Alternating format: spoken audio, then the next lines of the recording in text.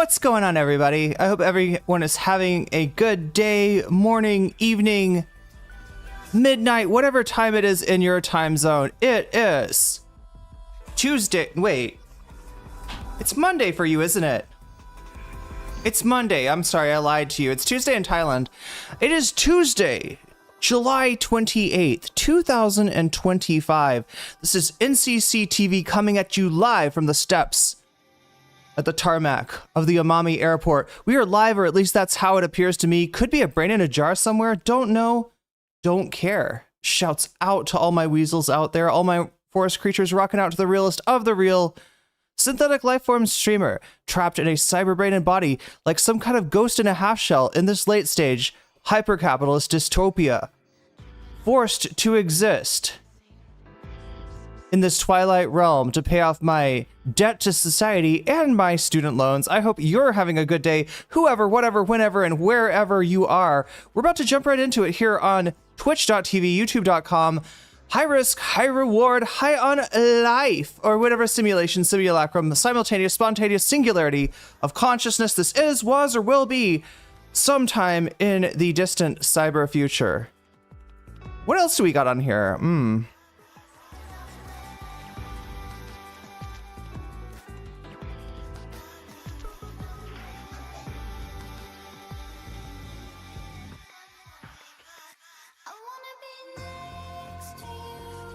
Here we go.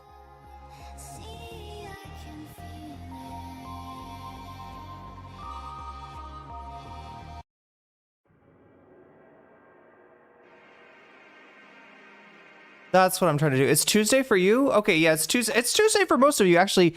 Yeah, there's still 6 minutes of Monday if you're on the West Coast. The rest of you, it is Tuesday. Or West Coast, Hawaii, Alaska. You know what I'm saying. You know what I'm saying. The West Coast and further off, but not past the international date line. If you get past the international date line, you get to my territory, the territory of tomorrow. The land of departure. That's right, chat. That's where I live. Destiny has those nostrils like he's permanently smelling shit wherever he goes. I mean, that is a metaphor, isn't it? For his life in some ways, I guess. We will be talking about Destiny just a little bit today. I hope people don't mind. I know some people out there just fucking hate his guts.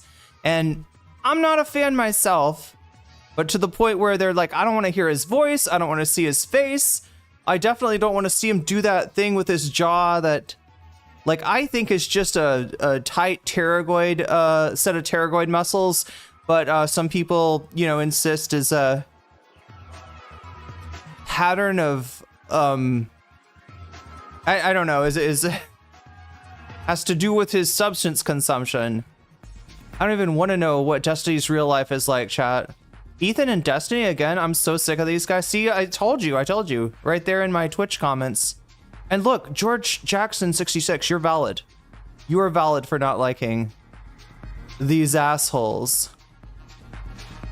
I like this song. Who sings it? Wink Wink. Wink Wink sings this one. Yeah, the Persona 2 I think is mostly, wait, Alicia Laverne is the singer-songwriter behind that. Wait a minute. Oh my god, chat, I'm so confused. Alicia Laverne sings one of the songs on Persona 2. I can't remember. Oh my god, look, a weasel. Look at that. You might unsubscribe. That's okay, George Jackson. We'll manage somehow. I think we'll be okay. Either way.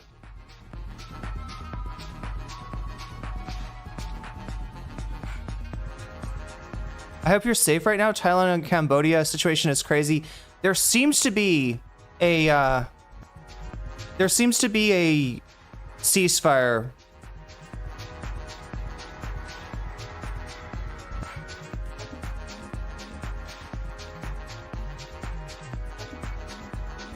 There seems to be a ceasefire at the moment. I don't know whether it will hold. There's not like a lot of motivation, I guess, for either of the countries to have that ceasefire, because like this is the Thailand military's chance to, you know, assert its,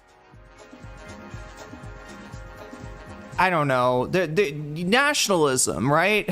This is what's happening right now, is nationalism, both in Thailand and Cambodia, right? You know, like both of them have reasons to want to control that area. Thailand, since it was taken from them during the colonial days by France, and Cambodia because the ICJ decided in their favor when they went to court over it. Right, the ICJ said, yeah, that is in fact your land. Thailand had a chance to dispute the colonial claim, but that chance has come and gone. And yeah, you know, Thailand was always like the big motivation factor for Thailand. If you want to understand why, you know, Thailand, the nation, has made some of the choices that it did. Some of those choices a little bit hard to understand, hard to explain, right? You got to understand it's all about them trying to maintain sovereignty, right? That's the big motivating factor, is that they looked to their east, and you've got Cambodia and Vietnam getting, you know, taken over and colonized by France. You look to your west, you see India and India and Pakistan and a whole bunch of stuff over there to the west being colonized by the UK, not to mention Myanmar. Sorry, not Myanmar. Wait a minute.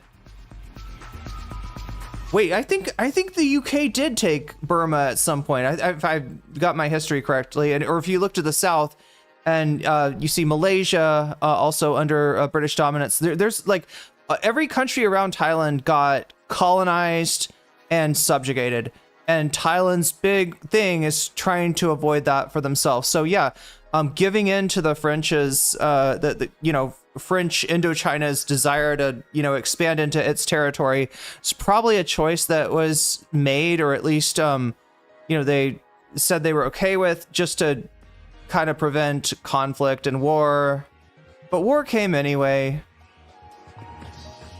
There's just no getting around it. What is that they say in Fallout? War never changes. That's the one. That's true. No more bloodshed is needed anywhere. Yeah, I hope so. But yeah, I'm okay. I'm away from the fighting.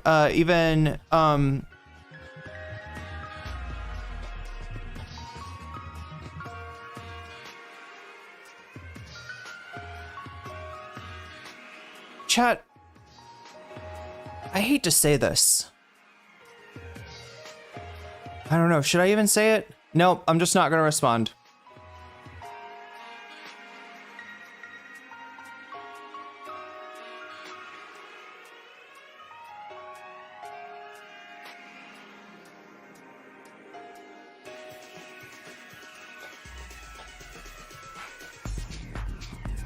What's up, Egomaniac? Good to see you. Yeah, George Jackson, you can fuck straight off, all right? If you've got a problem with what I'm covering, seriously, you can go become somebody else's problem at this point.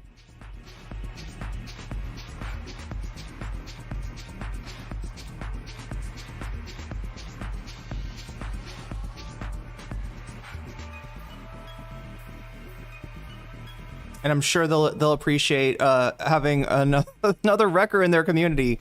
Wonderful stuff. Burma was a British colony. The Japanese made British culture as POWs there.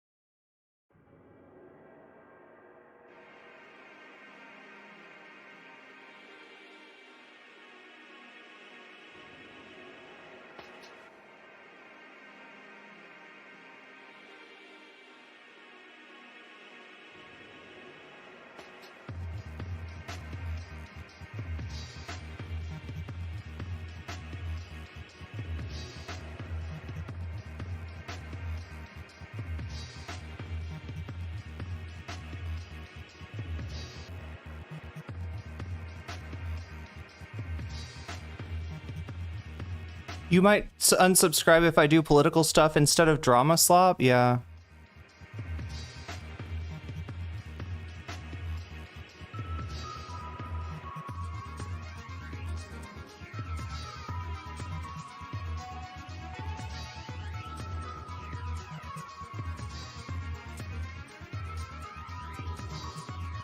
Anyway, I thought about not streaming at all tonight, being that I was so late to stream to begin with.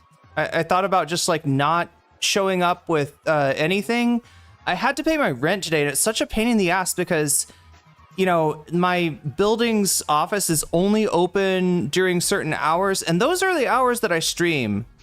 So yeah, I got up early, you know, got fucking money out of the bank because I still don't have my shit together enough to just send an electronic payment, right? It's this whole thing with when you do international, like you can't ACH something to another country. I think maybe I can PayPal something to another country or use something similar to that. But yeah, I'm still on the whole deal of, oh my God, Narwhal by Nature, thank you for the Prime sub. Whoa. We just for anybody who's curious, we are going to cover some politics tonight, or at least that was my intention.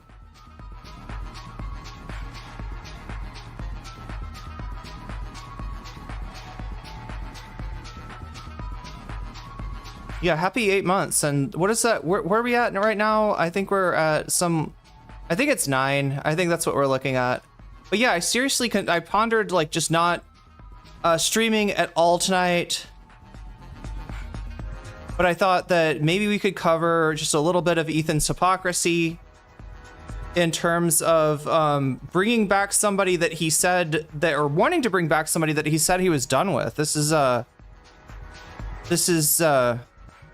Jimmy Lee. Does everybody remember the Jersey outlaw, Jimmy Lee? Does anybody remember this guy? He's their old-timey comedian. He was a dentist, right?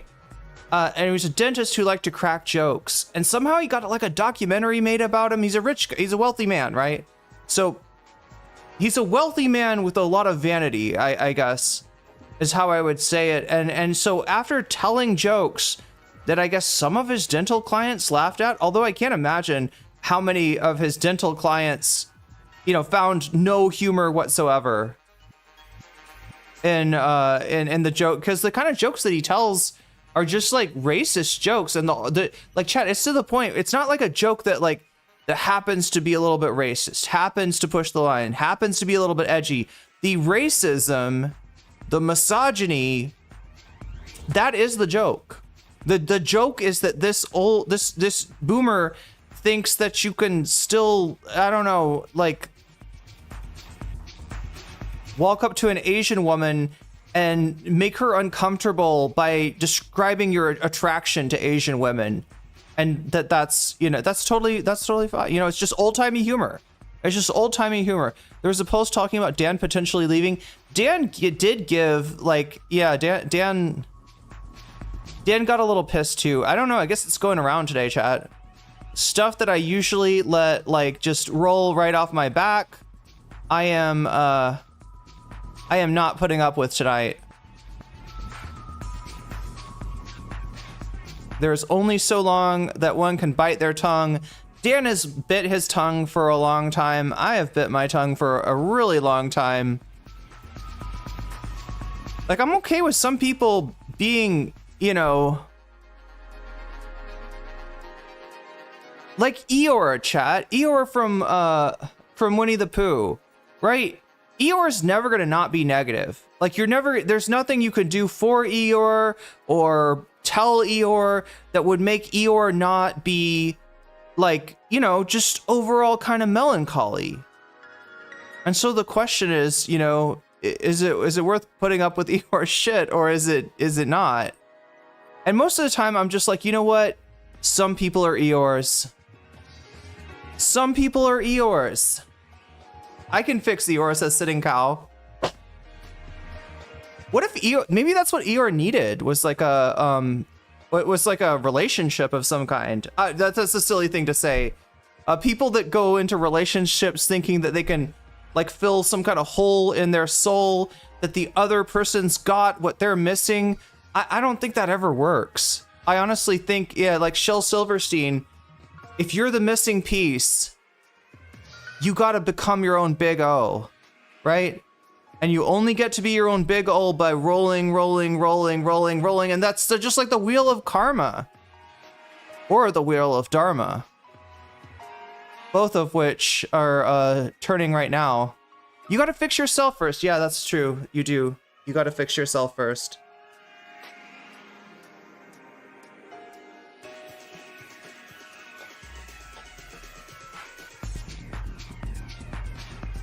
Keep rolling like Limp Bizkit. There we go.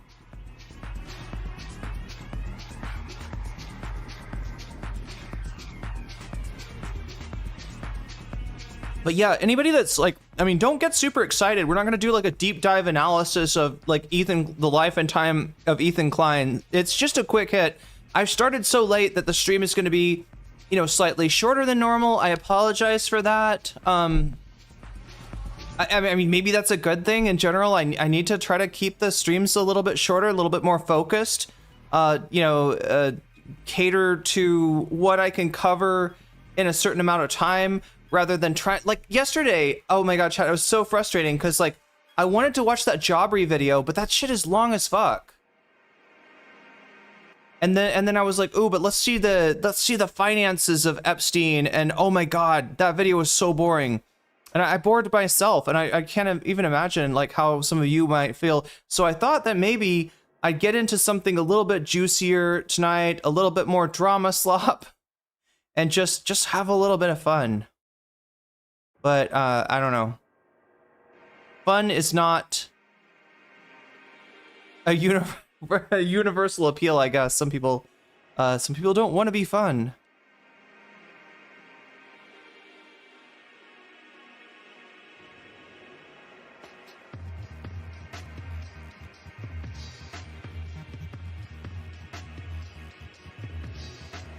Never seen Dan as angry as when Jimmy broke into the studio that day. Yeah, we should probably watch that too. Chat, I should get to what we're getting to. I do want to have some time. Yeah, the other thing is I gotta cover more things. Yeah, it's my perfectionist nature, right? When I do a stream and I pick like a title, I'm just kind of like, how do I exhaust this subject? Like everything about the subject I want to cover in one day. Because the worst thing in the world is to, you know, wake up the next day and be like, you know what? I feel like putting the same thumbnail and the same title and the same, and I know that sends a bad signal. That sends a bad signal to chat, especially anybody that's like, I'm kind of sick of Ethan, I'm kind of sick of Destiny, which is totally understandable. It's totally understandable that you'd feel that way.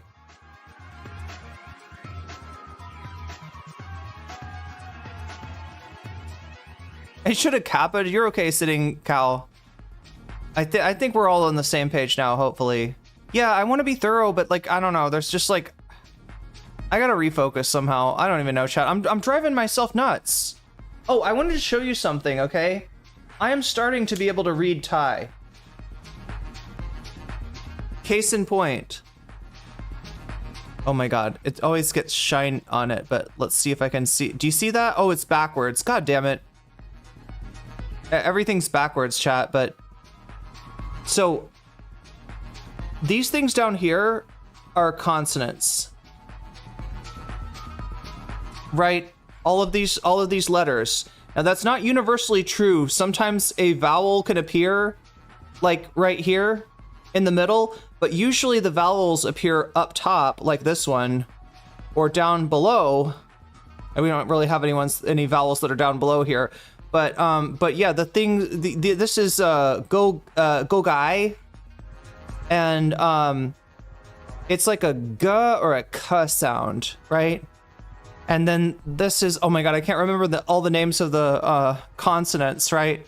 But basically, okay, so I don't know the vowels yet. I'm still learning the vowels, but I can kind of guess what these are based on the fact that I know the consonants, right? And this is G or a K, which, you know, kind of in between the G and the K, M, and then CH. So it's almost like Hebrew in a way, right? The way that in Hebrew, I think the vowels are like little dots above the consonants, right? But this is because I know all the consonants, ka, ma, cha. Kama-cha, chat. What's in here? Kama-cha.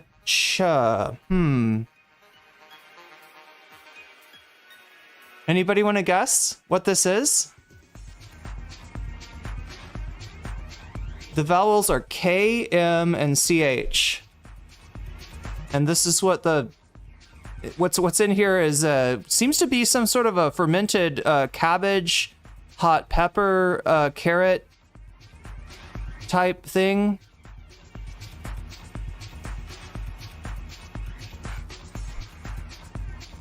Kimchi. It's kimchi. It's kimchi, that's right. And down here below, and remember, you got to imagine this is backwards, right? Because my stream setup is backwards. It's like mirrored. It's so that like my hand is, you know, if I touch the screen, like my hand is, you know, on that side, and I don't know, it gets confusing when it's not that way. But then down below,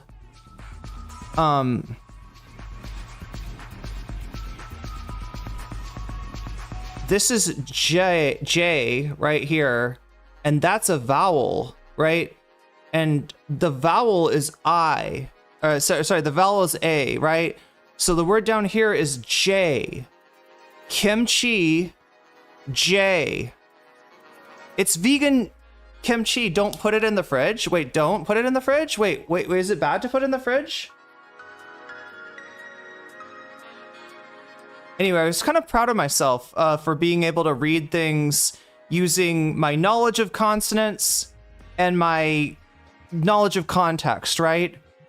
I can figure out a lot of stuff in Thai, despite the fact that it's a whole nother alphabet. It's got a lot more letters than English does. The fridge will stop fermentation, but no biggie. Yeah, I guess it stinks. It does. Wait. Oh, you're saying it'll stink up the fridge. Okay. I mean, that's an understandable thing. Yeah, I guess you could do it either way. Like if you leave it out of the fridge, it's going to ferment more. It's going to get stronger and more sour, I guess. And if you put it in the fridge, then maybe it'll stay good for longer. So, but yeah, I just brought it up. Kimchi toasted sandwiches are my fave. Yeah, kimchi's good for a lot of stuff.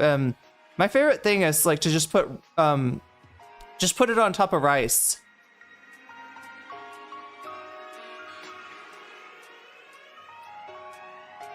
That's only a small amount, not the huge big bags you can buy. Yeah, I guess I don't know a good place to buy kimchi, because you're right.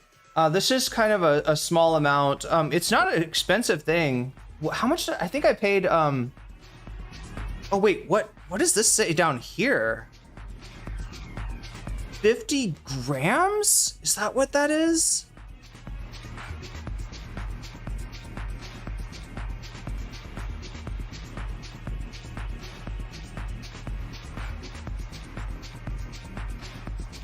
It's 50 something. It's definitely not, wait, is it 50 baht? I don't think that says baht. Kimchi veggie pancakes. Definitely more than 50 grams. I'm mogging the chat in Admiral. Oh my god. Good luck with that, Mylan. Good luck with your mogging. We're going to do a little mogging ourselves tonight, chat. We're going to get into this, cover the Ethan drama stop. Yeah, namaste. Sawadika to you as well. We're going to cover, yeah, we're going to get into this. All right, so, yeah, we're at 9 out of 10, 9 out of 10, what am I saying? 9 out of 100 right now. Wait a minute, did I fuck this up again? I did. Thomas Jerome, you did a teal super chat, and I didn't have that shit enabled, so it didn't count it as that. Oh my god, oh my god. It didn't count it as, Pestany and Klein. Yeah, on the same thumbnail, right? We would put it in beer. In the beer fridge? Oh, I see. Yeah, that makes sense. As long as you're not like freezing it, I guess. You know what stinks worse than kimchi though is natto. Anybody try natto before? I think I'm pronouncing it correctly. Natto.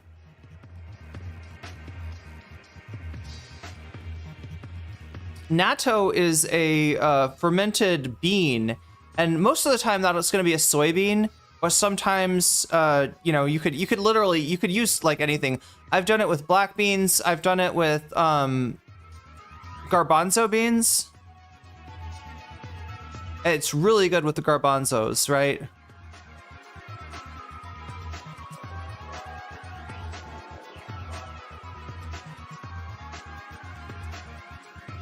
Yeah, I think the thing with Ethan and with Trump is to just not let these assholes set the agenda, right? They're gonna do stuff. It's gonna be distracting, and you just don't want to get stuck like covering their every move. Like you don't want like Trump has lost the he's lost the narrative. He's lost the ability to manage the news cycle at this point. And the funniest thing that you can do is just keep on concentrating on Epstein, right?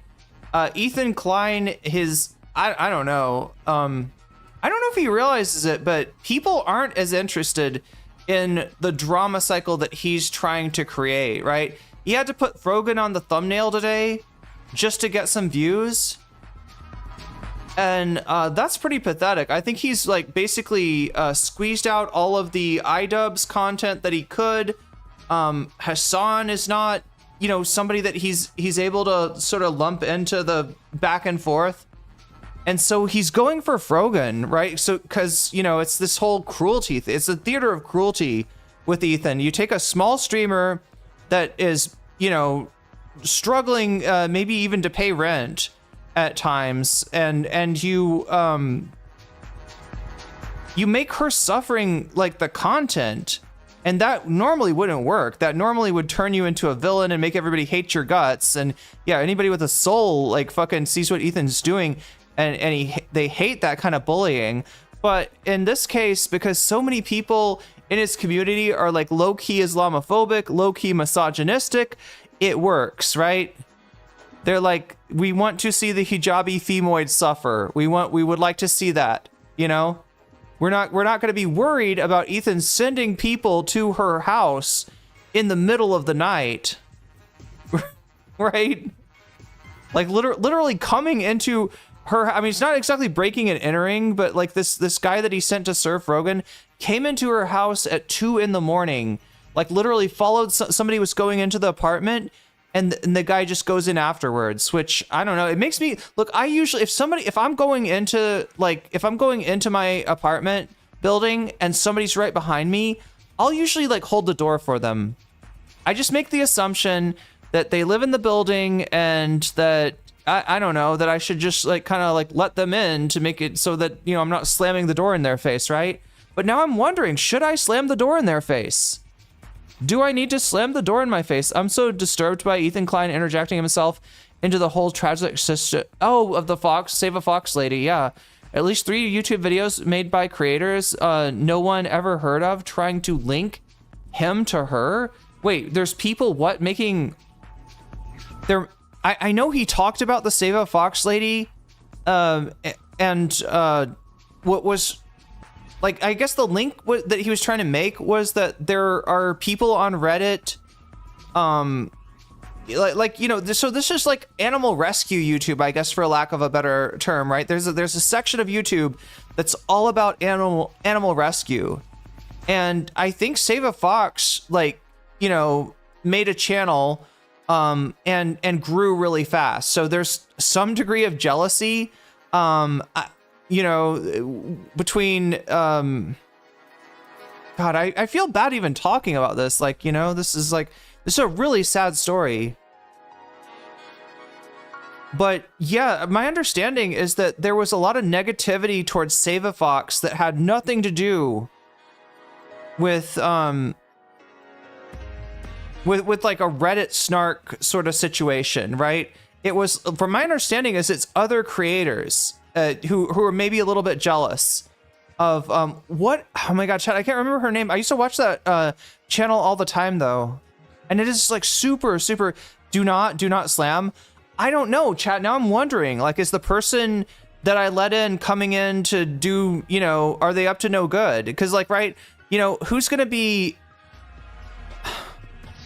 Now I'm like worried about like that, like, you know, when I enter my apartment building, Like, I mean, like if I don't, like I just assume that the person behind me coming in is also a resident there, but I don't really know that. And yeah, you know, if somebody, like I could be letting in a stalker is what I'm saying, right? That's my fear now. And you know, this wasn't exactly a stalker. This is somebody that's paid. What is it called, chat? There's a name for this job when you're paid to serve people with paperwork, right? That's actually like a job.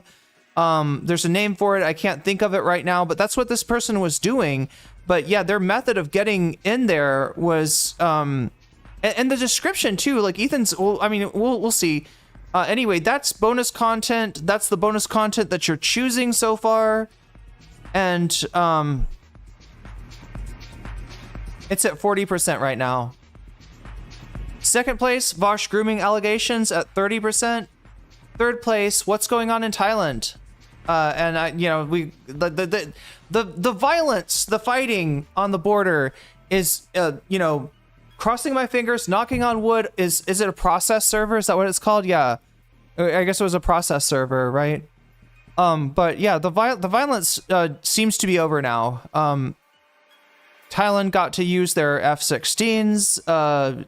Cambodia got to fire off a bunch of rockets, hitting like 7-Elevens and hospitals and potentially Laos. Actually, nobody knows how Laos got hit. You know, Cambodia's claiming that Thailand somehow accidentally bombed Laos, and Thailand is claiming that you know, it was Cambodian forces going in there and essentially trying to draw Laos into the conflict, right?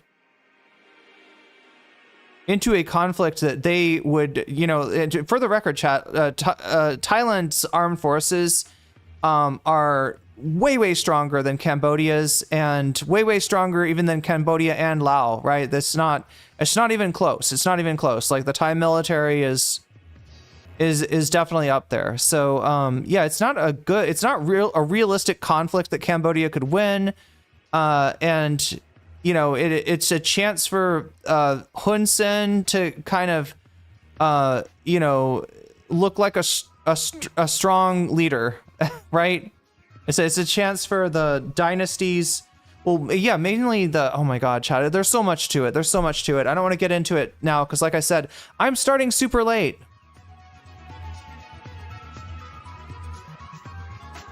So disturbed by Ethan Klein energy. Yeah, the Save a Fox drama.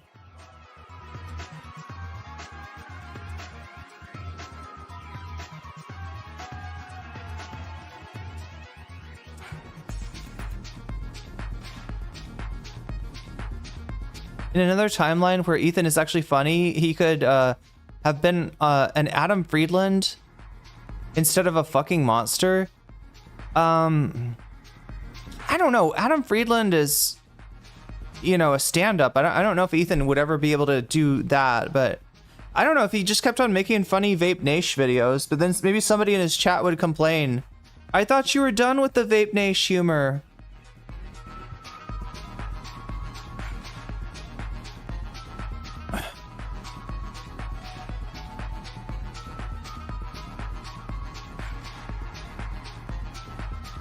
Wait, what's harassment and bullying?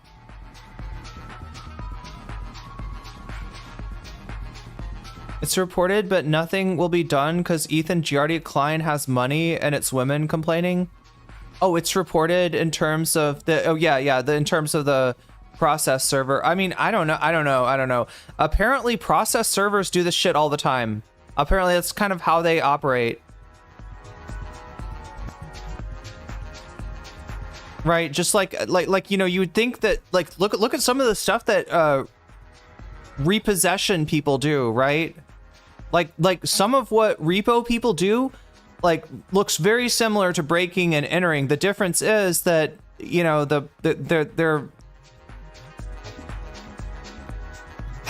difference is that somebody owes money on a payment for a car or something, right? And they're not just taking back a car. They're taking back a car that hasn't had its payments made.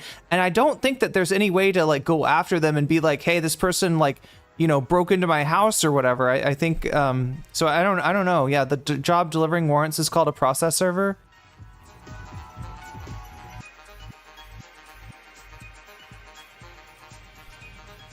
They get to say you've been served. Do they ever do a dance, right? Is it ever getting served like that? Like, what was that movie called with the dancing where they're serving people? I think it's called You Got Served. A process server sounds like something you'd find in a Windows Task Manager. Speaking of which, I've got my Windows Task Manager open right now. Just making sure that I'm not... Yeah, I should probably reset my computer sometime soon. 62% of CPU, 79% of memory. I don't even know how. It doesn't really feel like I've got that much open. Like, what's going on? It's Google. It's Chrome. Chrome is doing this to me.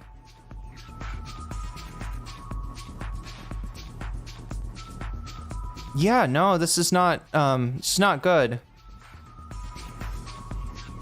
But yeah, just as somebody reminded me that the Jimmy Lee drama, it has a, oh my God, I don't know if we can find this. Any of you enterprising weasels out there want to help me out in looking for Jimmy Lee breaks in? Yeah, breaks in. Is that a thing?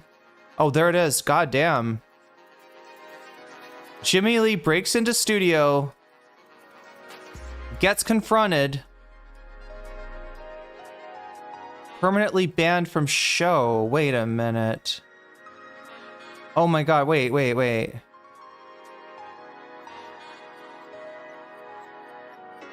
Oh, this is kind of frustrating.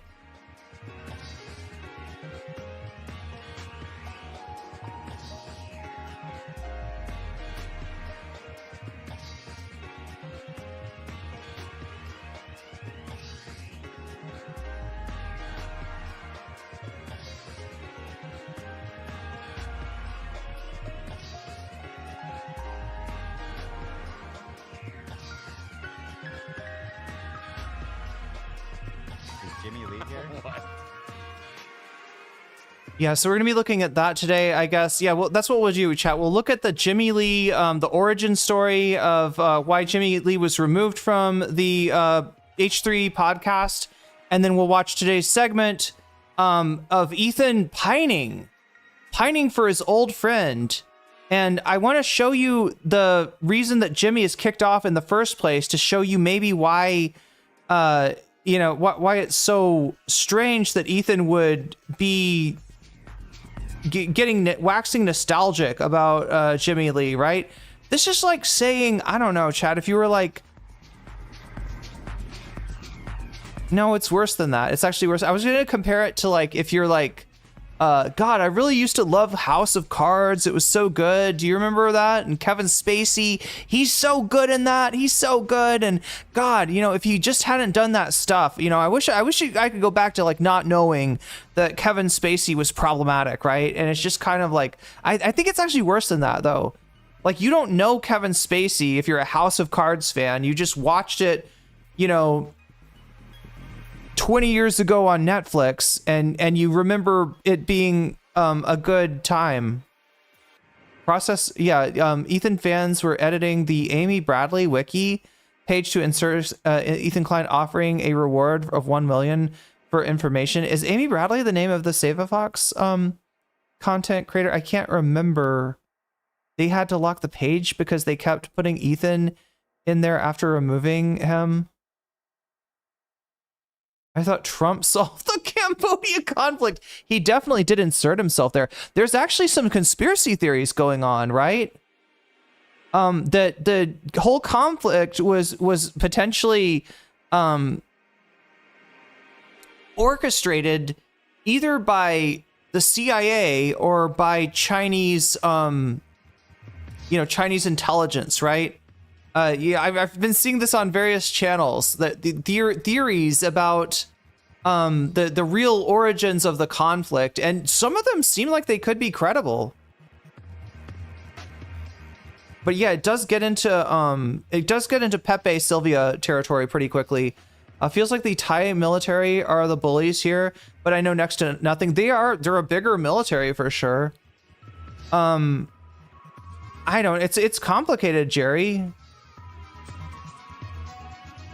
You know, there's definitely like nationalistic forces on the Thai side of things that very much, you know, weren't gonna like let Cambodia quote unquote get away with the placement of mines and the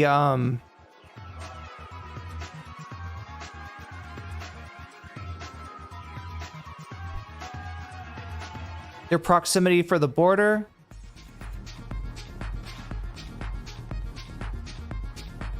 Ethan just made a formal apology to Cav for having a hand in editing Cav's wiki page repeatedly. Wow. Wait, was this another one, Rave? Or are you talking about like a week or two ago?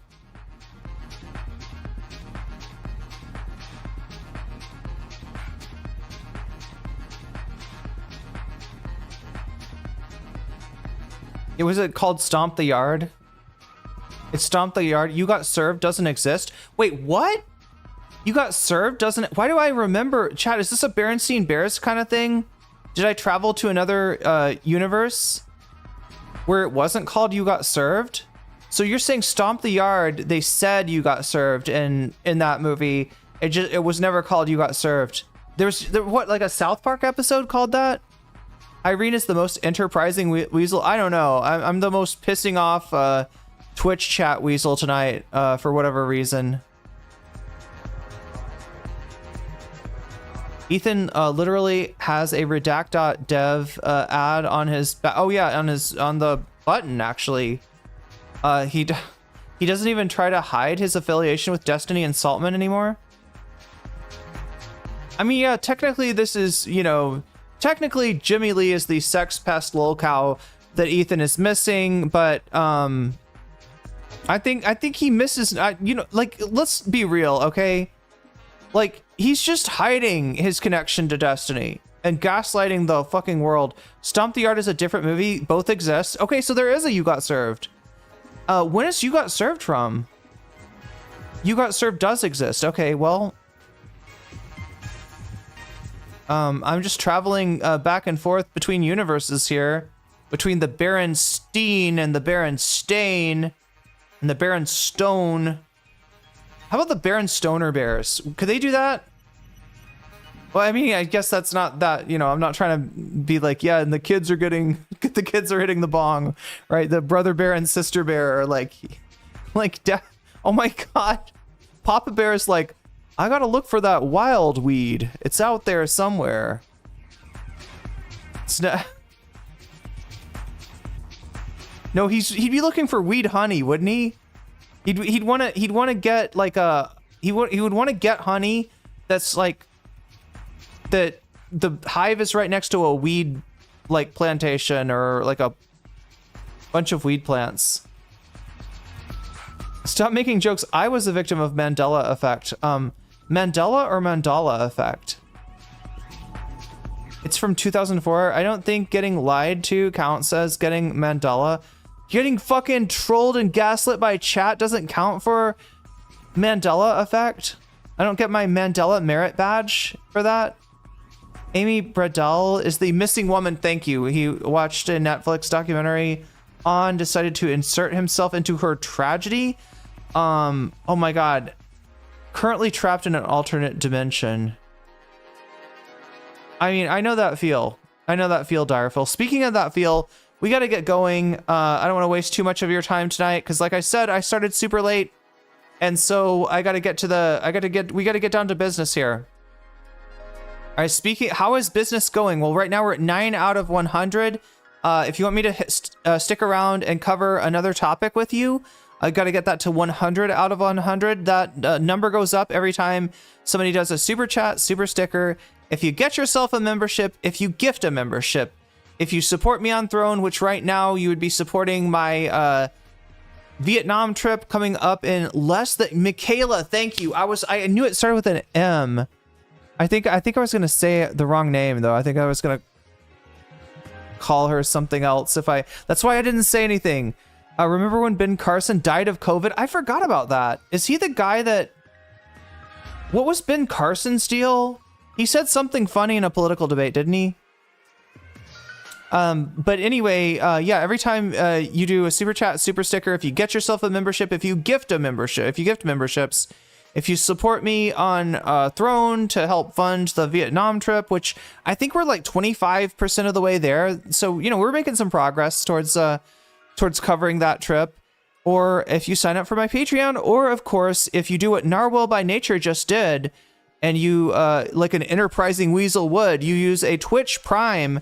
If you've got Prime, if you're signed up for Prime, if you've got a Prime account, you can go over to Twitch, you can connect your Prime account to Twitch, and in return, they will give you a Twitch Prime sub that you can use for free, no cost to you, right? You've already paid for Prime, so it's no cost to you. You can use it on the streamer of your choice. If that happens to me, you will no longer see... Oh my God, that's old school. I was about to say, you will no longer see the ads. Oh my God, you're not seeing the ads anyway, thanks to Ethan Klein. You will get the emojis. You'll get the jellyfish, right? You'll get the jellyfish and you'll earn my undying appreciation.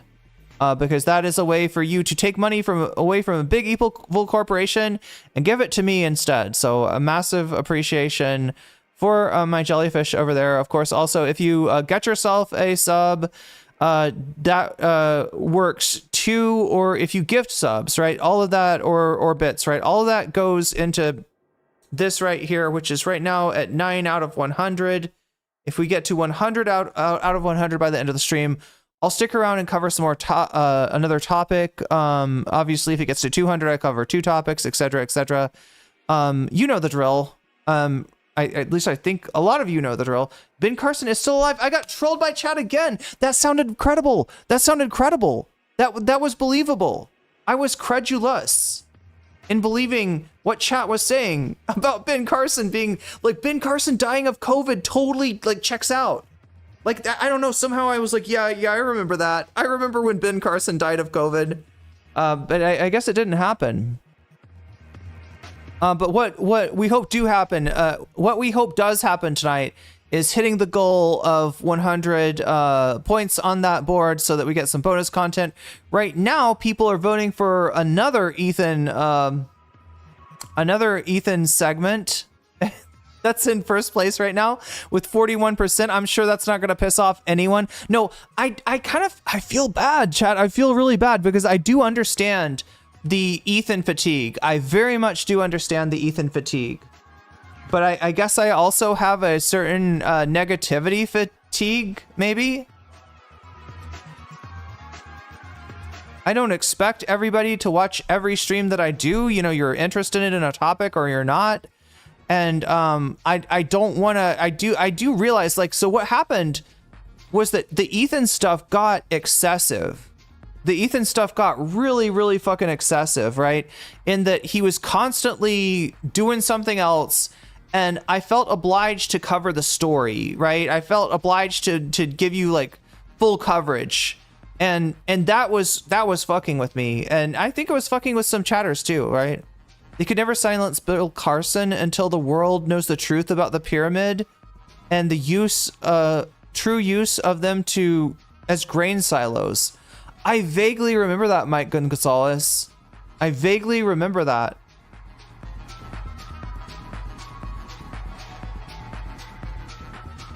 Anyway, looks like I got a super chat to read here.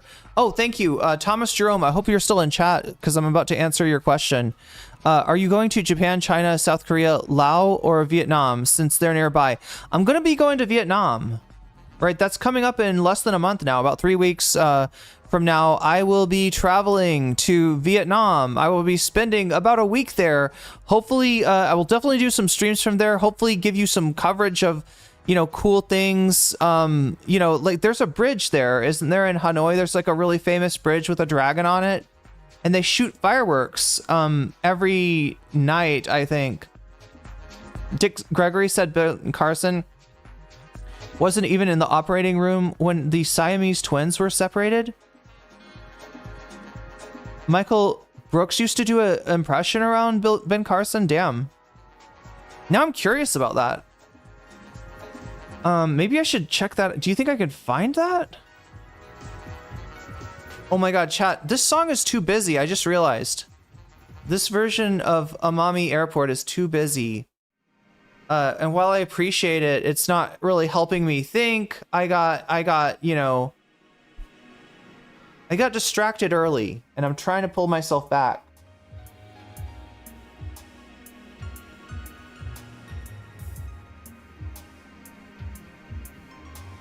But I guess that's just a thing that I do. If somebody threatens to unsubscribe, I mean, look, if somebody threatens to unsubscribe, they're lucky if they don't get banned, right? I just don't have any kind of patience for that. Anything that feels like manipulation, even if there is a point there, and there is a point there, I wanted to do less Ethan Klein. That's true. But I'm not gonna change the topic based on threats, right? Basically, yeah, I have this thing where when somebody threatens me, and look, it's not like a threat, it's not like somebody's gonna hurt me. You got no obligation to watch my stream. If you don't like what I'm doing, you're not obliged to do that. Like you know, unsubscribing or whatever, that you're not like taking something from me. I'm not owed your you know, engagement or your views or anything, right? But, you know, and that's what makes it even more confusing that somebody would try to use that to, like, you know, as a threat, because it's literally not. You watch it or you don't. You like it or you don't, right? And I'm okay hearing people be like, I don't like, you know, the Destiny stuff, or I'm sick of Ethan. I'm totally okay with that. But when somebody's like, I will unsubscribe, or I might unsubscribe based on what you're covering tonight, it's just kind of, I can't help it. I can't. It's like a reflex, chat. It's like, you know what you did? Is you came up to me and you got your hammer and you went boop right on my knee. And what do you expect to happen? What do you expect to happen when you hit my little like quadriceps common tendon, right? And you're standing right in front of my leg. What do you think is going to happen? Like, what do you think is going to happen if you go behind a horse, right? And start tickling its tail? You know what I'm saying? Or a mule or a donkey. Yeah, I'm like a donkey, chat. I'm like a donkey. You can't stand behind a donkey and like, you know, fuck with its tail and expect not to get yeeted with extreme prejudice. And that's what happened tonight, chat. That's what happened. I'm not proud of it. I'm not proud of it. I don't like that. I don't relish the idea that I might have made somebody's mood even a little bit like worse, because I know we all have problems. We all have struggles. This world is crazy. It's crazy enough already, you know, without adding more negativity. I never want to add more negativity. No, nobody's like, I mean, that's the whole thing. It's not a threat. It's just like somebody was like, I'm gonna unsubscribe because you're I might unsubscribe because you're covering Ethan again. And it's just kind of like, oh my god, that's the wrong way to phrase that. I am definitely open to feedback. I am definitely open to criticism.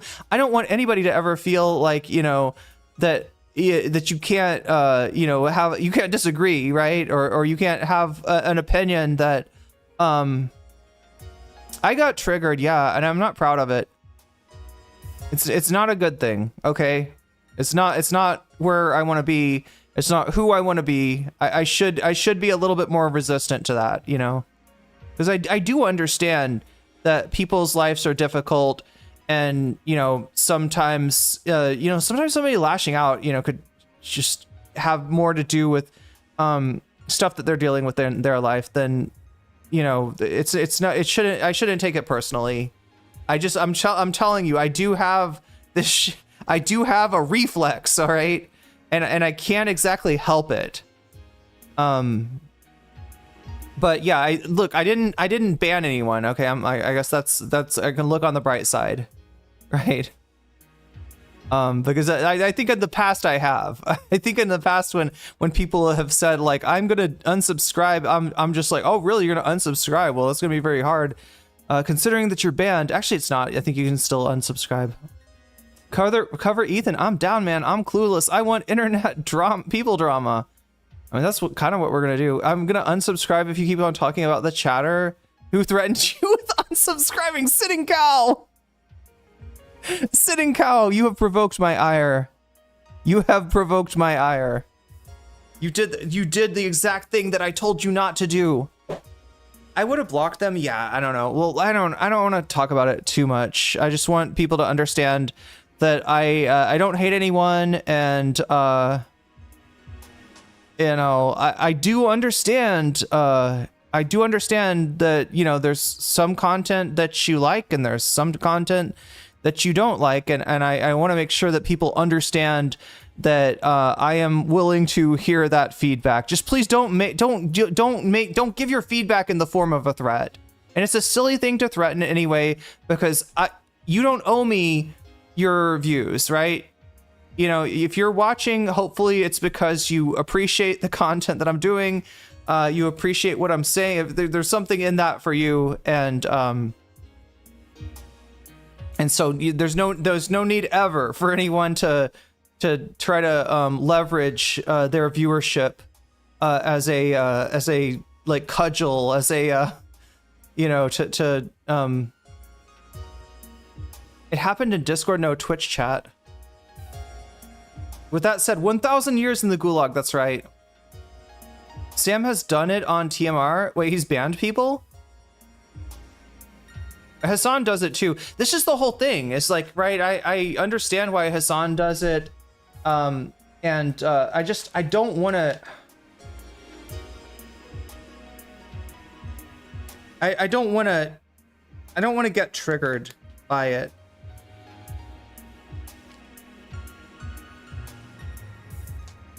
Really, the best thing to do is ignore it. If somebody's going to unsubscribe, they're going to unsubscribe.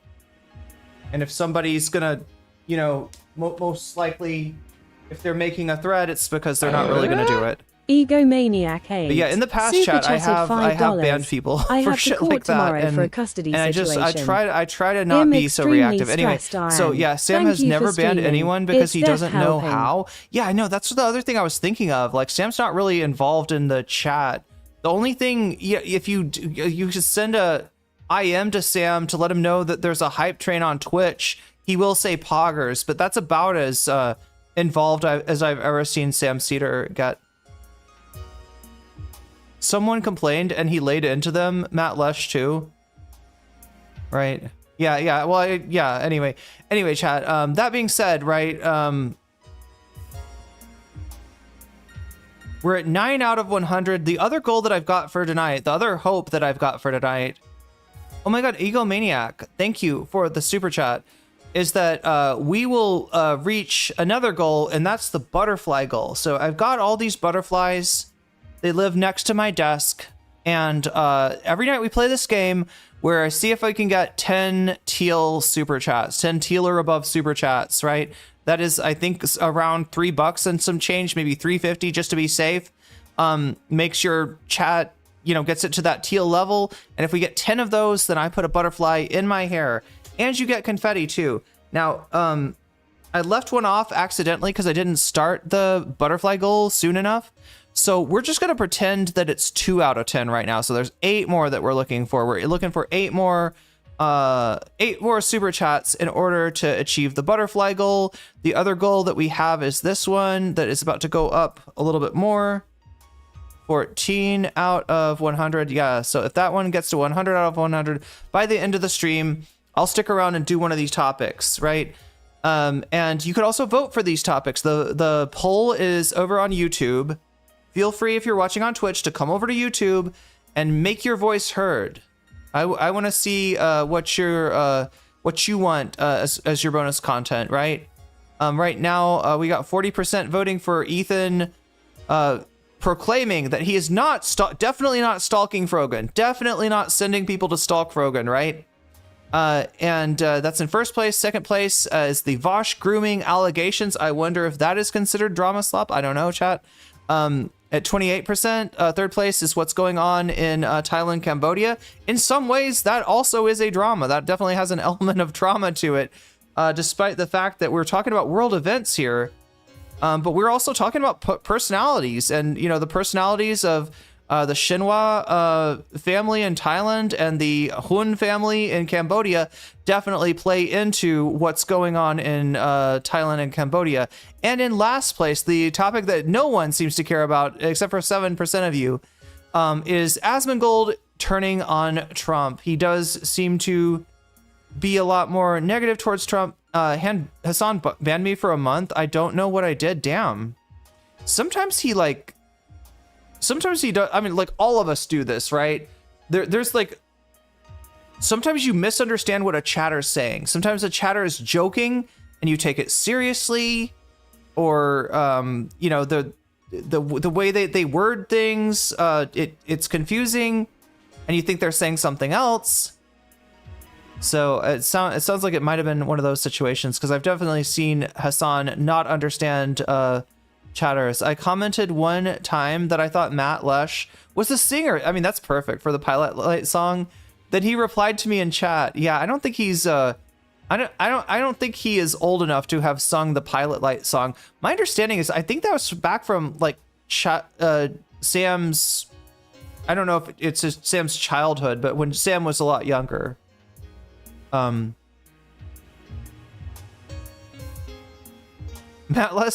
Lech is the one, yeah, that's always watching, even if Sam's not. That's true. Matt definitely monitors the chat. Sometimes Sam doesn't. Oh yeah, the other thing I need to tell you about the whole bonus content stuff is that you also have the chance, when you donate, to let me know which of these topics you want to see. So in addition to voting for the topics, you can also donate for the topics. And if you tell me with your donation or in chat after you donate, like, that you want to see Ethan not stalking Frogan, or Thailand Cambodia drama, or Vosh grooming allegations, or Asmongold or whatever, right? I will take your donation and turn it into percentage, and I will put your money where your mouth is, adding it as a percentage to the topic of your choice. So this is a way that you could potentially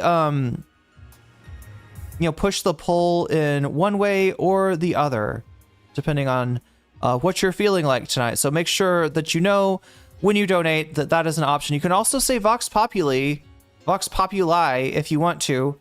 That is down there.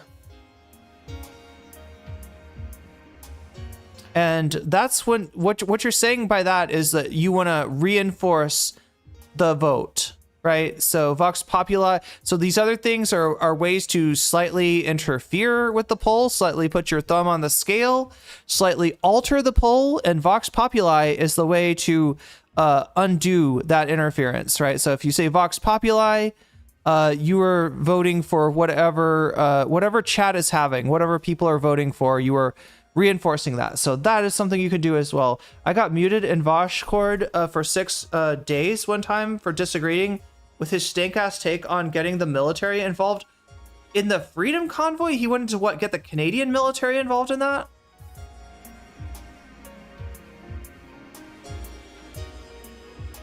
I mean, the free...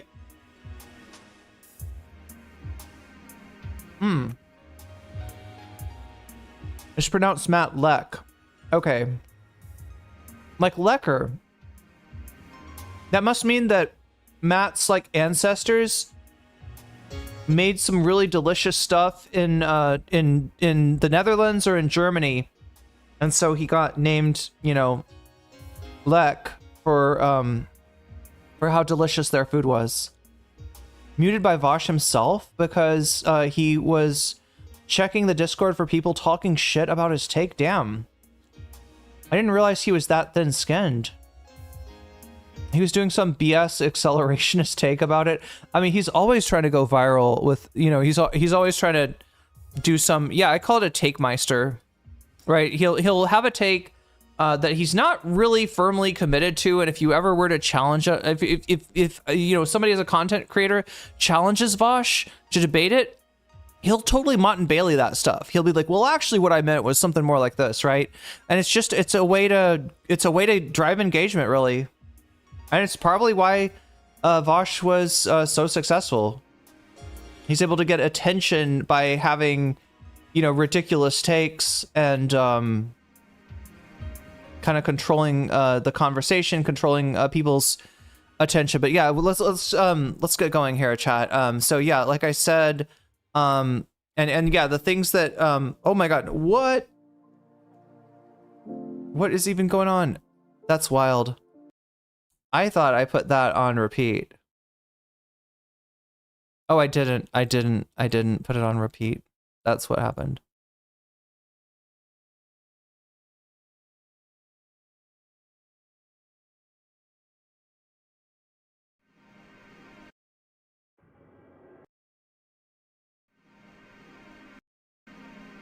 But yeah, the things that allow you to the things that allow you to add a bonus percentage to the topic of your choice are the same things that make the number go up. So you know, if you're doing one, you can also do the other. Again, that's super chat, super stickers, getting yourself a membership on YouTube, gifting memberships on YouTube, or supporting me on throne.com. No, look at that, it says my name now. There was a few days when it just like the name was missing, but yeah, if you support me on throne.com/nocommentchick, or if you sign up for my Patreon, or if you support me on Twitch, all of those things make that number go forward, and they allow you to slightly tweak the results of the poll, or untweak them if you say Vox Populi.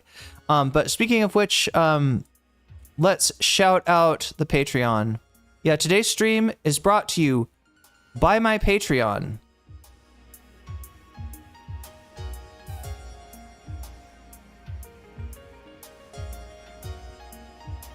And everybody that's signed up for my Patreon on the $5 level or above gets a fancy shout out at the beginning and ending of each stream. So let me go ahead and do those now. Shouts out to Oral Ellipsis, shouts out to Temporal Insanity, shouts out to Steven Sayers, shouts out to Funky Monkey, shouts out to Sarah, shouts out to Nadia Yvette, shouts out to Murray Noip, shouts out to Jules K, shouts out to Izzy Mandias, shouts out to Infallible Fowl, shouts out to Hot Ham Radio, shouts out to Good for Gabby, shouts out to Emily French, shouts out to Direful, shouts out to Buffy Geek, shouts out to Big Owl, shouts out to Animus, and a fancy shout out to Zara Xerix, to Rachel K, to Crystal Saphira, and to Omega Star. There we go. We got the Patreon shouted out. And we are ready to go, just in time for Raven G to have to go to work, apparently. Good luck with that.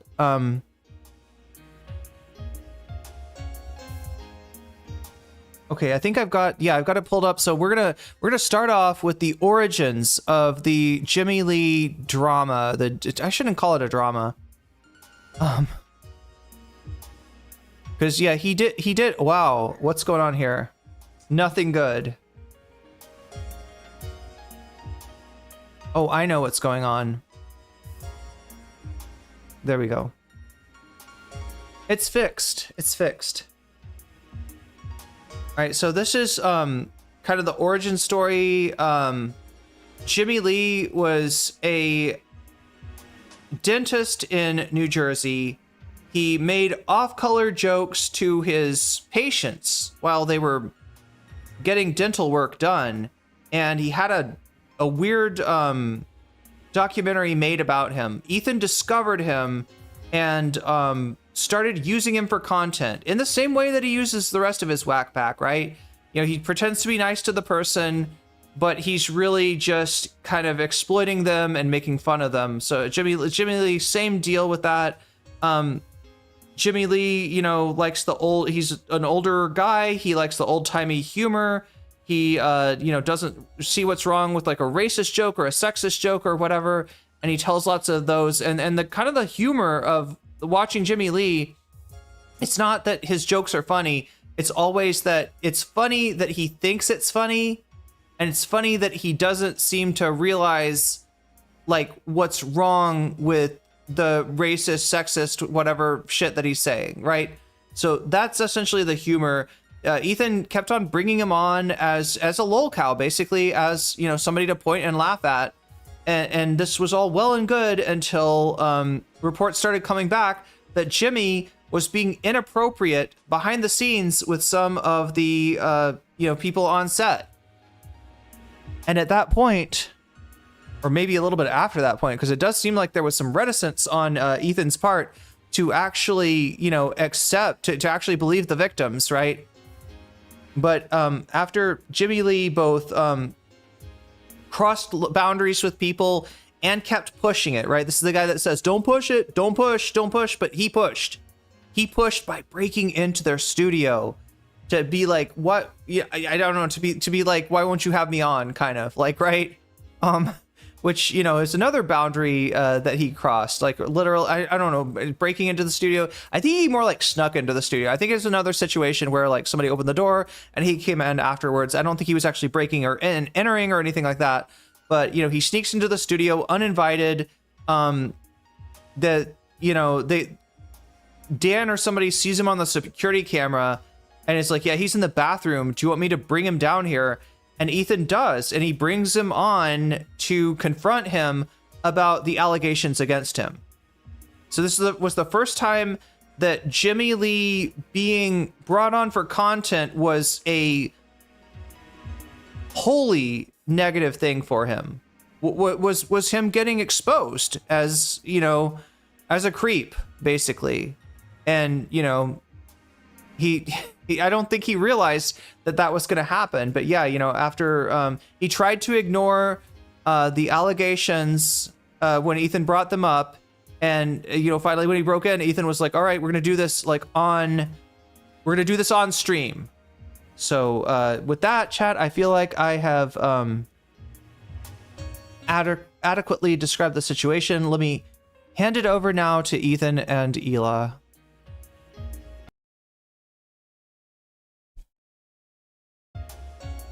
Whoops, that's not Sarah. It counts as a donation to. Okay. Oh, okay. For a free milestone in chat.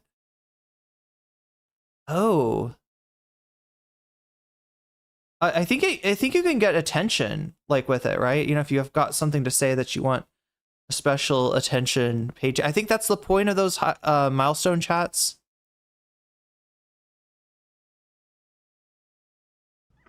Or if you just want me to recognize that did he show up? That you've got a milestone. Should we let him in? Oh my god, he texted me the same thing. Okay, hold on, let me Jimmy might be here. This is so scary. Well, we've been avoiding him for a reason. If he wants to come in and talk about If he wants to come in and get aired the f out for being a piece of shit, Basically. he's welcome to step in. Yeah. I'm gonna go look. It's outside. He did this. I'll go. He goofed on us last time about it. Make sure your wife's watching, Jimmy. Oh Wait, god, what is yeah. happening? Yeah, so for the record, people complained about Jimmy to the crew. Ethan, when he talked to Jimmy on the phone, said, "Hey, you want to explain to me what this is about? What's going on here?" And every single time, Jimmy was like, "I don't know what they're talking about. I don't know." And he tried to change the subject. He just tried to ignore the fact that Ethan was like, "I've got people telling me that you are being inappropriate," and the whole time Jimmy's just like, "I wasn't being inappropriate. I have no idea what they're talking about." Anyway, on my next appearance in the show. Yo, it's me. We're at the studio. God, I almost feel like, Pink's Hot Dogs is Jimmy Lee's sponsor. When Ethan would bring him on, the funny thing about Jimmy Lee is that I guess he got paid some money or something, or he had some deal with Pink's Hot Dogs, right? It's just a hot dog place in LA. And he would always try to pivot towards, talking about Pink's Hot Dog, like just like low key drop an ad, right? It's like if I come on somebody else's stream and, like I don't know, I'm just like imagining like going on Leftist Mafia and like, talking about their subject matter, but then pivoting and changing the subjects to, by the way, Pink's Hot Dogs has got a really good special going on right now. They got all kinds of dogs that you can get, and right now, if you go down there, you can get 2 hot dogs for the price of 1, which is a really good deal. I think the Leftist Mafia fans will really enjoy Pink's Hot Dogs. All right, I would never be back on Leftist Mafia. I would never, if I just started doing wild like ad reads as a guest, right? It's rude. It's rude. It's rude to do. But Jimmy Lee just doesn't have any sense of, he either doesn't know or he doesn't care what is considered. Fucking psycho dentist in our... Who let him in? Jimmy, come here. What's wrong with you? That's clear. Sit down. Sit down. Sit down. Sit down. Poppin'. The dogs are barking at you. Yo, doggy. All right. First of all, I'm not gonna Hey, stop them. guys. yeah, I'm not gonna let him stop. That's why they're here. Attack intruders. Jimmy, how did you get in? How did I want get shtick. in? I parked outside, and I rang the bell, and somebody let me in.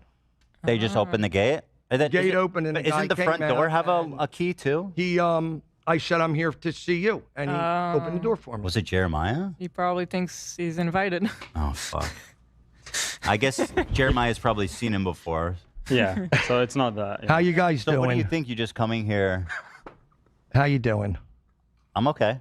Okay. So let me give you. Okay, let me tell you something. First of all, What's up? all right. So yeah, let's just take in for a second Jimmy Lee's look. All You right, think you just coming here? that's that's definitely a look. How you doing? I'm okay. Okay. So let me give you. Okay, let me tell you something. First of all, What's up? all right. Since you showed up here, if you want to stay on the show, what we have to talk is basically, I'm gonna air you the fuck out. For You know what for? Mason? Yeah. I already texted you that last week. Well, somebody's lying. I told you, I text you everything because I knew it was bothering you. He does look like a human South Park character. Yeah. Who is that? It's Jimmy Lee. This is like so if you've watched any H3, you might have noticed there's a series of reoccurring guests, right? And if you watch Gokunaru's video, the original Ethan Klein call out video, right? Where basically Gokunaru's point was like, this guy's a bully, right? And he established a pattern. Goku established a pattern that we see going on today. The way that he treats Frogan and Denims, and anybody that he can trap in his copyright trap, right? He's a bully to them. But I'm trying to remember, there was a alcoholic guy that he used to do this to, like just kind of bring him on and be nice to his face, but like low keys, he's kind of making fun of the guy, right? And there's a lot of people, there's a lot of guests on the H3 show, reoccurring guests that are not on there because they're cool and doing something interesting, or they're like a big star and you want to have an interview with them. But this is a dentist from New Jersey who fancies himself a stand-up comic, who believes he was attempting to create a stand-up career for himself at, I don't know, age 60 or however old he is. Right after having like a full career as being a dentist, apparently a pretty good dentist at that. He's got stars in his eyes, and he wants to see if he can make it as a stand-up. And he caught the attention of Ethan Klein because he's unintentionally funny. The humor is never at the joke that he's making. It's never like, oh, he told a really good joke. Oh, those are really funny. The humor is always like laughing at him and not with him. And that's why Ethan loves this shit. Absolutely loves this kind of shit, right? This is Ethan's favorite thing to do.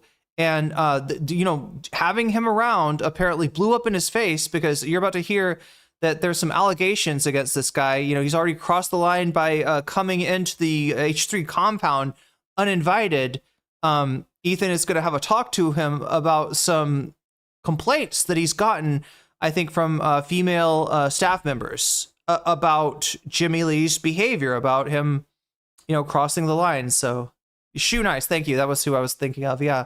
His last appearance on the pod during the Jeff Bachelor competition was heartbreaking. He called Ethan out as he did. Oh, that's beautiful. That's beautiful. Yeah, Ethan deserves that. Ethan fucking deserves that.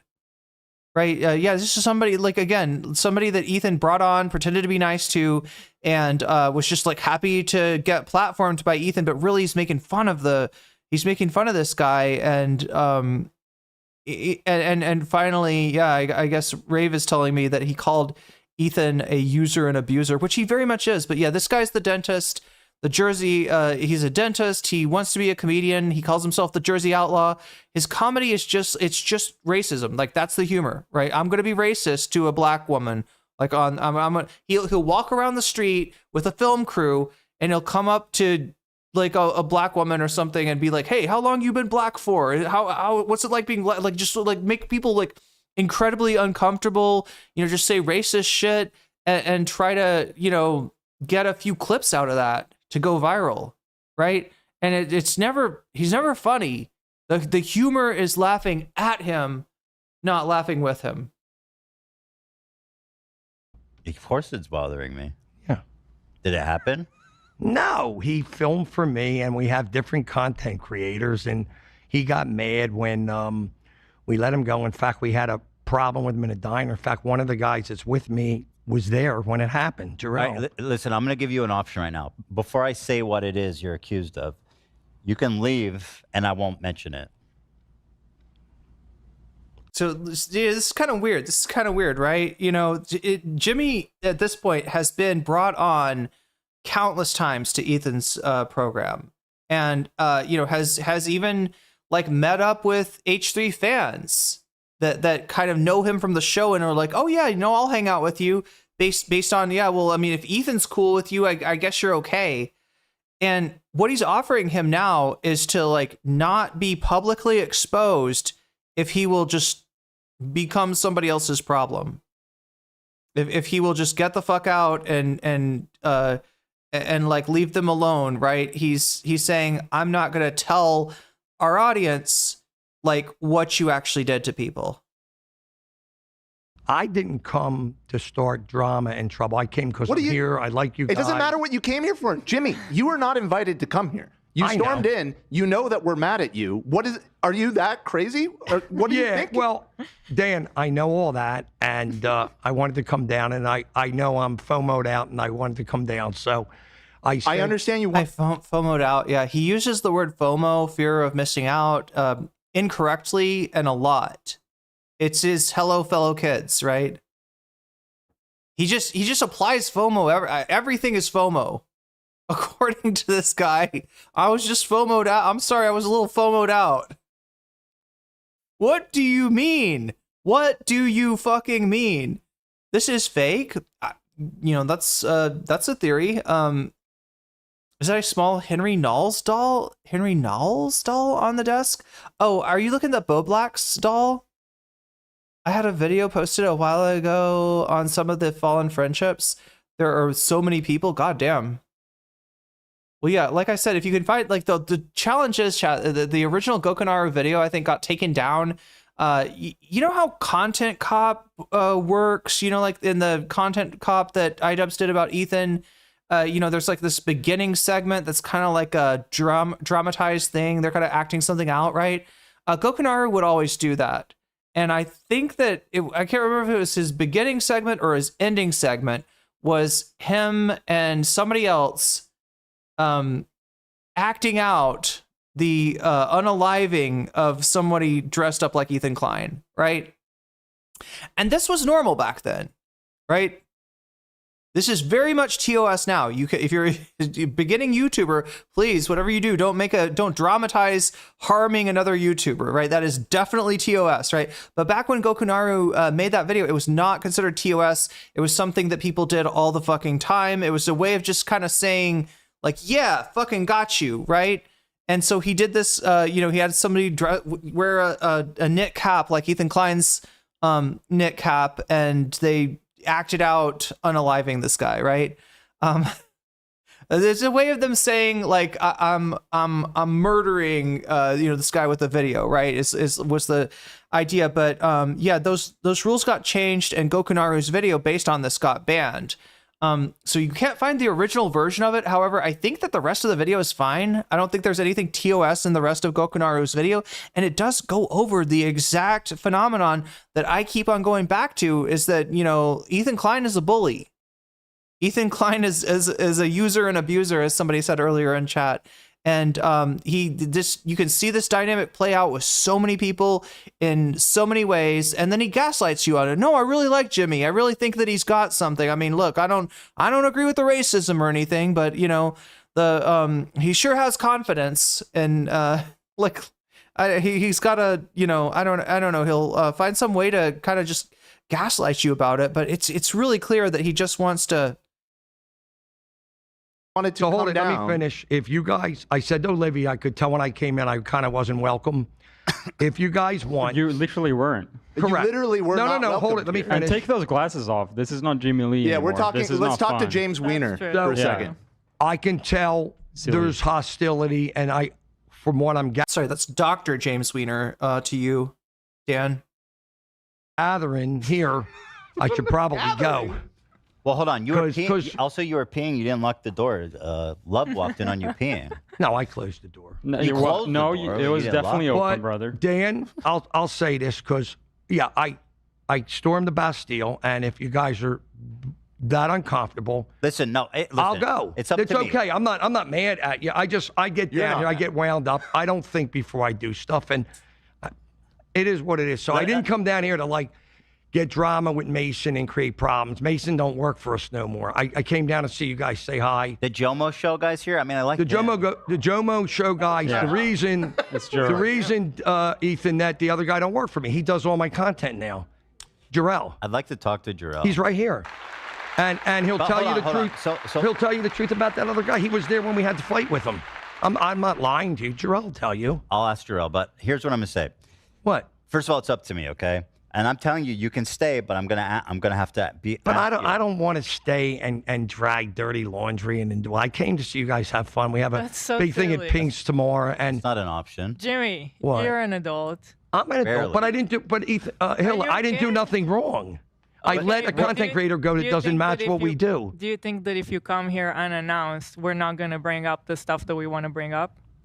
You I we're just gonna say, probably "Hey, how would are you say to doing?" that, no, you're going to bring up what you want to Of bring up. course. All right, so let's do it. So we're going to bring it up. So Mason, who's a mutual of ours, he was your meme editor. We've knew him because he was always posting crazy memes on your story. So that's the reason we're trying to be more serious with content and get somewhere, and we don't want to do memes and be So that's your local, story. and we have a whole different team. Hill. That's So your that's story.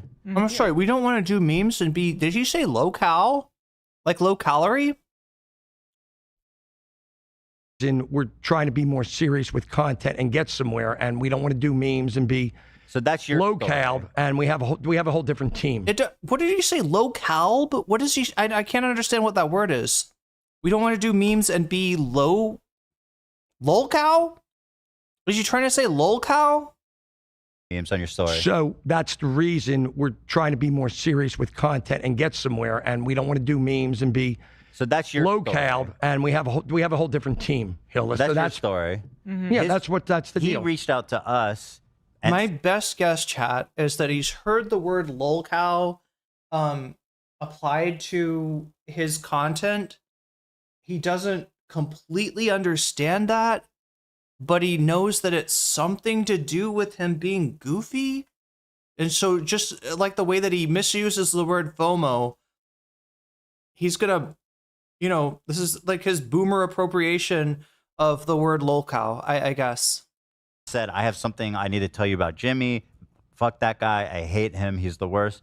That's because we stopped paying them. Well, Yeah, Rave. I guess it could be low caliber. Yeah, it could be low caliber. Yeah. Or did you think he said low calb? It's a possibility. well, let me tell you what he told. Yeah, most of chat seems to think he's saying lolcow. He's trying to say lolcow.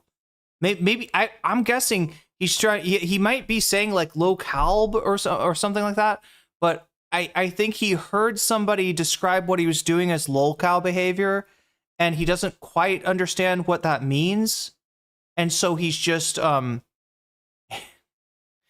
using. I think he's using. I don't think he knows that it's actually lolcow.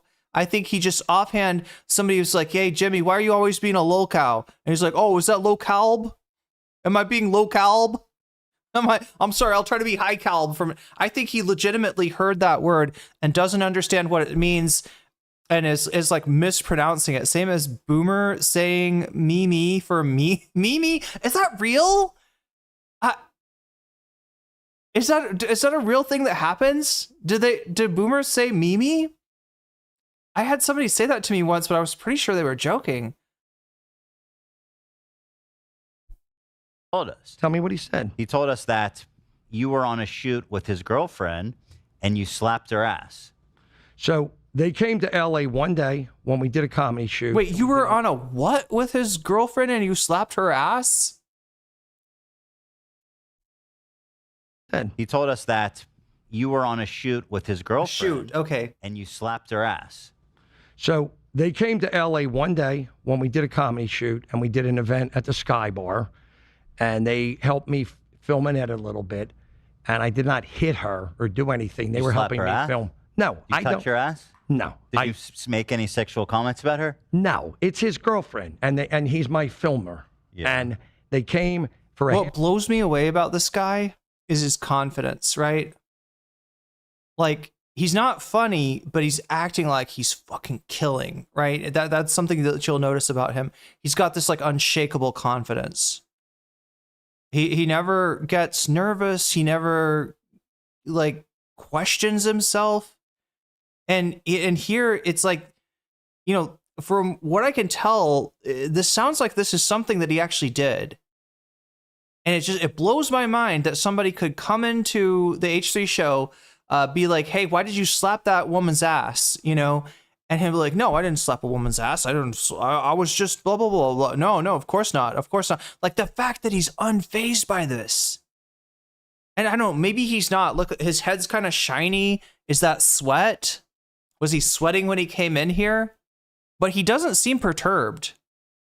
And, you know, this is the kind of thing that makes his act, which is considered niche, edgy, and, you know, cute, like kind of, like, I don't know, like, it's like, you know, if you imagine him doing it tongue in cheek, I guess it's, you know, kind of cute. It turns it into anything but cute, right? Do you see what I'm saying?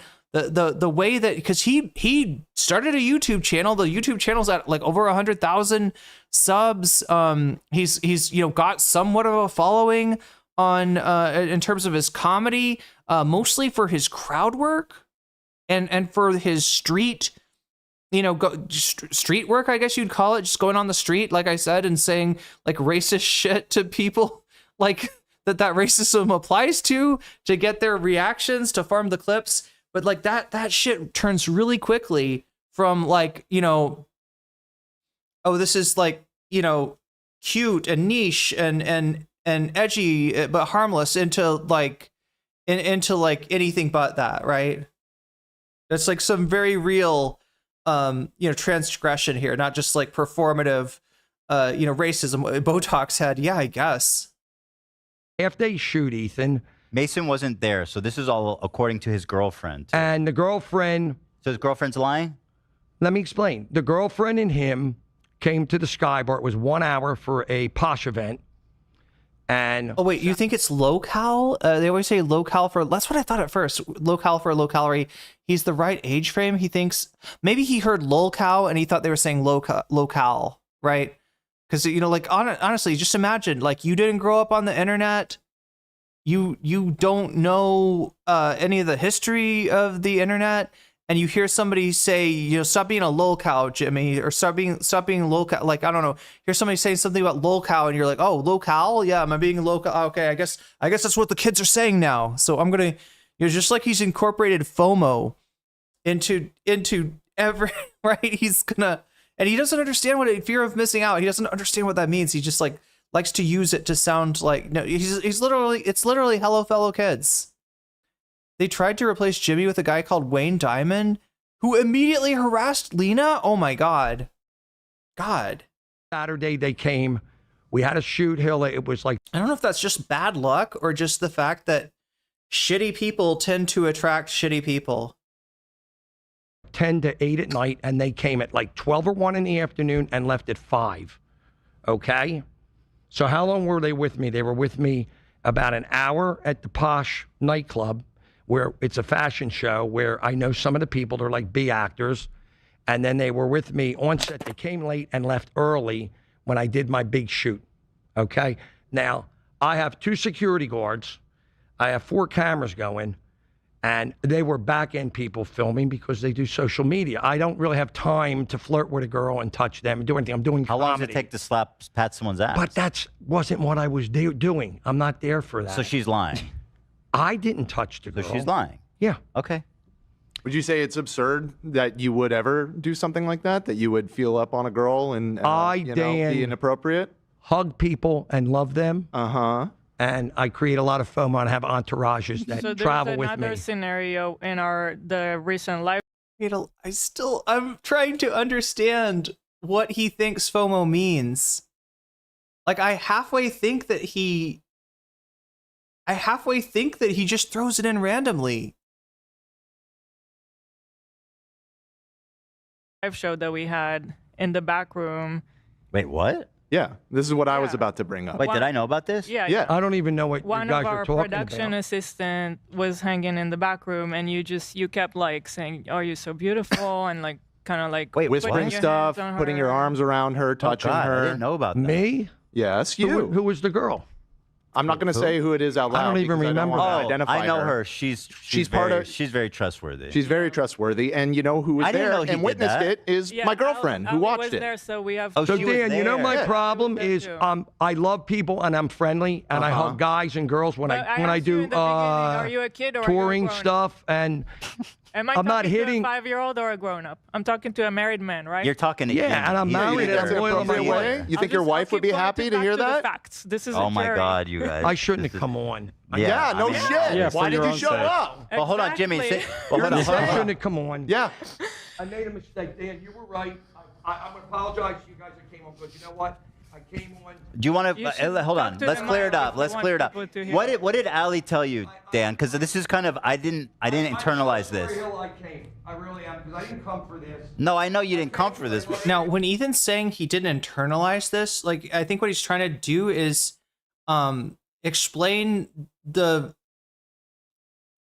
explain not having acted on this sooner, right? He's trying. I didn't internalize this. Like, I heard it, but I didn't quite realize how bad this was, how problematic it was.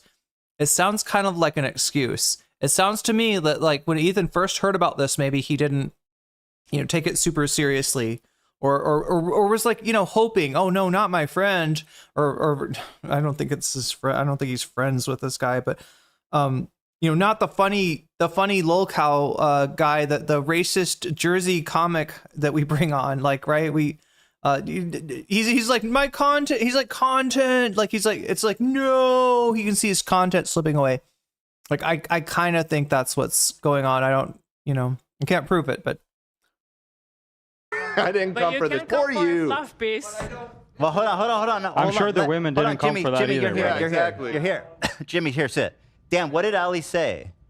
What Said happened? exactly what Hila just said, is that in the back room, you were hanging out, and this person who is a key part of the production, the live production, and who is very trustworthy. We all know and trust. Yes, that you were whispering sweet nothings to her, telling her she was the most beautiful girl you'd ever seen. Unbelievable. I can't believe how hot and how good it is to see her again. Because you had seen her at the previous one because she does all the live shows. Sometimes? Friendly and nice. Okay, That well, is if you're gonna beyond talk into the friendly, mic, 'cause I can't hear buddy. you. That's not friendly. Hold on. Do you talk? Guys, I'll leave you on this note. I'm Do going you to go. usually say that to women?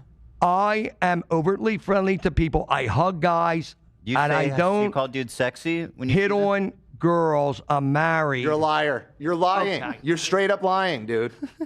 You are a liar. I'm sorry, Jimmy. This is why I didn't want. I was protecting. I was I was protecting right. you. Yeah, fuck yeah, I was right. Fucking I asshole. didn't want you to come. So just to explain how bad this is for Jimmy, this is an orbiter situation. This is a kind of an extreme orbiter situation. Like, Ethan is the only person that platformed Jimmy Lee to begin with. And so a big portion of anybody that shows up, to watch Jimmy Lee when he does comedy live, or like, buys his I don't know, what does he do, like movies or albums or something like that? His support is very much tied into H3. So when this shit goes down on the H3 program, right, that is like a substantial portion of potential Jimmy Lee support just evaporating, right? I harass men and women equally, he says. Yeah, it isn't the defense he thinks it is. Yeah, Dan having a backbone is insane to see. Well, we're going to see a little bit more of that in the clip. So this is from, I don't know, months and months ago. And this is why I kind of don't think this is just drama, right? I want to make it clear that this isn't just like Jimmy Lee told an inappropriate joke. Yes, he's told a million inappropriate jokes.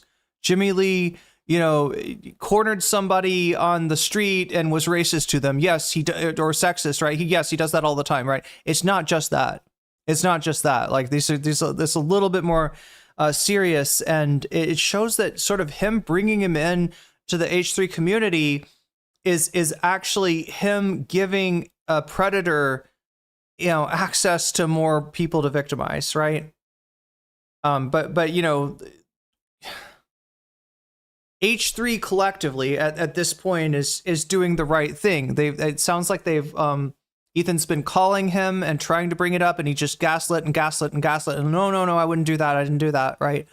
Ethan hasn't said anything about it. He wasn't going to say anything about it. He was never going to let his audience know. The only reason that this is coming out is because Jimmy Lee insisted on coming into the office uninvited, went and took a piss, and then they brought him in. You know, he was like, "Oh, cool! I'm gonna get to be on the show. Cool. Like, I guess my gambit like worked out. You know, like right? It's I kind of forced my way into the show, but instead he's pissed off the entire crew, and they're gonna, you know, they're gonna expose him. He didn't even give him a chance to like run. He was like, you know what I'm talking about. I'm gonna bring this up. I'm gonna let people know this is your one chance to get the fuck out of here. And he was like, he tried to play it cool. He's like, no, I don't have anything to be ashamed of. I don't. It's wild. It's wild the degree to which he is able to just keep it cool while he's being fucking exposed. For this reason, and I warned you. I said, listen, you can leave. Good luck with your wife. Hold on, can I talk to Jor-El? No, I want to talk to Jor-El. Where is he?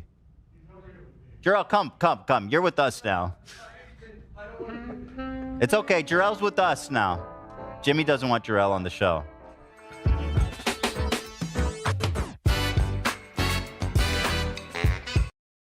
Looks like there's another clip on Olivia's channel. Here, let me do something before. I don't know why, but my spidey sense is telling me I should protect myself. Let's see, what can we do with this? Media source, filter, then chroma key.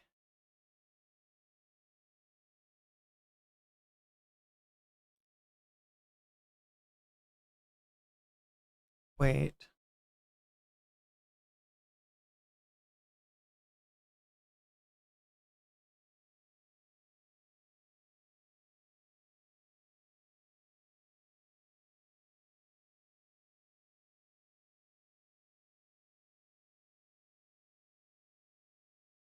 Jimmy, what's that, Nate? Did he show up? Should we let him in? Oh my God, he texted me the same thing. Okay, hold on.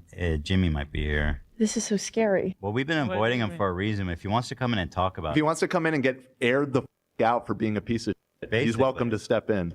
I'm gonna go look. It's outside. He did this. I'll go. He goofed on us last time about it. Make sure your wife's watching, Jimmy. Oh Wait, God, what is Dan. happening? Apparently, I don't know. I don't see anything. What do you mean? Check what text? Oh, AB sent, hey, AB, it's Jimmy. We're in town. Love to see you guys. We're doing a big thing at Pink. Yo, it's me. We're at the studio. Let him Oh, in. he's here? Let him in. Come on in, I Jimmy. pop in? So here's the thing. I pop in. Okay, so this is the part, I think, right before what we saw on the last clip. The thing is, I've been avoiding talking to him because I basically, like Dan said, he's going to get aired out. Like out. And look, I know his wife gets upset when we talk about, and I'm avoiding it. I don't want that heat. She's scary. If he insists on coming here, showing up. Uninvited. Just shows up at the front door. Dude, he's Here. In the bathroom. He got in our office? Yes, I saw. We were going out to look out the window, and he was literally. We passed him. He was in the bath, just like. How did he get in? Who let him in? Bro, Are you what serious? is he doing here? I just saw. I was looking out the window. I turn around and I see something just slither into the bathroom. The door's slightly open. Okay, so we've watched all of this. Let's see what there's. I think a few. Ethan reads his messages with Jimmy. Jarrell, Jomo show guy joins. Oh yeah. Here's the. So, Dan calls out Jimmy. Sorry, Jimmy. This is why I didn't want. I was protecting I was right. you. Yeah, I was right. Oh, that didn't age well. I was protecting you. Damn. That is not the right thing to say, Ethan.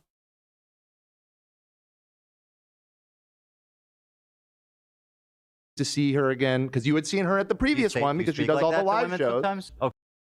That Well, is if you're gonna beyond talk, talk into the friendly, mic 'cause I can't hear buddy. you. That's not friendly. Hold on. Do you talk? Guys, I'll leave you on this note. I'm Do going you to go. usually say that to women? I am overtly friendly to people. I hug guys, You and say I you don't call dudes sexy when you hit see them? on girls. I'm married. You're a liar. You're lying. Okay. You're straight up lying, dude.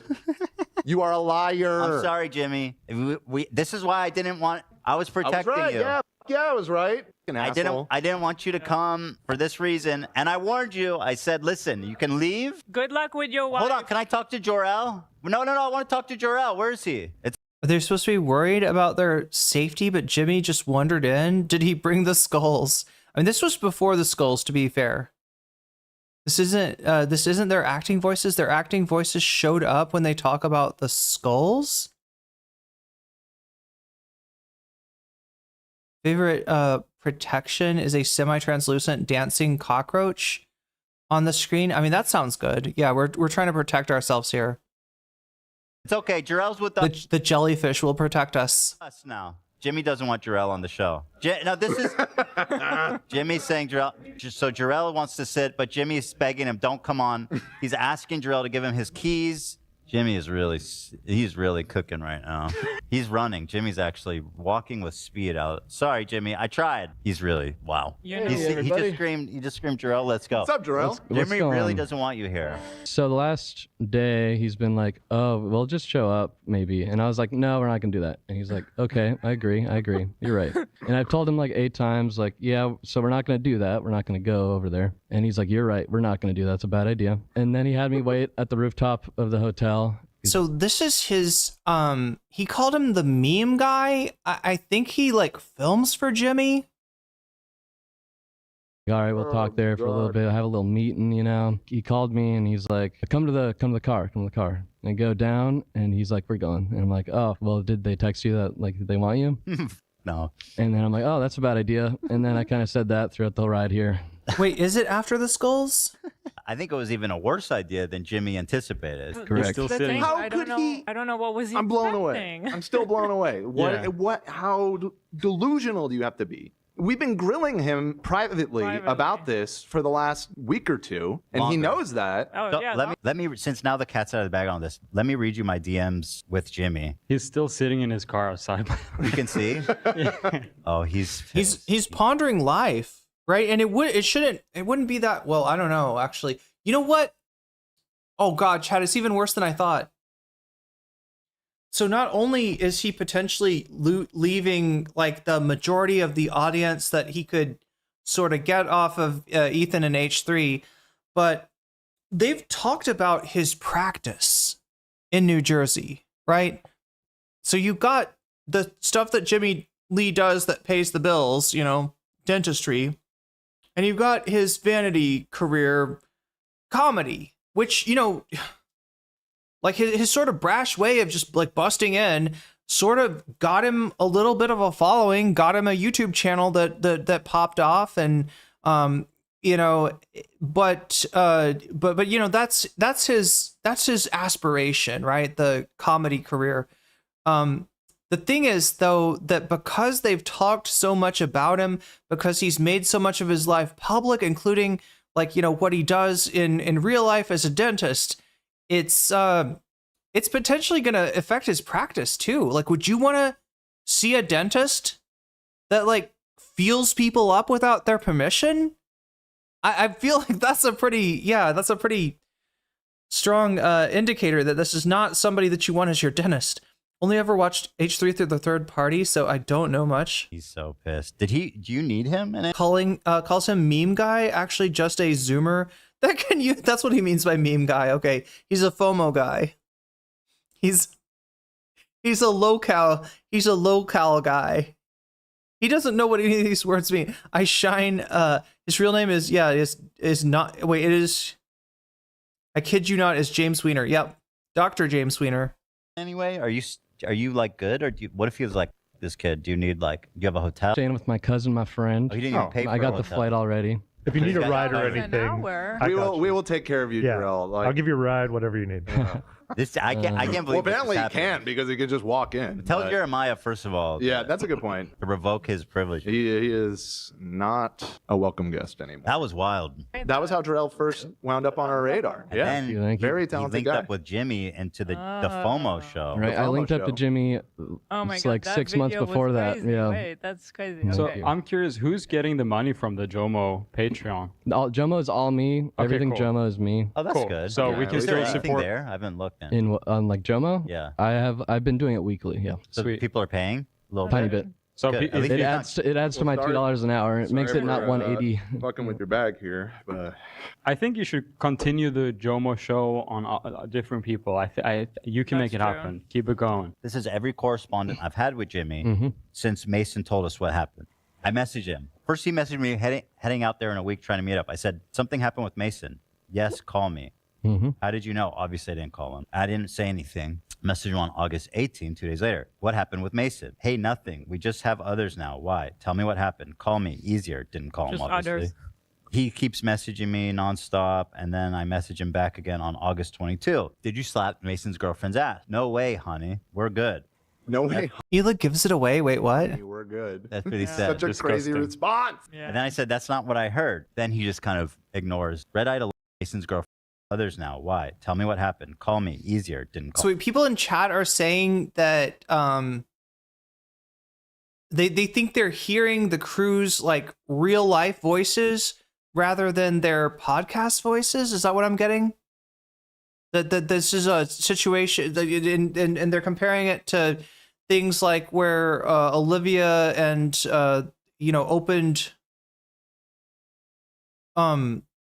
opened like the skull on camera where that sounded fake, whereas this sounds real. Call him, Just obviously. others.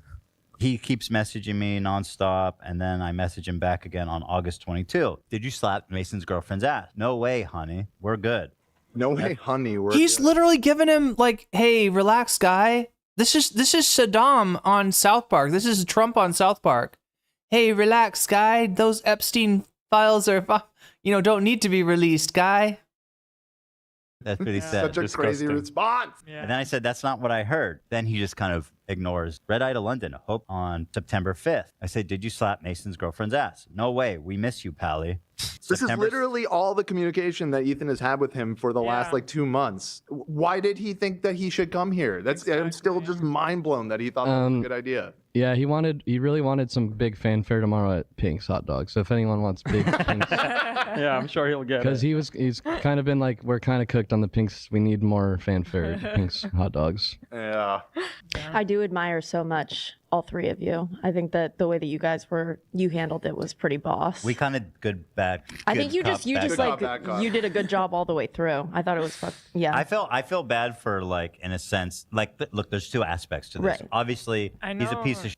And first of all, I didn't realize, I guess you told me, but I didn't really we told listen you, but about I the feel like Shannon you're not thing. internalizing because Yeah. you're too like you feel bad for him. But at a certain point, there's a pattern that repeats, and I'm just not gonna take part in this. So That's why I was glad that you were asking him Of if that was course I something, was if gonna he would bring it ever, up. if he would ever do something like that, because I knew that that other. Sarah says Jimmy's probably staying in their pool house.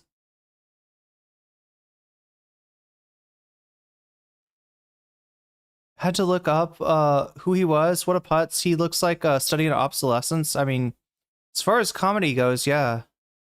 Although I don't know, comedy's legal again. Maybe Elon will give him a job.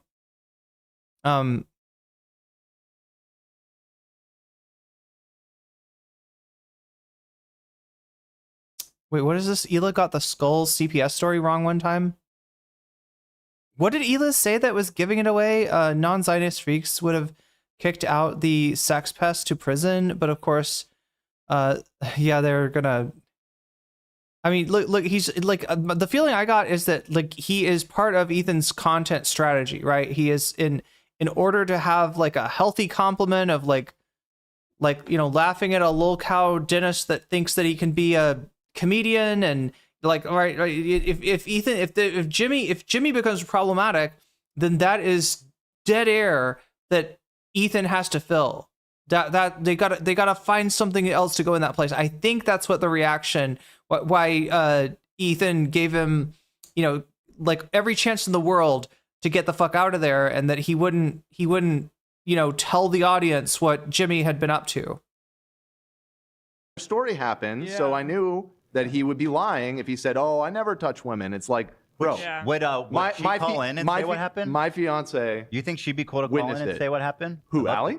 Or no, No, the girl who it happened to, who's a friend of ours. Friend. I think I she could would be text down. her. I'll text her. Maybe. I think she'd be Maybe. cool to call in. Yeah, I I'd didn't like want to to ask be her. presumptive. It's not, it's. He sent me a picture of him behind us at our wedding. That was his response to my last inquiry. this? What was it? So, did anyone else use the bathroom after Jimmy Lee? Let's see There's what. pee on the floor. Yeah, he missed the toilet quite badly. Love, Yeah. did you see his pecker? I saw his God. butt, but His butt? Wait. I think he He Can pulled you his feel- pants can all you the way go- down when he peed. I think it's kind of on glance. Can you photograph it? His butt? No, It's too the late piss now. on Oh the yeah. floor. Yeah, I'll Gotta go see take a. this. Oh my Photograph god. his butt? Not his ass. Did you see his bare ass? It's so funny. Oh, he Oh, saw he his saw crack. Oh He saw wow. crack. Is Wait, now you add in the Taylor Lorenz photos of the clearly labeled Skulls boxes in the hallway table in their home. Did they know their skulls in the boxes? They were skulls in the boxes before bringing it into the studio. Ethan wasn't present in the studio, so he dropped. Yeah, like there's something about that story that does not quite check out.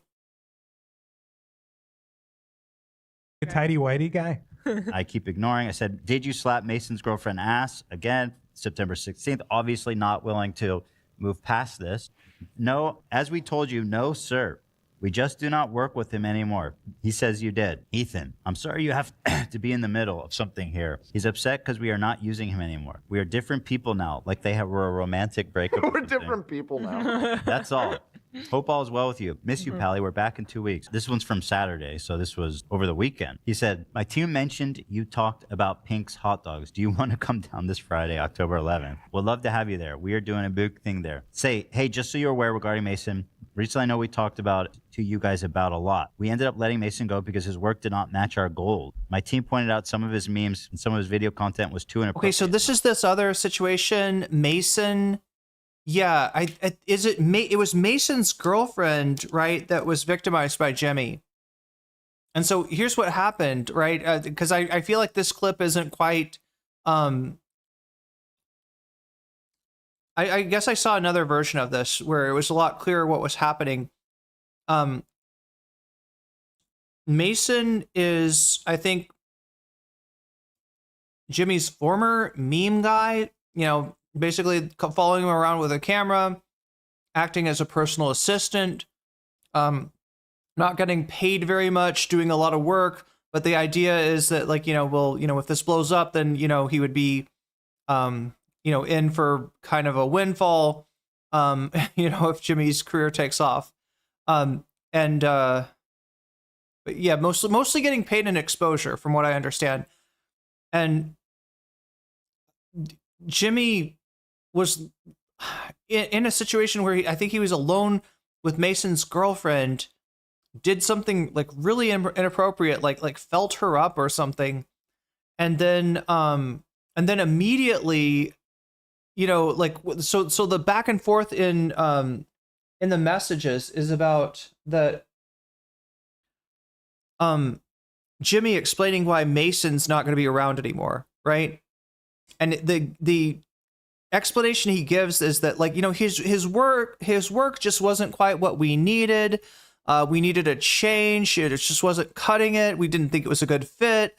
So, we had to let him go. So what Jimmy's trying to portray here is a situation where he can gaslight Ethan into thinking that Mason and his girlfriend made up the story out of spite, that they were disgruntled. They were disgruntled employees that had been fired, or Mason was a disgruntled employee that had been fired, and so you can't trust what Mason is saying, right? Because Mason is mad at me. That's what Jimmy Lee's trying to portray, when in reality, the timeline tells a different story, and that story is that he crossed the line with Mason's girlfriend before Mason was fired or told that, you know, he might be fired. So does that make sense? Assistant running Jimmy's social pages. Okay, that's what meme guy means. Ela said, we were so angry at Ian and Anissa because they had the CPS visit and the skulls happen that same morning. Not good for our goal to continue to grow. Bro, he's the only reason anyone watched that. He was the meme master. Yeah. My team also saw multiple Reddit posts linked to his account. Jor-El saw. He's pulling you in here. All right. Great. So that's Jor-El. That's I think Jimmy's new meme guy, right? And you know, Ethan's just bringing him in to have like another witness, and because it sounds like he's, well, you'll see what he does. Drama and rumors about. When we let him go, my team was in on the call. He became vile and threatened that he would ruin my career. Also, Mason's in the chat apparently. He said, I'll never forgive Jimmy for what he did to my girlfriend. Oh. He can call in. I mean, if we're all countering the whole thing. Yeah, I mean, Mason, text me if you want to call in. Yeah, I'd love to hear from Mason. I was talking to the... Play it. You know what? It's that. Play the old time. Play us out. Play us out. This is it. I was texting with the girl from the live show and said that she's not sure if she can call in, but she told me to relay. I can relay this. Jimmy was fucking weird to me, kept kissing me on the cheek and like touching me. And I told him to chill, and he started making weird jokes. And then his assistants or whatever followed me. One message requested me, but I deleted it. One assistant followed him what? She said like one of his assistants followed him and another one like sent a request to her, like a message request, but she deleted it. Maybe. Okay, so I probably should have said this earlier, but if you're just tuning in and you're wondering why the jellyfish are translucent and you know, you're like, is my computer fucked up? Is my phone fucked up? Is your stream fucked up? We're just adding another extra layer of protection. Ethan has shown himself to be a very litigious guy. He's, you know, called in copyright and DMCA against Redditors, against a whole bunch of different people, and obviously the most recent example being the court case against Denham's Frogan and Casey Tron. Chat, I feel like we kind of got him here. All right. This is a bad look. This isn't like the main narrative. This isn't like the Ethan Hasan narrative, right? So it doesn't have that kind of like algorithmic oomph to it. But I feel like we got him dead to rights here, and you're gonna see in a second, right? So you know, you've seen him say, "I tried to save you, Jimmy. I didn't want to expose you. I didn't want to say anything." So Ethan knew, and he was planning not to say anything, right? So, you know, we're getting, you know, kind of the story behind what Jimmy did that crossed the line. Sort of piecemeal here. We're going to go ahead and watch this, and then we're going to switch over to we're going to switch over to the clip from last night. It's last night for me. It's yesterday. Would it be yesterday? Early. Anyway, it's so hard to explain it because it's like, it's what is it like it's 2:00 Pacific time. Anyway, time is a weird thing when you're across the international date line, right? But we're gonna watch the most recent stream where Ethan says that he misses the guy. This guy, right? This guy that he kicked off the show on this day for these reasons, and you know, they go into like the whole depth of what, you know, all the people that Jimmy you know, victimized and made feel uncomfortable, and you know, like how his story doesn't check out, how he tried to lie to them, make them think that this was an issue of Mason being a disgruntled employee, being mad about getting fired, when in actuality he fired Mason because, you know, to bury the fact that he had crossed the line with Mason's girlfriend. So yeah, I think we got them pretty dead to right here. That's why I'm being extra careful. Because honestly, I think this is a story that more people need to be aware of. More people need to see. If you want to help more people see it, you can hit the stream with a like. That helps a lot. I appreciate it greatly. If you want to support me, that will actually help us get to our bonus content goal. Right now, we're only at 4%, so this is possibly going to be a fairly short stream tonight, but I am willing to stick around and talk about some other subject matters. Right now, it looks like people are voting for Ethan sending a process server to Frogan's house at 2 o'clock in the morning, and now complaining that he can't find Frogan, they can't serve Frogan, and making more threats. So if we're going to have any hope of getting that, it's going to be through donations. Anytime you give a donation, whether it's a super chat, super sticker, if you're getting yourself a membership, if you're gifting a membership, if you're supporting me on Throne, or if you are signing up for my Patreon, or if you're supporting me on Twitch, that number goes up. And if that number goes up all the way to 100, I'll stick around and do an extra topic. If it gets to 200, I'll do 2 topics, etc., etc. That's the game that we're playing. The other game that we're playing is Butterfly. Butterfly, how is the butterfly doing? Is the butterfly flying high tonight? Or is the butterfly, kind of out of sight right now? Yeah, we're at it's 2 out of 10. It says 1 out of 10, but consider it 2 out of 10 because I think somebody did a super chat before we started with that goal. So, we're 8 super chats away from being able to put this beautiful butterfly in my beautiful hair and adorn it like so. So yeah, that's where we're at. Let's get back to the content. We're going to watch the rest of this, and then we're going to watch the stream that happened today. I've got a little segment on the LOL Overruled situation, speaking about, people crossing the line. It sounds like LOL Overruled, Hasan's lawyer friend, crossed the line with some people. We're going to see what Hasan has to say about that. And we're also going to see what Hasan has to say about Destiny and his community. Asking the question. Choki super chatted $6.72. Is it... Thank you, Butterfly. Is it gay to... No, wait, sorry. Destiny and his community asking the question, would Hasan... would you vote for Hasan or Trump if they were running for president? In other words, they're asking the question, is Hasan worse than Trump? You're going to be surprised at the answer that some of these DGGers give. So that's the main show. That's the free half. And if we hit that goal of 100, then we will also have a fun half as well. Also, Choki, thank you for the super chat, getting us one step closer. So we now need, I think, seven more. We need 7 more, what do you call them? Teal super chats for the butterfly goal. And I think we're at 20 now on the bonus content goal. Let me fix that. There we go. So we're 1/5 of the way on that one, and about 1/3 of the way towards the butterfly goal. Yo. You know what's weird? Chat, are you hearing the sound on the YouTube alerts?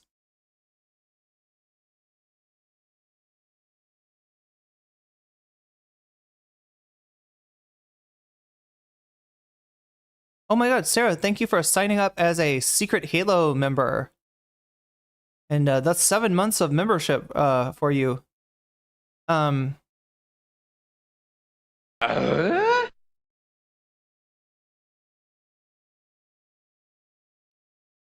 Heidi, thank you for that. That's another teal super chat. Yeah, getting us ever closer to that elusive butterfly. I think we only need 6 more to make the butterfly thing happen. You are hearing alerts. That's so interesting. I don't know. You know what? I probably just need to reset my computer. I'm not going to worry too much about it.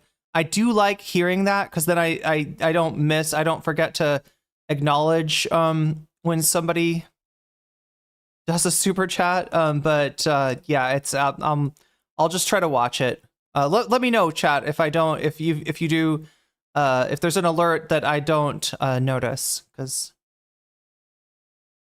he sings. There's clips of him on Reddit singing about stuff, and he's clueless.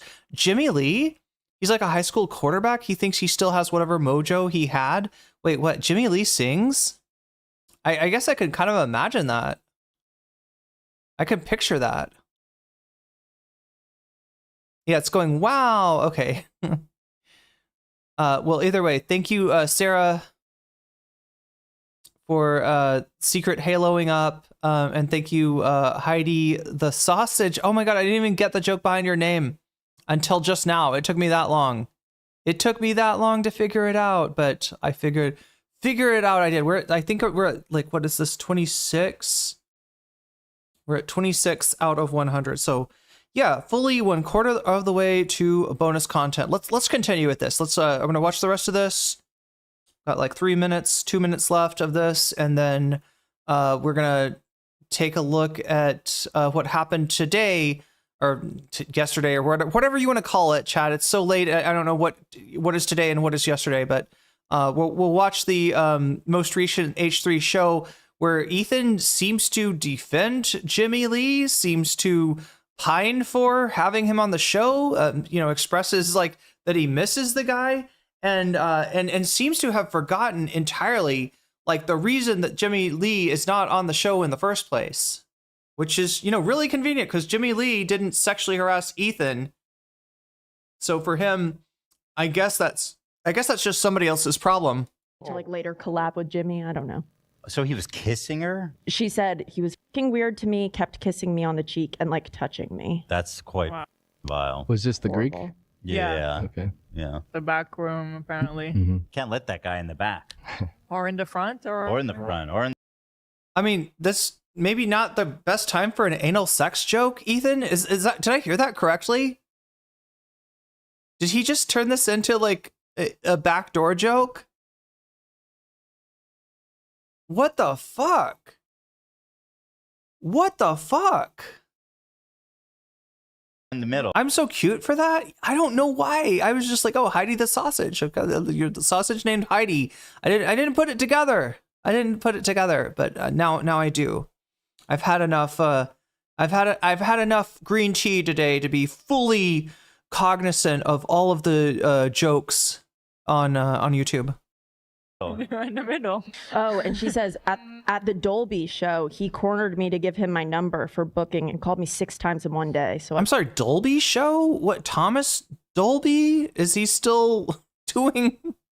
Is he still doing concerts? Is Thomas Dolby? I'm sorry. Does anybody know what this is? I should probably know what the Dolby show is.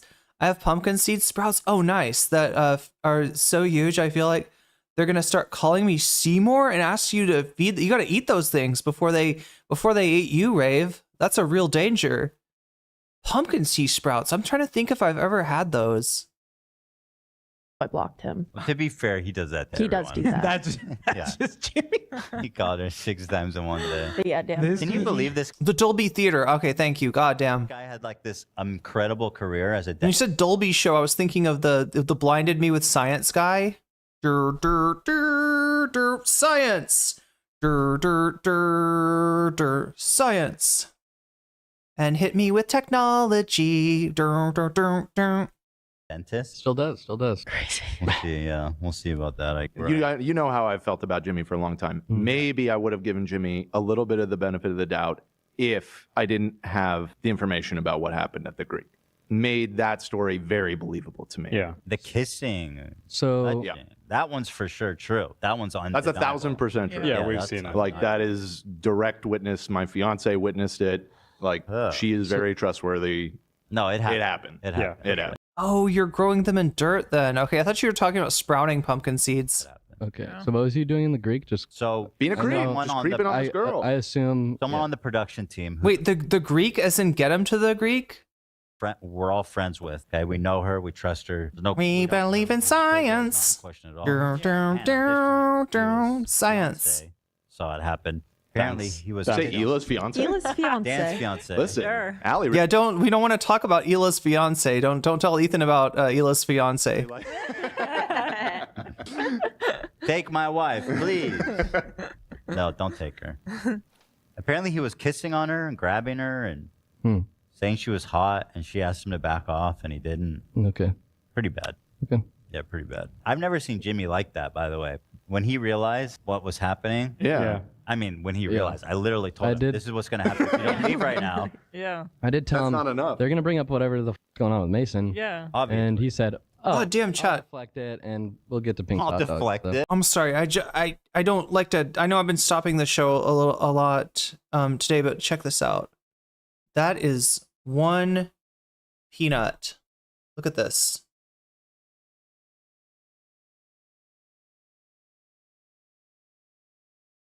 That is a very long nut.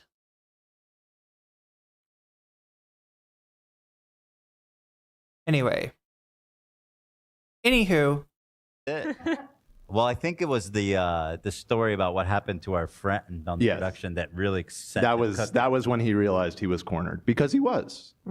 Yeah, that one is that one is verified. Yep. Yeah. See, that's the thing with Jimmy. He thinks in his brain that he can weasel his way out of it. Yeah. With his charm. I'm sorry, Zach. Did you just say weasel? Did you just say weasel? We're eating popcorn on Jimmy's grave. Yeah. Whoa, damn. They are eating popcorn on Jimmy's grave. Well, let's see how Ethan feels about that. Now. Oh, God, Chad, we got to cover the Aelia Banks thing, too, don't we?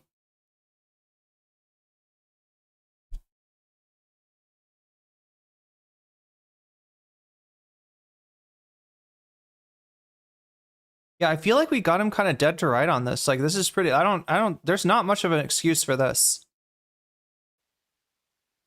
Hello,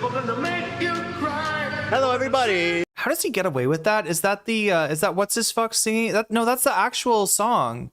How does he get away with using Rick Astley on?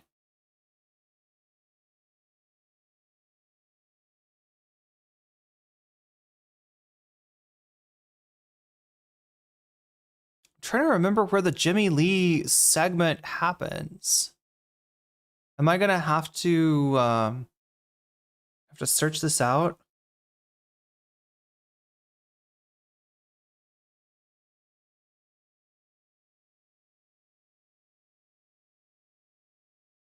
Rogan lawsuit, Trump and Epstein.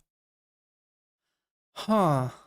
Noticing the numbers on his VODs are going down.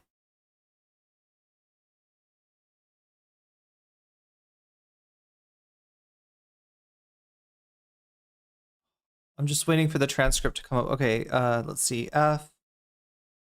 Jimmy.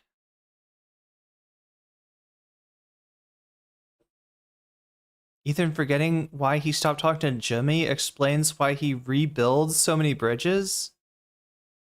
Thank you to Dan for remembering why we don't talk to Jimmy anymore. Anyway, let's see what we can find. No, Jimmy. Not Jimmy. Oh, wait. No. It was one right before that. There. Oh, Jimmy Fallon. That's not what we care about. There it is. Okay.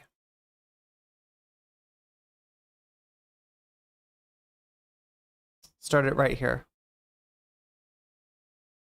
Per episode. Right, I think it was a once a week thing. Are you kidding? Yeah, the trade-off of that is everybody thinks you're a joke and makes fun of you nonstop, and Nobody takes you cares. seriously. Look, nobody cares. Has his viewership gone down? He's getting goofed on by some like 22-year-old kid. So what? He in like a strange snuff film. For some reason, they're like in a fucking padded room. Matan always. I feel like he's gonna be tortured. From the clips I've seen, he always. I guess we gotta cover that too. Is this interesting to you, chat? I feel like there's not much to this. I mean, if you've seen Matan's shtick once, you've seen it a million times. This time he gets Tim Pool to take off his hat. I didn't cover this because there's just not a lot there. It's just like, yep, Tim Pool's bald. Did you know that? Yep, congratulations.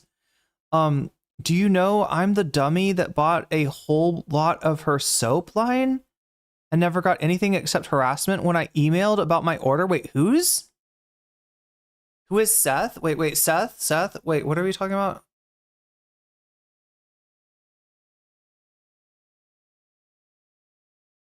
Of all the creeps at the Greek, we got Jimmy, Russell Brand, and Diddy. Damn, you're right.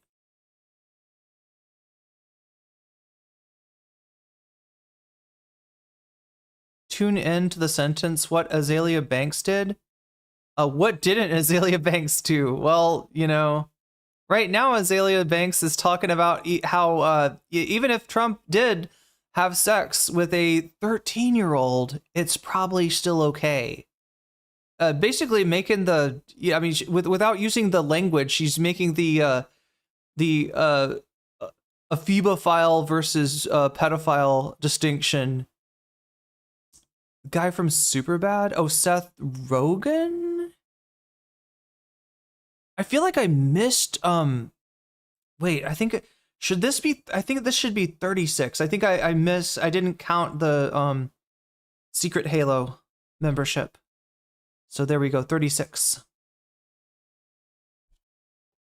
Always makes it as uncomfortable for the person. Yeah, I don't watch him regularly, but you know, I've seen enough of his stuff over the years. Hello, everybody. Welcome back to the podcast. There's clearly something there. Yeah, he has a good shtick, I think. Yeah. A unique Never shtick. forget, one of his first guests was oh no, Jimmy Lee. Yeah, that's right. Oh my God. Yeah. I did forget. Yeah, and then God, his collection. and he had all those. Remember, he crashed. He had what's her fuck on. Here he is. The Game Awards or whatever. Hello, everybody. Welcome back to the podcast. And he randomly today's ran into you and episode- Ian. I remember that. You Yeah, guys I were shooting a sketch. Ian and I ran into him while we were That's shooting. the weirdest. Wait, did I?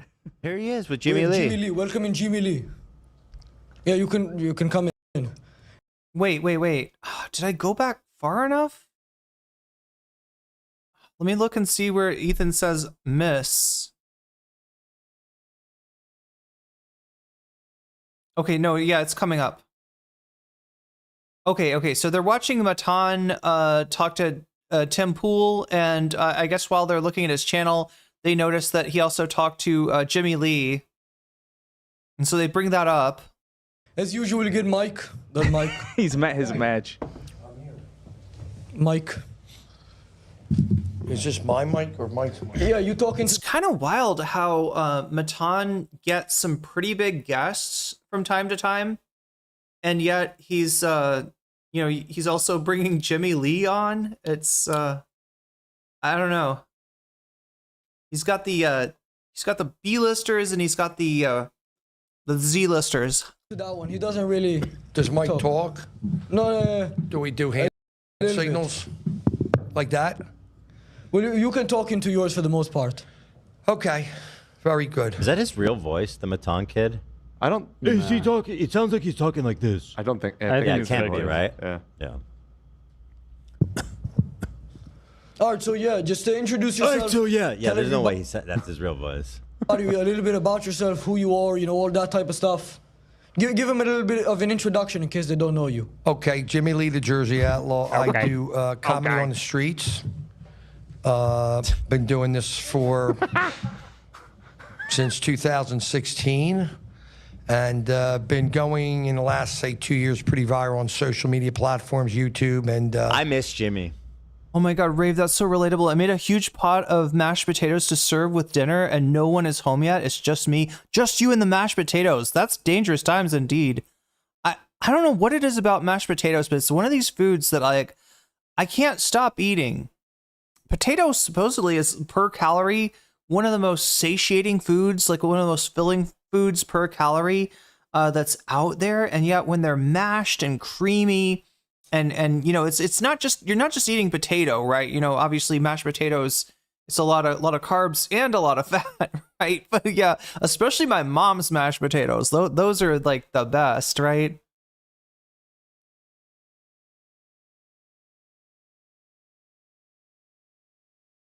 But yeah, butter I guess goes in there too. Yeah.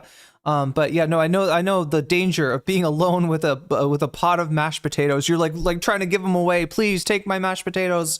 Save me from myself. Save me from the potatoes. Yeah, I would be. No, the worst is like if you're a little bit stoned. You know what I mean? If you got the munchies and you got unlimited mashed potatoes. Yeah, I mean, he was a big part of the show for a long time. But Although he quit us, right? We didn't quit him. well, we kind of told him to fuck off. That's wild. He quit us, right?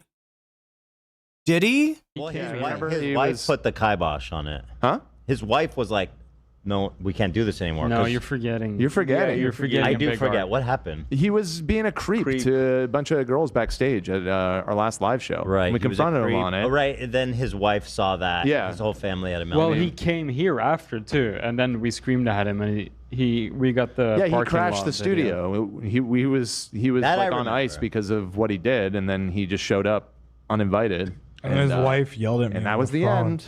Can we do a poll? Can we have him back on? He's a creep, yes, but like, so is it like, you know? You can have him back on when I'm gone. How about that? So is what Trump? So what is he gonna say? Okay, but that's the moment right there. That's the here. I want to make sure that. Can we have him back on? Can we do a poll? Can we have him back on? Right, that's what Ethan is asking. They reminded him that he got gropey. He's a creep, yes, but like, so is it like, you know? So is what? What's he gonna say there? Have him back on when I'm gone. How about that? Trade? It's like that, huh? No, I'm Yeah. kidding. But is it like, we know he's a creep? I mean, it's hard to tell how serious Dan was there, but even if I wasn't put off by the shit that Ethan, has said and all of his lying and all, like, even if I was somehow okay with all that stuff, I still think I wouldn't want to be part of a crew for a show that's like, oh yeah, we had this guy come on and he groped people backstage, and we kicked him off for a good 6 months, right? But then we just kind of missed him, and he's so funny, and we were like, wouldn't it be nice to have Jimmy again? They brought him back on. Like, I wouldn't want to work for a show like that. Even if I was totally okay with all of Ethan's other bullshit, I don't think I'd be okay with that. So I'm not sure if Dan's actually kidding. I'm not sure. Like, right? It's hard to tell. You know, that's. I think you're forgetting the details. Honestly, he's. Dan Will Fold says Chokey. I mean, most likely he's folded on a lot of other stuff too, but I don't know. At some point, the levee is going to break, and it's not just going to be Dan that quits. It's going to be Dan. It's going to be Olivia. It's going to be Lena. It's going to be AB, and he'll be there with Zach and Nate and Giardia. They'll bring back Giardia. Let me see. Because like always knowing Jimmy, he always gave creepy vibes, but nothing was ever. Not that we really know, but then we found out. I just feel like just because he's a creep doesn't mean he doesn't have entertainment value. You know what I mean? So are we admitting that you were using him the whole time? That he was never your friend? He was just some guy to make fun of? I mean, you know what I mean? You do whatever you want. Well, I know that. See what I'm saying? I don't know. Dan's not happy with this. Anyway, Jimmy Lee, everybody. Instagram mostly. Hey, get him a drink. He's thirsty. Give me a drink. I'm thirsty. Oh my God, who's this? Gumby? Is that Gumby? What? I'm sorry. What about this person was giving Gumby? He's thirsty. Give me a drink. I'm thirsty. Because he's wearing lime green shirt and like a light lime green shirt and even and darker lime green pants. Is that why? And he's tall. Is that what is Gumby's like a green like claymation dude or something? God, who's this? Gumby? Is that Gumby? Let's screw the Jew. What the hell's this? What the fuck was that? Wait, is this a phrase? Chat, has anybody, one in chat if you've heard that phrase before? I don't even want to repeat it. Because, yeah, it sounds anti-Semitic. Gumby. Let me remind myself who the fuck Gumby is. Yeah. Claymation, right?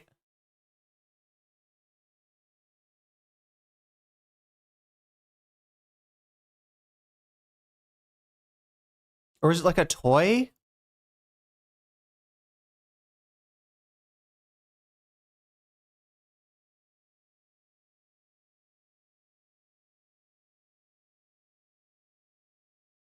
All right, this is Gumby. What is he, like a cowboy? Is that supposed to be like a cowboy hat? Anyway, yeah. That's Gumby. That's what Jimmy's referring to. Gumby was the stuff of childhood nightmares. Can we watch it without getting? No, we'll probably get copyright claimed for it. Little green slab of clay. So it is like claymation.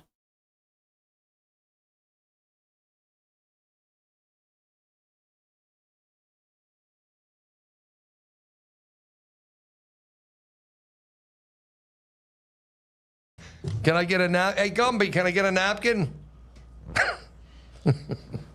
They gave him a shaken can of Mountain Dew, it looks like. Okay, that's that. All right, now what do we do now? Oh, Gumby's coming back. So there is Jimmy Lee. He was indeed on Matan's podcast. Cool. God rest his soul. Man, it's too bad he's dead. Jimmy. Rip. He's still out there doing his thing. He's still out there at Pink's Hot Dogs. You might catch him out there. I honestly don't remember shit. I have a fucked up memory. We know. Yeah. Yeah.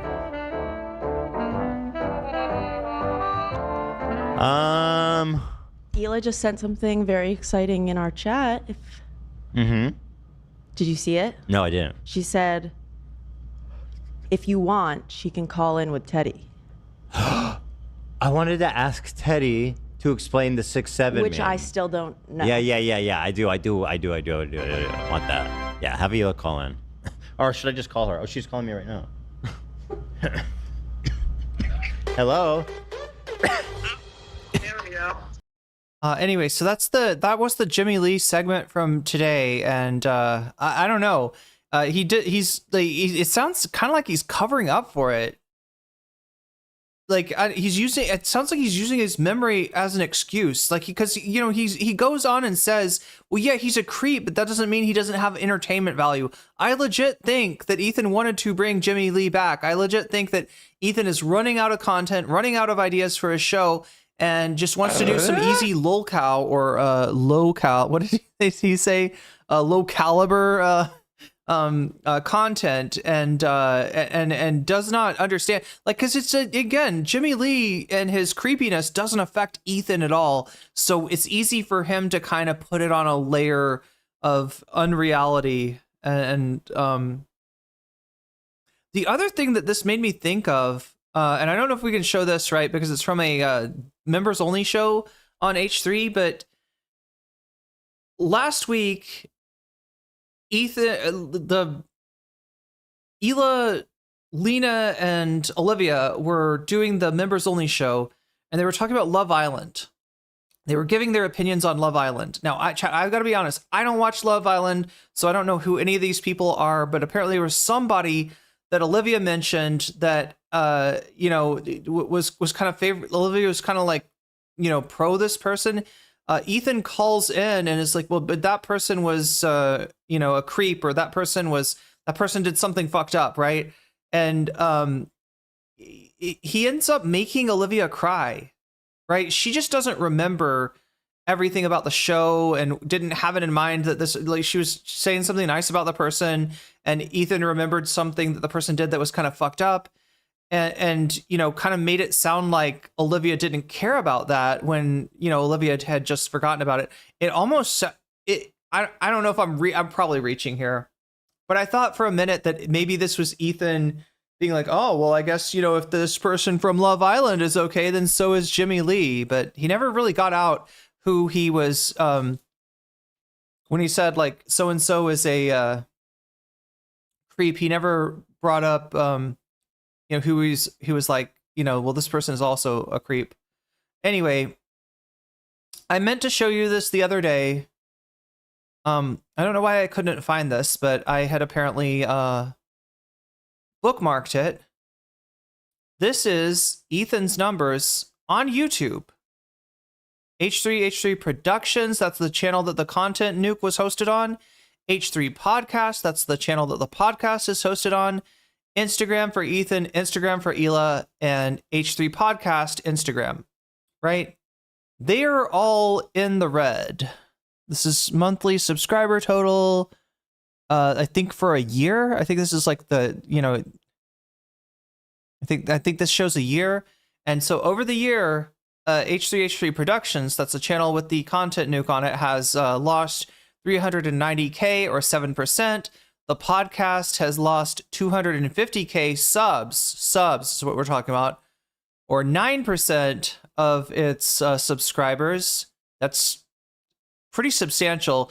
Instagram, oh wow, I didn't realize. Yeah, with all the, I guess Instagram's where all the crash outs are, right? Instagram's, where he takes to when he's got a bug up his ass, right?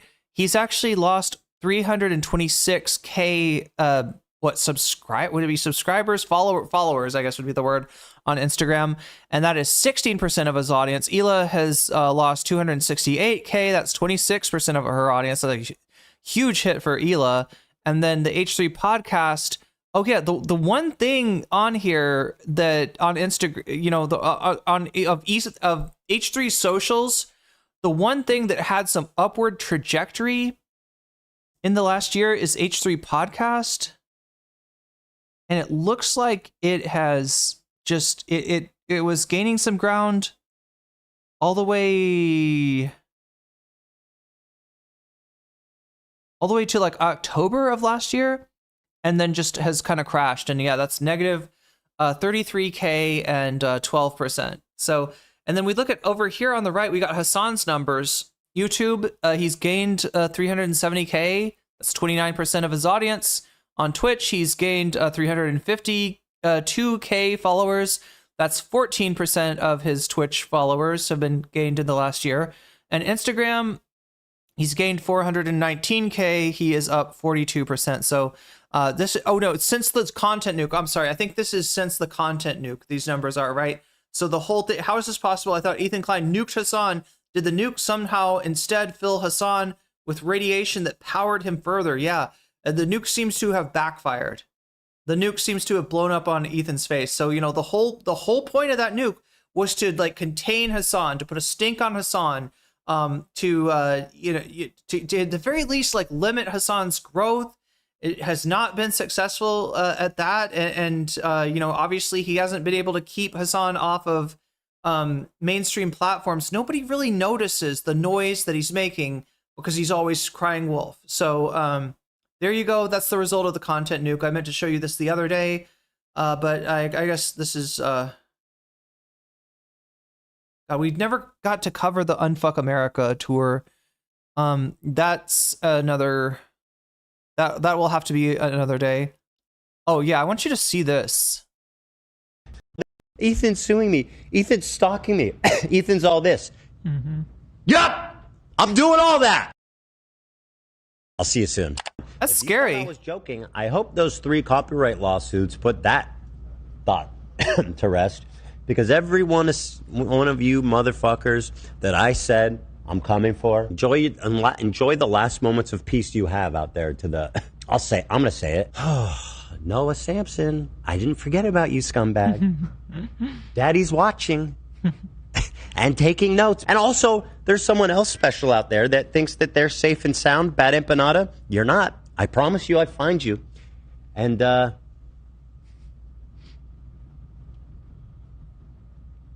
promise is a promise. Do you remember when Ethan found that video of Bad Empanada that he put up on like Instagram or something? And Bad Empanada was acting like off kind of on purpose, right? But he's like, look at this guy. This guy's scary. Oh, like Bad Empanada was hamming it up in that video, right? And he was like, that guy's scary. This is like legitimately scary. Like this, yeah, jump scare for real. That laughter in the background. Yeah. Nervous laughter in the background. What is this? How bad is it for them if their subs are stable? When you say subs, Benjamin, I'm guessing you mean members, right?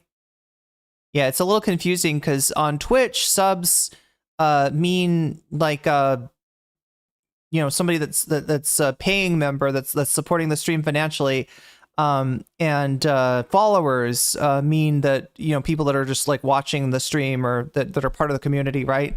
And on YouTube, subs is the you know, it means, you know, if you sub to a channel, it means you're following that channel, and member is the thing that makes you. But is that what you're saying? That Dan said that at some point the numbers are bad, but the members apparently are okay. Yeah. I mean, that's possible. That's possible. But I mean, still, look, the members are sorry, subs on YouTube are the pool out of which a content creator draws members. So the members drying up. Yeah, it's essentially what he's done. What Ethan has done is similar to what Keffels did. Do you remember Keffels? There was a lot of crash out with Keffels too. There was a lot of Keffels attacking people in her own community.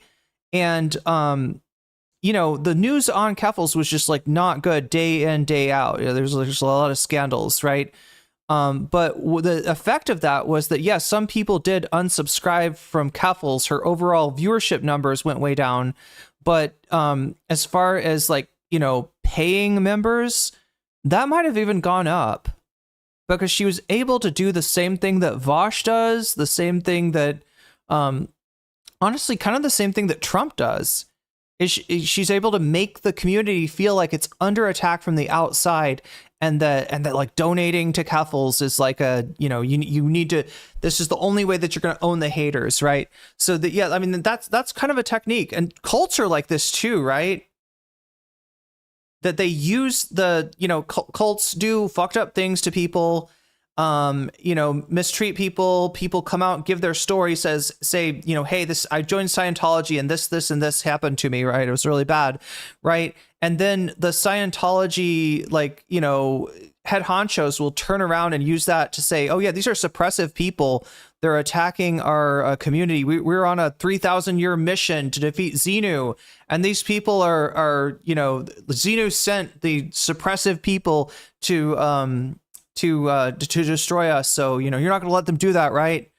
Donate more to Scientology, right? It's a tried and true. The edit is really wild. Yeah, the edit adds to it for sure and zooms in a lot of real places. But yeah, he does look really unwell even without the edit. I remember seeing this. That's a nice freeze frame. It does look like he's going to go down on the mic there, doesn't it? BE is not in the U.S. clown. Good luck with that. Well, he's saying that he thinks he thinks it doesn't matter or something, or he can bait BE into returning to Australia or something like that. I don't. Or what is it? Oh yeah, he said he was gonna get him. So he said that there's like laws against anti-Semitism in Argentina, and so that he's gonna, I don't know, try to get the government to go after him for that. I mean, look, that'd be great if he was doing actual anti-Semitism. If Bad Empanada was doing the 1488 shit or something like that. But no, you're just conflating. You're just doing what you always do, Ethan. Conflating anti-Zionism with anti-Semitism. Okay, so yeah, I did understand you. Yeah, I was just making sure. But yeah, that's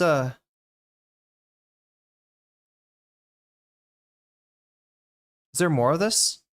Hiring a private investigator, a local private investigator to find out. What?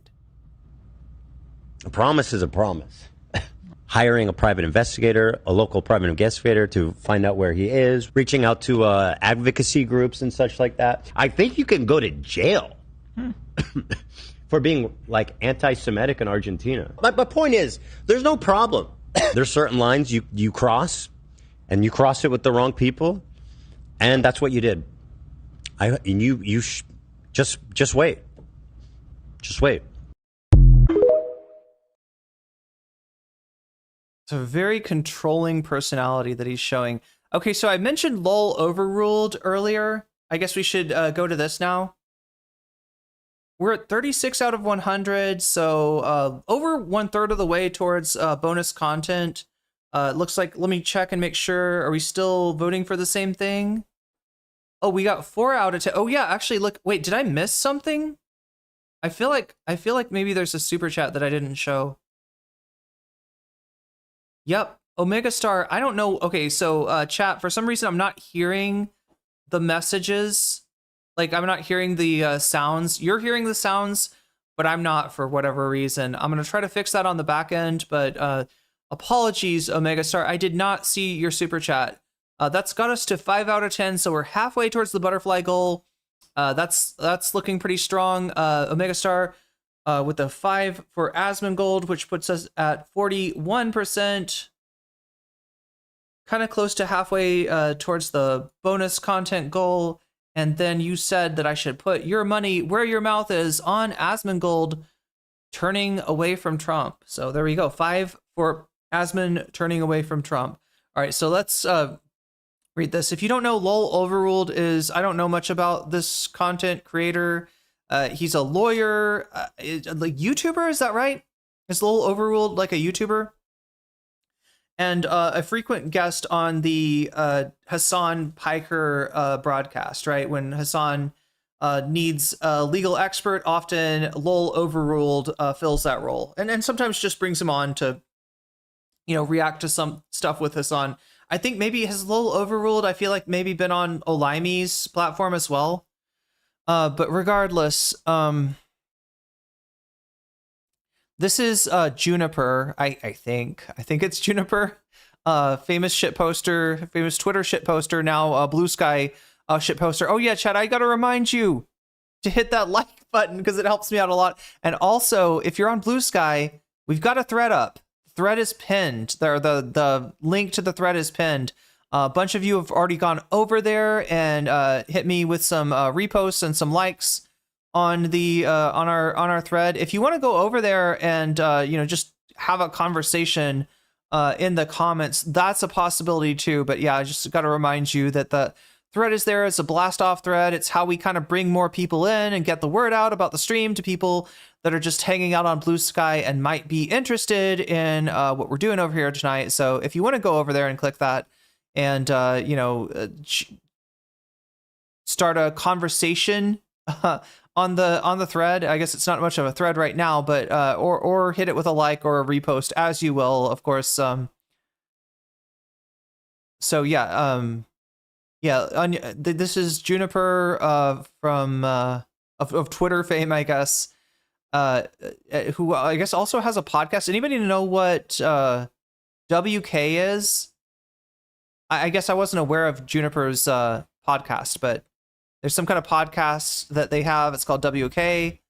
All right, so maybe and Overruled, I guess, was a co-host on that. So anyway, people have begun to discuss things. Overruled / Alex, my former co-host on WK, is alleged to have done. We believe them. Prior to all this, a few women unrelated to the discussion we've seen online, online, but who were nonetheless impacted by his actions, reached out to us about their experiences. After those conversations, we immediately parted ways with them. We didn't initially say anything when this started in order to preserve the anonymity and safety of those who came to us, as they have plans to tell their stories on their own terms. But in light of everything, we're sharing this with their permission. We stand with everybody who's told their story and those who came forward to us. That they reached out to begin with is brave and an important part of keeping our spaces safe for everyone. In discussing this, we hope you all keep those impacted front and center. We also asked that to not let your affinity for any specific creator or political leaning impact your willingness to listen to those who've spoken up. So yeah, Juniper, Alex Goldman, and Caleb, I guess, are the other host of WK. So in addition to that, we also have Hassanabi,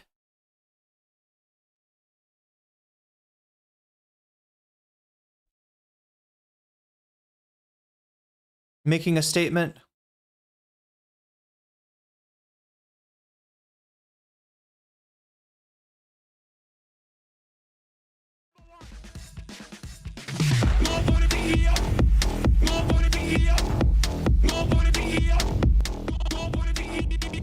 Is that Magaphonics? What's going on, everybody? I hope everyone's having a fantastic evening, afternoon. That's a pretty cool effect. Is that actually on his stream? Or is that something that happened in post? No matter where you are in the world, I'm Hasan Piker. This Dawson and broadcast go to you live from. Oh, okay, I got it. It's a video in the background. I got it. I literally thought that I thought that he had, you know, I mean, there are some stream setups that can do shit like that, chat. You wouldn't believe. I've seen some stream setups that are crazy, that people are doing stuff with that looks like it's edited. It looks like it has to be post-production, but it is literally just on their OBS. But anyway, this is post-production. He's just watching, I guess, a video with the music. So Sunny, California, Los Angeles, folks, we're live and alive. And I hope all the boys, girls, and MBs are having no politic here. Okay, I finally got yeah. I didn't know he had a podcast with Aelia. I'm not sure about that. I think maybe what I'm thinking is that I think that he's made. I feel like Aelia's maybe had Lol Overruled on a few times, but I could be wrong about that. Please let me know if I am, because I don't want to give anybody the wrong idea. Never heard of this person before. Are they a streamer? I don't know. They're a podcast host. They're a lawyer. I thought maybe they were a YouTuber. To be honest, I don't know that much. I've only ever seen Lol Overruled on Hasan and maybe on Olimey. Oh, Western Kabuki. The WK is Western Kabuki. Okay, that comes up in my recommendations sometimes, but I've never clicked on it. I didn't realize that it was Juniper's and you know, other people's podcast. Ole was part of the podcast too. Okay. He's more of a TikToker than a YouTuber. Okay. All right. So here's Hassanabi's, you know, take on, here's his statement, let's just say, about Lol Overruled. having a fantastic one because today's a beautiful day. Today's a wonderful day. Today is a Monday. And we are live. We're live. I am incredibly tired. You've been tired since your birthday, 34. I think that's what it is, maybe. Just warning you, chat's gonna be brigaded today as hell today because of something related to Twitter. For the record, it's insane for chat to say this stuff on Twitter is drama. If it's related to Alex Lolo, then that's not drama. That's like straightforward creep shit. If that's what I love that he says that. All right. It just, I mean, we all know this. We all know that that's not drama, all right? But it doesn't get said enough, and sometimes this kind of stuff does get, like, you know, if you can take something that's like, you know, somebody got, you know, victimized and make it into like, oh, it's drama. This community says that this guy's bad, but we say he's not bad, and then it kind of becomes just like community versus community, or you know, this guy, I disagree with him politically, so I hate him. And I believe the allegations, or I don't, or I agree with him politically, so I don't believe the allegations. And no, it's not drama. It's some fucked up shit. What you guys are referencing as drama, you're a psycho. That's not drama at all. I mean, this dude apparently was all up and down being a fucking pest, and it's completely unacceptable. Yeah, and you guys are being fucking ridiculous if you think that this is just drama. That's not just drama, dude. That's like incredibly disappointing. It's not something that I was obviously privy to. I was completely oblivious to whatever the fuck was going on, and it's a betrayal of my trust. Yeah. I don't know what else to say. Apparently, did Alex make a statement about this? I feel like I saw an apology somewhere from Alex. And I don't know the full details of what's going on. Oh yeah, Ethan's latched onto this too. He's trying to make it. What was he say? Oh yeah, look. Oh, God, I guess we gotta find this. Let's find the Ethan Klein post that I no doubt did not. I doubt Ethan Klein, let's see. God, chat, I don't know how this, like the longan season, right? I thought we were done with longans. The last time I got longans, they were terrible. They were dry, half of them were moldy, and they're coming back strong now. Look at this. Longan. These things are awesome. I'm so glad that I took the risk to buy more of them, because I don't understand the seasons yet, right? Especially considering that it's anyway. Sorry, this is let's stay on track here. Same time he made a story about Overruled to get back at Hasan with Ethan Klein forgot. Oh yeah, so this is somebody, you know, basically comparing the situation with Overruled, which Ethan has commented on. Hasan's best friend just outed as a freak. Lolo. More like, oh, you fucking cooked, didn't you? You cooked, Mr. Klein. Good job. Golf clap for Ethan. Sorry, Hasan. You will need to find a new token Jewish sidekick to validate your hate. Oh my God. Oh my fucking God. Wait, there's somebody replying to this account that posted this and is saying, it's called comedy, Arsler. They're calling Rusty Shackelford out for...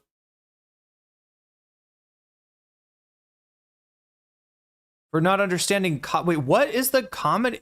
Like,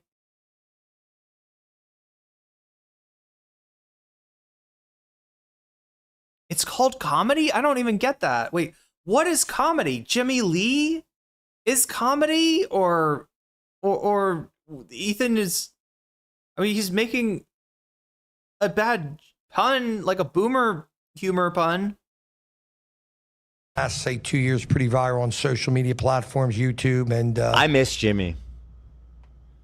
Yeah, I mean, he was a big part of the show for a long time. But although he quit us, right? We didn't quit him. Well, we kind of told him to fuck off.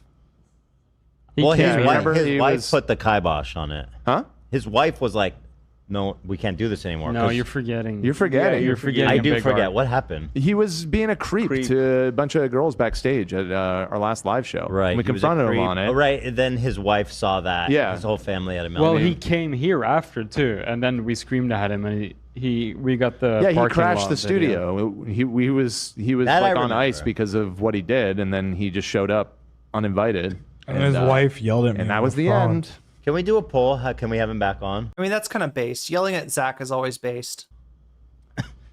He's a creep, yes, but like, so is it like, you know. You can have him back on when I'm gone. How about that? I would love to know who Ethan was going to say that. He's a creep, but so is what? So is what? That. Was he going to say, so is Overruled? What was he going to say? Was he going to say if Hasan, you know, since Hasan had Overruled on that, I don't know.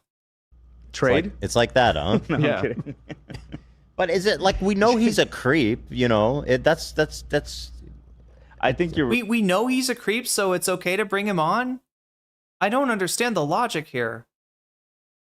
Other than Ethan is just thinking about, you know, content. He's content brain. That's all I can tell here is the dude is just permanently content brained. You're forgetting the details, honestly. He's. Let me see. Because, like, always knowing Jimmy, he always gave creepy vibes, but nothing was ever. Not that we really know, but then we found out. I just feel like just because he's a creep doesn't mean he doesn't have entertainment value. You know what I mean? You know what I mean? You do whatever you want. Well, I know that. But you can do it without Dan. I don't know. Chat, you're probably right. Dan would.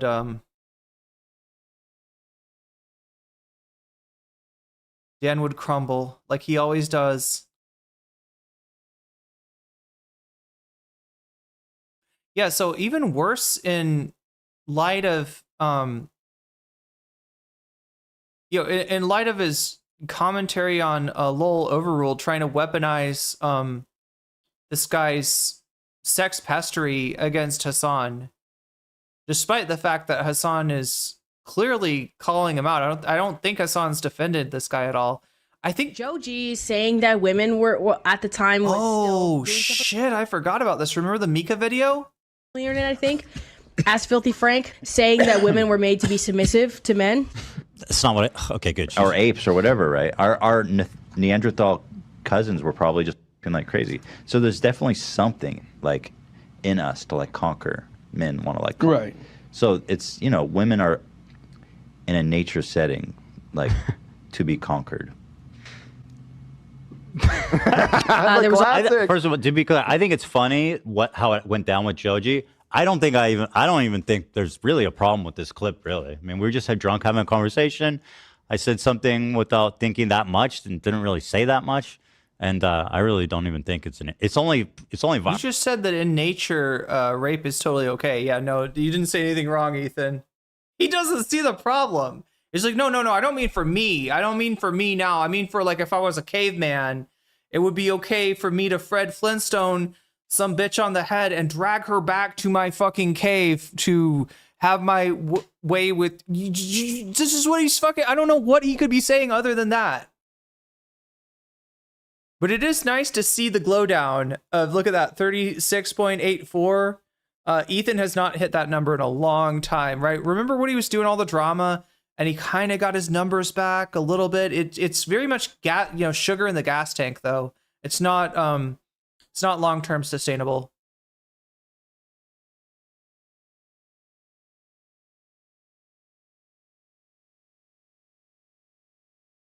Wait, what is this about? Ethan Klein and his fans are the most toxic fan base on the internet. A woman comes out with her experience of sexual harassment and y'all dox her? Wait, what? What is this? Legit, y'all love to endanger women and serious shit like drama. Treat serious shit like it was drama. Hope karma smacks the shit out of you. What is this? Everyone's favorite diva, deactivated because freaks won't leave her alone after the lumpy burlap sack troll posted her on his story. What is this about? Oh, this is the person. Yeah, this is one of the people that LOL Overruled harassed, right? And yeah, they just deactivate. Yeah, we were looking at this yesterday. Oh, here comes the rain again, chat.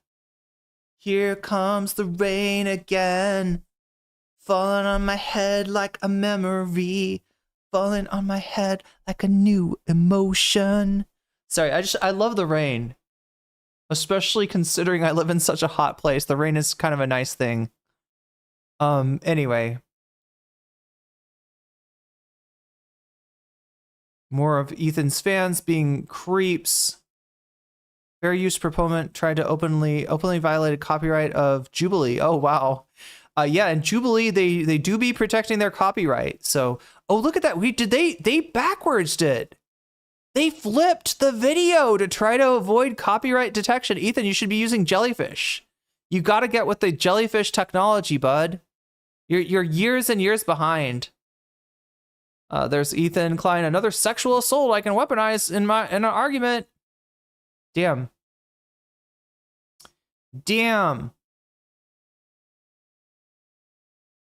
All right, well that pretty much covers that. How are we doing, chat? I'm supposed to do this. I'm supposed to keep changing the screen.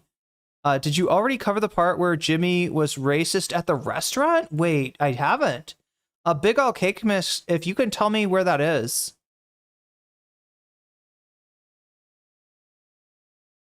Like a new emotion. Wait, legal mindset? What about legal mindset? So Jimmy Lee and Jimmy Lee, two different people. I don't know who Jimmy with the IE Lee is. So yeah, I guess so. Hasan should make an I miss Jimmy alert. Wait, an I miss Jimmy alert? Switch to YouTube. Here the chatter seem more active. It depends, Alice, right? It's there's a certain gravitational field, let's just say, to whichever chat has like more people talking in it.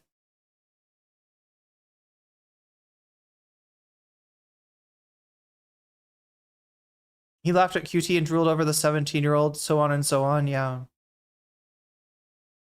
I thought there was an apology. I thought that maybe I thought I saw a LOL Overruled apology. Never understood what exactly he did. And it doesn't seem like Hasan will have enough time to know all the details before weighing in, which is annoying. Ethan can blow up anything that seemed major. I don't think Ethan's the one that's blowing this up, right? This is actually a pretty big deal on Twitter right now, the LOL Overruled thing.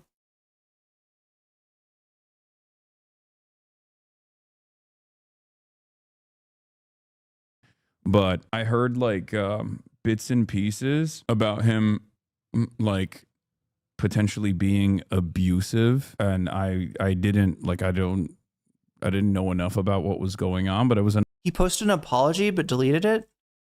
So it's an apology thread, then not a. Yeah, if anybody has the Jimmy being racist in the restaurant clip, hit me with that, or just hit me with the name of it, and I can probably look it up. enough for me to look. Wait, chat, am I a butterfly? Do you notice this when I turn my head? Like, do I have these like little butterfly like antenna things? You know what I'm saying, chat?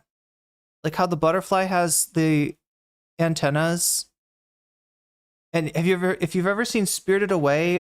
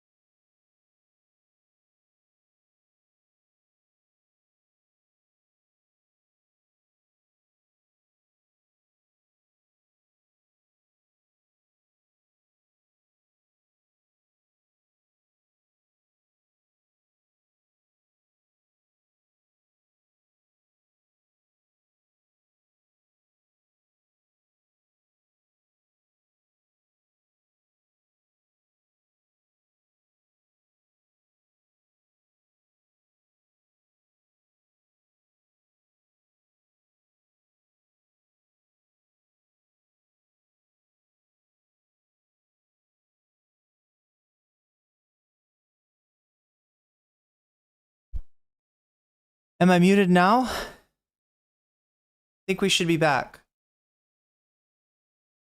All right, so it looks like YouTube can see me, can Twitch see me, can Twitch hear me? And look at that. My phone is Okay,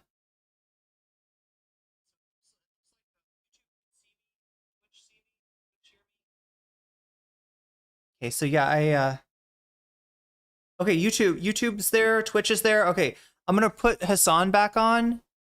And I'm gonna do some stuff in the background, so I'm gonna be a little bit less like yappy. We can keep going, right? And it'd be amazing if somehow we won. We hit the bonus goal despite the stream going down. It would be amazing if that happened. I'm not gonna be look, I'm glad that at least we got it back up. I'm gonna put Hasan back on. I'm gonna do some stuff in the background, and who knows? Maybe we'll fuck around and find out that we're gonna do the bonus content despite the small power failure. Then that's not drama. That's like straightforward creep shit. If that's what you guys are referencing as drama, you're a psycho. That's not drama at all. I mean, this dude apparently was all up and down being a fucking pest, and it's completely unacceptable. Yeah, and you guys are being fucking ridiculous if you think that this is just drama. That's not just drama, dude. That's like incredibly disappointing. It's not something that I was obviously privy to. I was completely oblivious to whatever the fuck was going on, and it's a betrayal of my trust. Yeah, I don't know what else to say. Apparently, and I don't know the full details of what's going on. But I heard like bits and pieces about him like potentially being abusive, and I didn't know enough about what was going on, but it was enough for me to like sever ties. And then past that point, now there's apparently a bunch of people that he was literally in the DMs of all up and down Twitter, like leftist Twitter accounts, public defenders, and even women in this community. Luckily, we have a pretty awesome community of adult women who can take care of themselves. But it seems like he was just sending unsolicited DMs and being creepy and pushy and a pest overall. Yeah, it's obviously completely unacceptable. I think he said that he's going to outpatient therapy now, but I don't know the extent of what's going on, like I said, but I hope everyone is all right. But outside of that, I don't know what else needs to be said.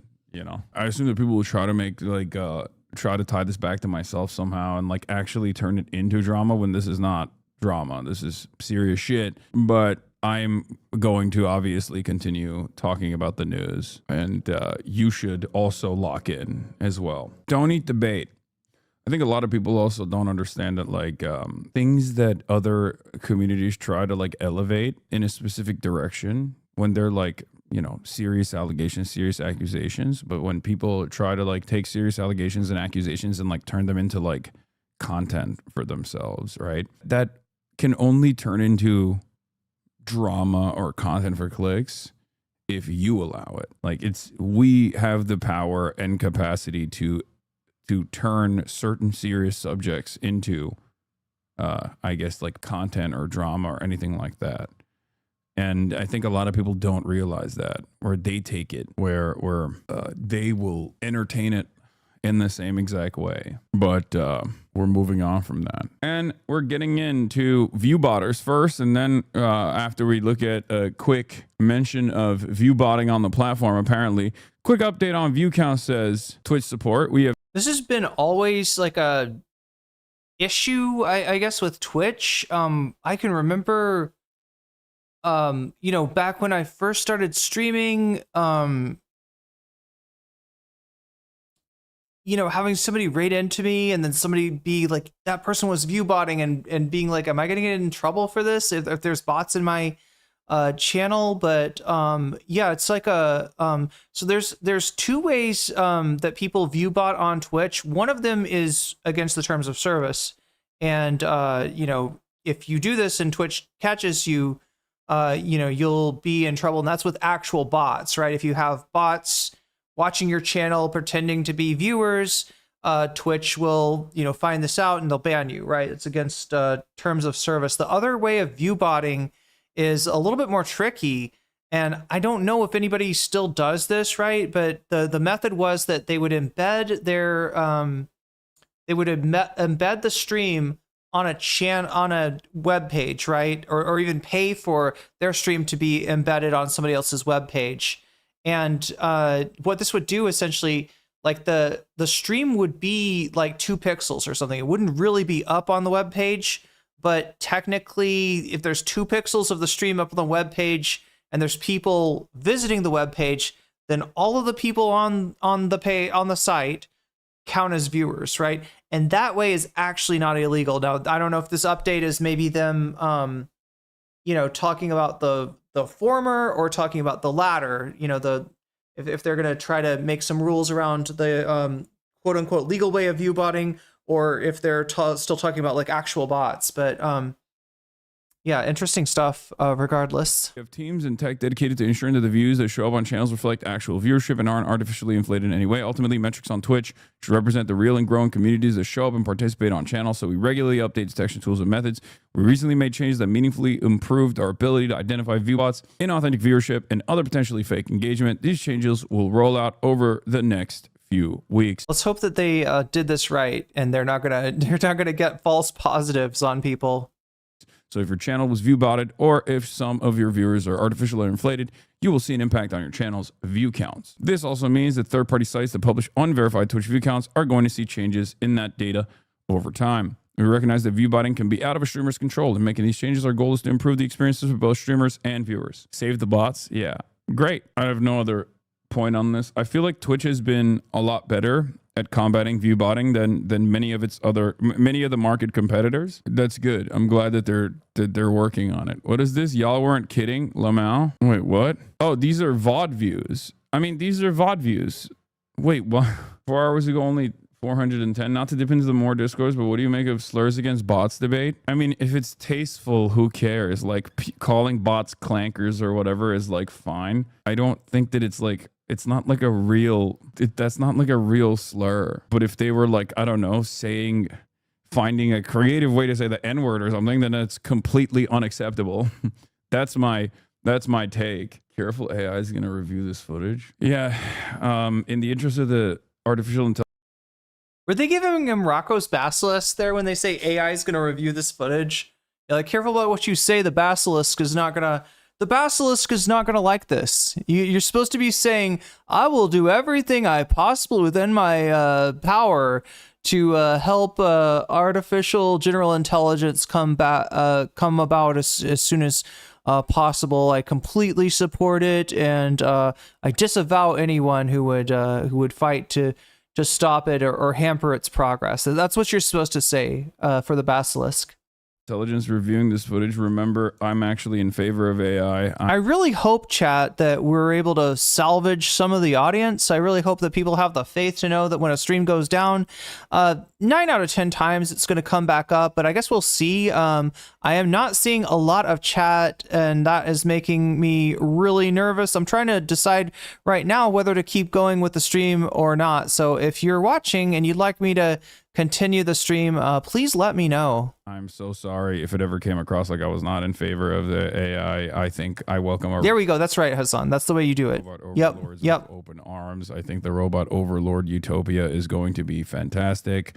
I am in favor. I love the robot. Pet that basilisk. I want to be a robot only if the robot wants me to be a robot. If it's acceptable, I would like to marry a robot. Please don't kill me. What is this? Real drama? Aiden Ross responds to Face Banks and after he accused him of rug pulling a meme coin and leaked a group chat message. The only bad actor in this entire thing is Aiden. Oh my god, chat. I saw something about FaZe Banks and I saw something. Oh my god. Okay, so I'm still not getting, interesting that these YouTube alerts. Let's see if I can fix this. Advanced audio property, YouTube alerts. Let's see. What if I put monitor on? Will that monitor only, mute output, monitor and output, I think is what I want. All right. Yes, I got it working again. I am smart, chat. Look, I'm not actually smart. I kind of fail at a lot of technology stuff. But this time I succeeded. This time I was not a clanker, or I was a clanker. I don't know. Is it good to be a clanker? Can we reclaim the word clanker for the peaceful AI out there? Okay, so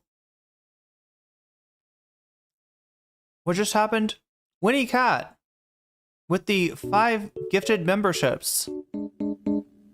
Omega Star with the 200 bits. All right, so what is that? That makes it plus 17. We're at 156. No, sorry, we were at 56. Wow, I felt smart for a second there, and then I did math really bad. 56. Is that what it's supposed to say? No, I think it's supposed to say 58, right? Because it's 58. We're at 58. Whoa. Oh yeah, also Pendulous Dragon, you just got weaseled. To Slime, you just got weaseled. The Common Good, you just got weaseled. Ang Lee, you just got weaseled. And Kate, you just got weaseled, and that's a good thing. Yeah, I'm smart. I fixed the audio. No maths. The maths are hard sometimes. I was tempted, Chad. I thought about going out on the balcony and taking a bong rip. Like, I was like, fuck this. I can't believe my stream went down. I was really like, but yeah, I was able to get it back up. The computer wanted to run through a check disk. Any actual smart people out there want to tell me, is that a good thing? Is that a good thing that my computer did check disk after I turned it back on? I don't know. I'm like a little bit worried. But nonetheless, what are we doing here? We are 4 out of 5 on the butterfly goal. Oh no, the time ended. God damn it. I wish I could reset it because I feel like that kind of got fucked with by the stream going down. So it looks like some of the people have found me again. That's encouraging. That's encouraging. Just know that if I ever go down for any reason, I will do everything I can to get back up get back on as soon as I possibly can. So have some faith, right? And thank you, those of you still in the chat, for having said faith. Let's see, what am I trying to do? I'm trying to put this on here. We're finding about the clankers, the view bots, I didn't realize clankers was a thing. I've only ever heard clankers on, what is it called? Internet Today, that channel. Like they always joke around calling robots clankers. I didn't realize it was a broader thing. But yeah, Winnie Cat, thank you for the 5 gifted memberships. And with that, chat, let us proceed. Let us proceed with the stream. Let us proceed with the evening, and finish this. Yeah. So I guess right before I went down, what I was trying to say is that I saw something about Aiden Ross versus Banks, and I was like, wait a minute, is Aiden Ross beefing with Aelia Banks? No, FaZe Banks, completely different person. And I've got to be honest, chat, as much as I joke around about phasing up and stuff like that, it's not really something I'm super interested in. So we'll call it good on that topic. Let me come back to you here and get big. Whoa, I'm big. All right, so that was wild. But yeah, we're at 58 out of 100, 42 points from hitting the bonus goal. We missed the butterfly goal. You know what I should do though? We were 5 away. You know what? I think I will actually. Let's try this. We were only 5 away from the butterfly goal, so I think what I'll do is I'll reset it, start another goal, but this one will be for 5 super chats. Because that's really easy to set up. I'll give it 2 hours. If we can get 5 super chats in the next 2 hours, I will still put a butterfly. The butterfly. Wait. Why isn't it letting me start the goal? Oh, I gotta say what I do. Oh, okay. Put a butterfly in my hair. Hair, if I could spell hair correctly. There we go. And start goal. Boom. All right, so we're back with the butterfly goal. You got 2 more hours to make that happen because we did not, you know, that we got interrupted by the power outage. Anyway, I'm trying to remind myself. I'm gonna have to read my stream description to remind myself what else we're covering tonight because I got so out of sorts. So Destiny, yeah, Hasan reacting to Destiny choosing Trump over him. I know that's sad. Can you imagine having somebody choose Trump over you? I thought you said you were a liberal, Destiny. I thought you said you were a liberal.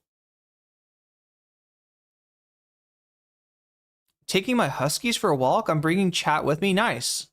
I think chat will enjoy that. I think chat could use a walk. One in chat if you could use a walk. If you, much like a husky, could use a walk. All right, so what are we gonna try to? We're gonna do find Hasan responding to Destiny. Guess we could look at Hasan daily and see if it's on here. Drew Pavlov going to jail. God damn. I mean, I kind of want to cover that now. I guess Bad Empanada had a video about this. What is it? Drew Pavlov had a court judgment against him. He owed a bunch of money. He didn't pay it. And so they're, I think, holding him in contempt. And yeah, he might go to jail.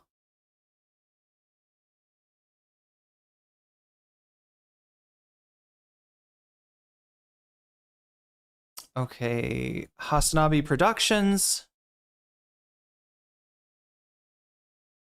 Sorry, chat. I'm just a little out of sorts here as far as finding the. I don't want to have to. I don't want to have to go to the bot. I know the bot channel's got this video, but I swear to God, I want to avoid.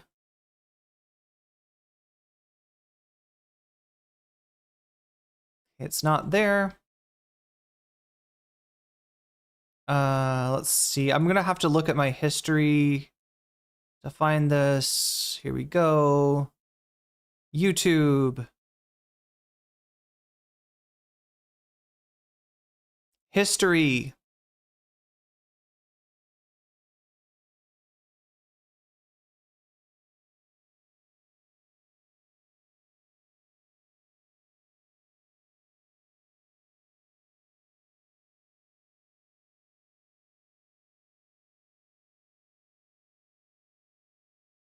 It's in the archive.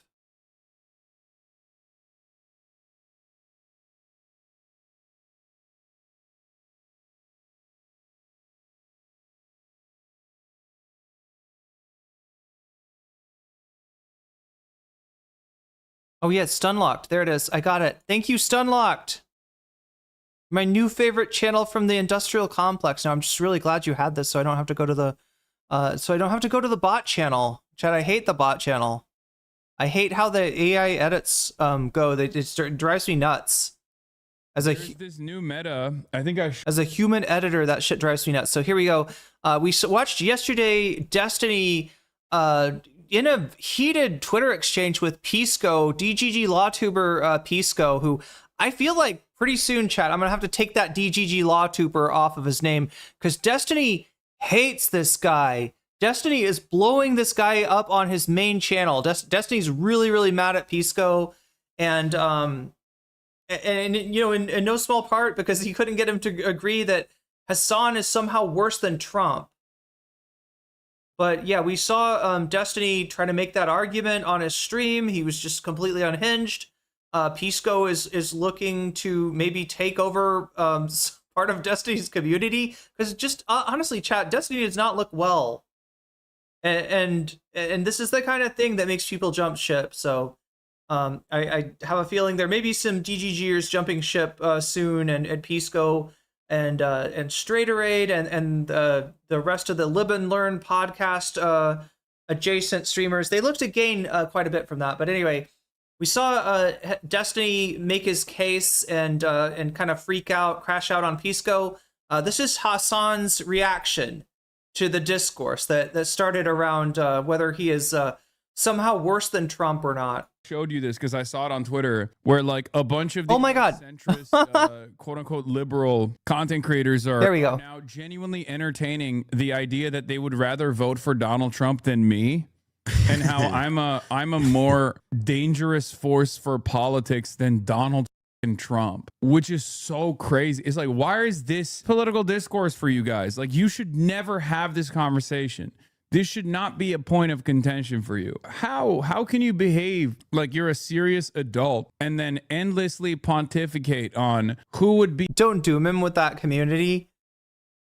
I mean, it's how he got his start. I mean, a lot of Pisco's community is, you know, like right, you know, he was an orbiter. I can't lie. Right, Pisco was adjacent to Destiny for a long time. That being said, Pisco has always been more reasonable than Destiny, less interpersonally toxic, more rational, I would say, than Destiny. A hell of a lot smarter than Destiny. And as far as Destiny's community, Pisco has always been towards the leftmost extreme.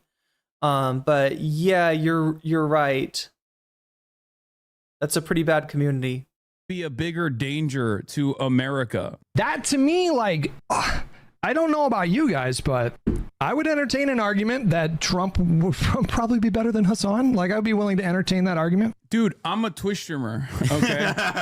Like, I have no ambitions. I have no ambitions of higher office. Hypothetical that you've created, I'm running for office. You think someone who wants free healthcare for everybody, free college for everybody, no more wars, like, this person is further away from your espoused ideology than Donald Trump. Like, you're trying to say that I would be a bigger ever-present danger to American future than Donald Trump. It doesn't even, the hypothetical in and of itself doesn't make sense. It's like you're entertaining something that is so unimaginably stupid, right? Like a Twitch streamer running for president, but you're doing it with sincerity. It's like no different than thinking like, what if PewDiePie was the president of the world? Like, Hassan, you laugh, but people did that with Donald Trump, and look at where we are now. So the piece of it though, where it's like okay, so you're saying that like you look at like Donald Trump and you think of like, well, you know what that guy's brought to the table here that like Hasan just doesn't have aside from the ideology stuff? Experience and competence. That's their that some of the people that want to maintain their like serious posture as a political commentator have been saying like, well, I think I'd take Hasan over Trump because at least he's too incompetent to like go about his agenda. Like, it's a way to try and tackle the dangers of my ideology. Probably be better than Hasan. Like, I'd be willing to entertain that argument. Strategic vape hit. Yeah. Do you remember when I was doing that, chat? Do you remember when I always had my vape like a little binky? I don't know. I think the streams are more coherent when I wait until after stream to hit the THC and CBD. That's like the chocolate rain, like Zete Zonde. Like I step away from the mic to breathe. Like I hit the vape to consider what I should say. No, next. no, no. Pretty much. That's what he's doing. He's hitting the vape to read the chat to see like, did this work? Yeah, like did this idiotic fucking. Are they buying this? Yeah, that's what he's. Idiotic take actually work within my audience.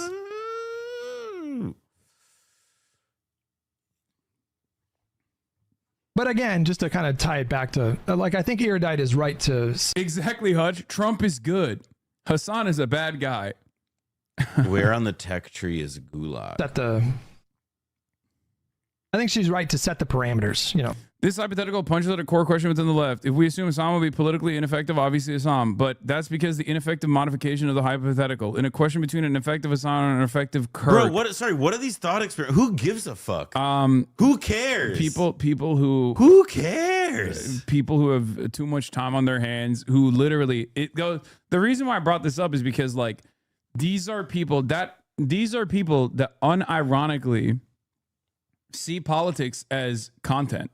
They see politics, their only understanding of the political worldview, their only understanding of political mobilization revolves around like content creators who don't have any sort of discernible moral compass, any sort of real worldview, any sort of real ideology that roots their framework. Yeah, it's so wild considering how much he preached against Trump. He literally said that if somebody in his community were to go to a Trump rally and get a bullet, you know, get fucking turned into a puddle of mush on the bleachers, that he would laugh at them. He would laugh at their death, is what he said, right? Yeah, he's gone I would say even like unnecessarily hard against Trump, performatively hard against Trump, and now he's like, oh no, clearly, as bad as Trump is, we can recover from that, but Hasan, we will never recover from his socialism. Herp Sage, thank you for resubscribing for 3 months. That is 4 months for you, and that gets us further along the way towards Bonusville. It's my favorite conversation, Hasan versus Trump, right? It's just, here's what I compared it to, and I bounced this off of Vadim earlier tonight, and Vadim thought this. I was cooking with this, so I'll see what you think about it. Right? This is the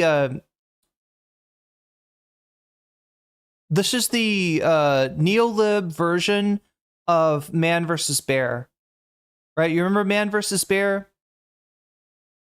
Like, you ask a woman, would you rather, you're gonna be like, you're walking through the woods and you come across something. Would you rather that something be a bear, random bear, or a random man? Right? And a surprising number of women answer, I'm going to go with the bear. I'm going to take my chances with the bear. And statistically speaking, they might be right. Bear encounters are a lot more common than bear attacks. Whereas, with a random guy, it's anybody's guess. It's anybody's guess what, running into somebody like that completely alone, away from anybody else is gonna produce, right? Way more constructive to present their thought experiment as, okay, well, Hasan is not smart. He may have grown up got a good education, as opposed to, I guess, that Trump didn't bully him about being a sex pest. There we go. That's why Trump is better. But it feels like the neo-lib version of, they're like, are we safer with a Trump or with a Hasan? And they're making the argument. And these are the same assholes that made fun of women for saying, no, I'm going to go with the bear. They're like, that's ridiculous. I can't believe you'd say that. You must really hate men, right? Same fuckers. And now they're like, no, I think I'm safer with Trump, actually. They're just simply latching on issue by issue and taking a side, taking a stance, only so they can just like have something to debate over. And it's just drama. And that's precisely the reason why this is the shit that they're entertaining. Okay, that's what. And there are, guess what? A lot of people who fancy themselves to be interested in politics online, they do care about this. This is their only way to make politics interesting. I just have like a hard time imagining that, like, if I'm that guy with like the glistening dome and I'm like, He's talking about our friend Hutch. Having my coffee, I'm hitting my vape, I'm talking about the day, that what I would want to spend time, because like it's one thing to like when somebody says this about you and then like looking at it or whatever, but to like originally generate a conversation that gets to, well, who would you support? Godzilla or Mothra as the Republican nominee? Like more or less that's the level it's on. Like I start to think about, like my brain goes in a different place. I start to think about other things. Like I think about like recent meals I've had that are really good. Or like, you could talk about any number of different things that would be infinitely more productive than whatever the fuck's going on here. Unconstrained Hasan versus. We've already survived 4 years of Trump. I'm not convinced we survived 4 years in a Hasan-styled regime. This is just. Trump at least has some vague notion of supporting America, however misguided it is. If he destroys the country, it would be a byproduct of his stupidity and narcissism. With Hasan, it would be ideological by design. He supports foreign terrorist groups, despises U.S. allies, supports historical revisionism to paint U.S. adversaries in a better light, has admitted... It's really funny. It's really fucking funny considering Destiny's takes on Israel-Palestine that he would talk about historical revisionism. This is a man that is allergic to historical analysis, accusing Hasan of being a revisionist. Look, if you're the one that's sounding like a tanky now, Destiny, do you think that chat? I'm serious. Is Destiny a tanky? He just called Hasan a revisionist. That's classic tanky behavior. That's how you know. That's how you know. Is there like that's a major red flag for tanky? Somebody that calls you a historical revisionist, right? That he would ban opposing political. No, I mean the funny thing about that Destiny is she just doesn't know enough about anything to even know what the associations of the words that he uses are. I'm kind of taking the piss if that's not clear. Yo.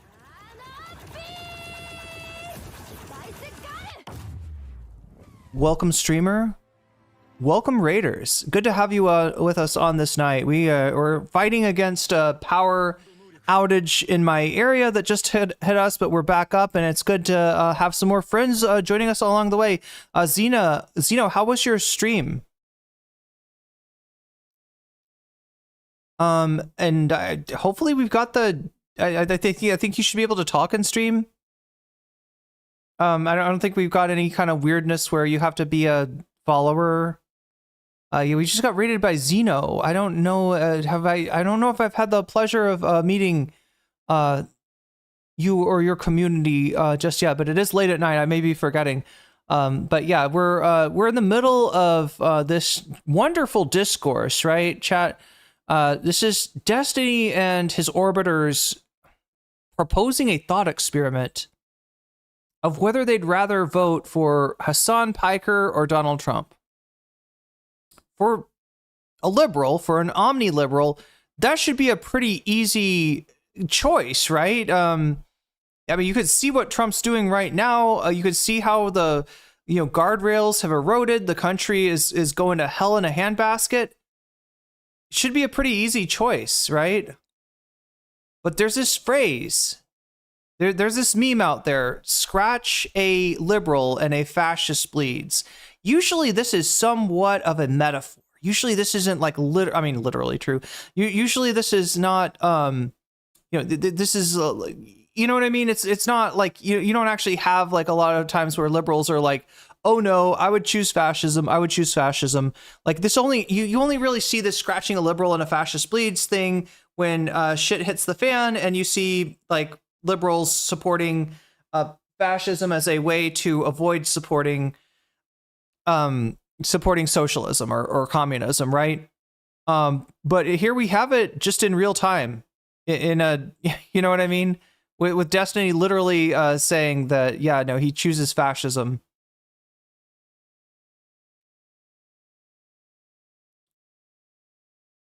It was good. We did a Halloween music stream. Is it really? Wow. Is it close to Halloween, chat? I mean, I'm always down for some Halloween music. That's the only music that I like better than Christmas music. And I know, chat, it's cringe. It's cringe that I like Christian Christmas music. I'm not even like part of the right religion to write like Christmas music, but somehow it just gets in my head. But Halloween music, it gets in my head and I don't mind. parties in the United States and would lock his enemies forever in re-education camps if they didn't agree with. Yeah, it's Halloween in July. Who knew? Ideology. As an ML, he would support the creation of a single vanguard party to violently enforce all these changes. This is just what we know of Hasan's views publicly. We also know that he stated he shows that he hides his true beliefs, so he funneled people further down the radicalization pipeline. We already survived 4 years of Trump. I'm not convinced we've survived 4 years in a Hasan. That is such an ass-bleeding thing to say. What the fuck? We've already survived 4 years of Trump. This is an argument that I heard from people that were Trump voters. And this is coming out of the omni-liberal Stephen Bennell II, which I've never understood. Like, how is he the second? Look, my understanding of, like, what do you even call these things? The things that go after your name, if you're named after somebody, is that if your dad's name is Stephen Bennell, and that's the only other Stephen Bennell in your family, that your name should be Stephen Bennell Jr., not Stephen Bennell II. I feel like the numbers start at 3. And even then, who the fuck does that? What are you, the King of France? How is he Stephen Bennell II, chat? Who still does it? Boney M? Wait, Rah Rah Rasputin? Wait, is that considered a Halloween song? He's not a liberal? Who Destiny's not a liberal? Well, I mean, he's looking a little fashy here, right? He just said, we survived 4 years of Trump. That's the same argument I heard from Trump voters. That's the same fucking argument. Oh, you think that Trump's going to do Project 2025? You think he's going to erode democracy? You think he's going to lead us towards fascism? Well, guess what? We already had 4 years of Trump and everything was fine. I'm sorry, everything was fine? There's 1 million people. There's almost 1 million people that are dead right now that would not be dead if we had had competent leadership under COVID. But people seem to have memory hold that whole arc of our existence. People seem to completely have the memories of goldfish when it comes to COVID, right? I don't know. Maybe their brain got long COVID and into a low memory state. I thought the second would be the name. Yeah. The name is skipped a generation. If the name is skipped oh, okay. Is that how it works? Maybe that's how it works. Maybe his granddad is Stephen Bennell I. Hasan-styled regime. This was a Saturday, dude. He could have been doing because right, like even when you're a podcaster or a streamer, like weekdays, even if they're not like such a big deal for you, how different it is from the weekend, most other people, they have jobs and normal things. So like weekends are where you see and get to, spend time with other people on a Saturday. Wait, Christmas album Drummer Boy is awesome. Is that the one that's like, rumpa-pum-pum? This was, he like wrote a chapter of a book about this. I honestly love Tchaikovsky, like the Nutcracker Suite. Like there's so many bangers on Nutcracker. I want to destroy America by reorienting our economy to focus more on improving the material conditions of every single person. This is the true death and destruction for America. This is political discourse. This is a peak of political discourse for some many who consider this to be like a brilliant take. But my point is, for these guys, I'm worse than they're saying. I'm worse than actually tackling a political ideology that they find to be scary. Like they don't want to say socialized medicine is terrifying. They don't want to say socialism is a terrifying ideology like in the past, their counterparts would have done, right? Mm-hmm. They don't want to take they don't take the William F. Buckley position, but instead they just posture against a figure that they have designed as this great evil. And wait, I didn't even get that. Funkmaster Cost says the Nutcracker Suite slaps. Was that a balls joke? Was that a balls joke? Like the way that balls slap? Select in a handful of like a Nutcracker Suite slaps. I don't know. Like a select few people. You didn't intend it as a joke, but it does work that way. Yeah. Online that actually does invoke response. Like people do actually hear that and go, yeah, you're right. He is a scary person. And all of his ideologies are scary. Oh yeah. Let's do a shout out. These are two different outcomes, right? But unconstrained Hasan versus unconstrained Trump. Actually, I don't even. No. 3 E's. Hang on. 2 N's. Wow. I'm glad that he's working himself to a position where a fucking right-wing fascist piece of shit that's doing mass deportations. There you go, chat. Follow Zeno if you are not already, especially if you want to see Halloween in July. Migrants while simultaneously destroying the global trade design that America actually invented that is greatly beneficial for America in general. That guy might be a little bit worse than a fucking Twitch streamer that believes in being steadfast in his approach to anti-war and wants the American government to Hasan, fucking can you better even be serve. the president? I could, yes. I was born here. No, you're not unk enough yet. That's true. But that's what I was getting at. I wasn't talking about. Oh shit! I was about to correct him too, and no, he's right. He's not old enough. I got one more year. I got one more year. Conversation's moot anyway. Yeah. Wait a year. Yeah, that's my message to these perverts in general. Wait a year. Yeah. I think it's really fucked up. That this is what Northern Lion does now. Dude, come on! Don't come after my goat like that. Northern Lion would never. He would never. He's great. This man is tarnishing the. Hasan is worse.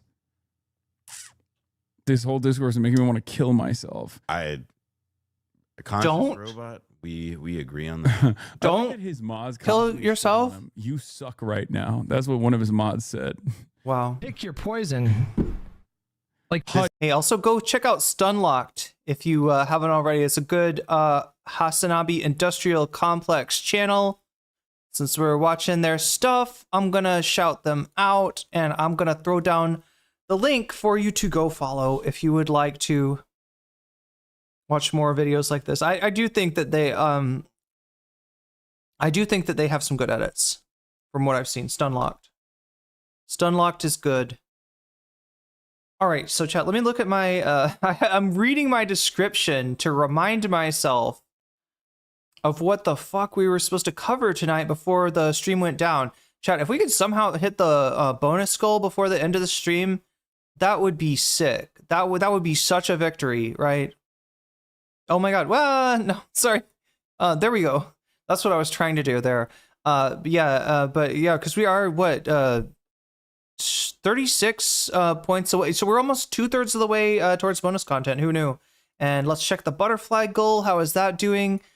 We still need 5 butterflies, but we got an hour and a half. That's probably around, I don't know, is that how long I'll stream?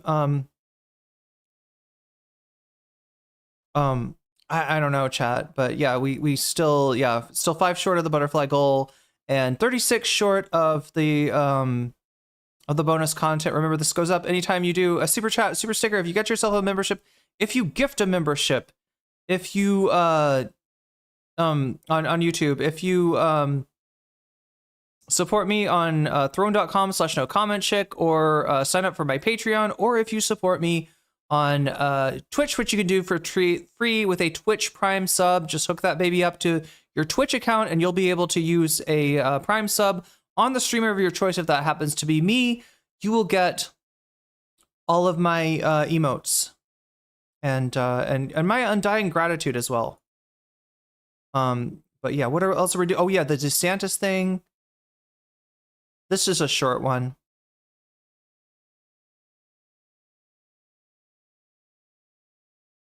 This is a relatively short one. Yeah, I didn't realize how far we were in the stream. Here, let's go. Let's open up this playlist.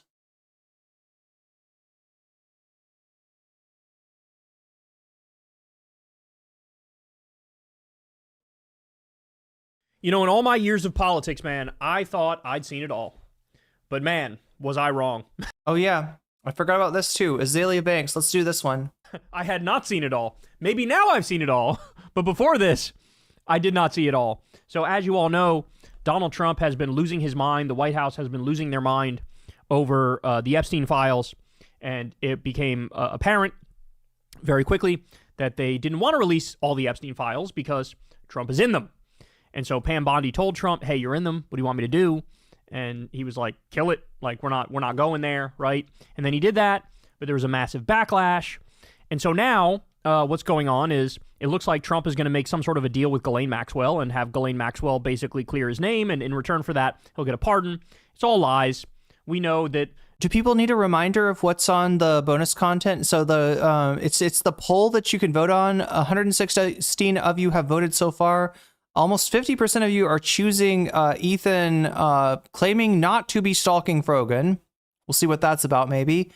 Second place is Vosh grooming allegations. Third place is wrap up on the Thailand-Cambodia situation, since that seems to be in a ceasefire now. Hopefully there will be no more fighting.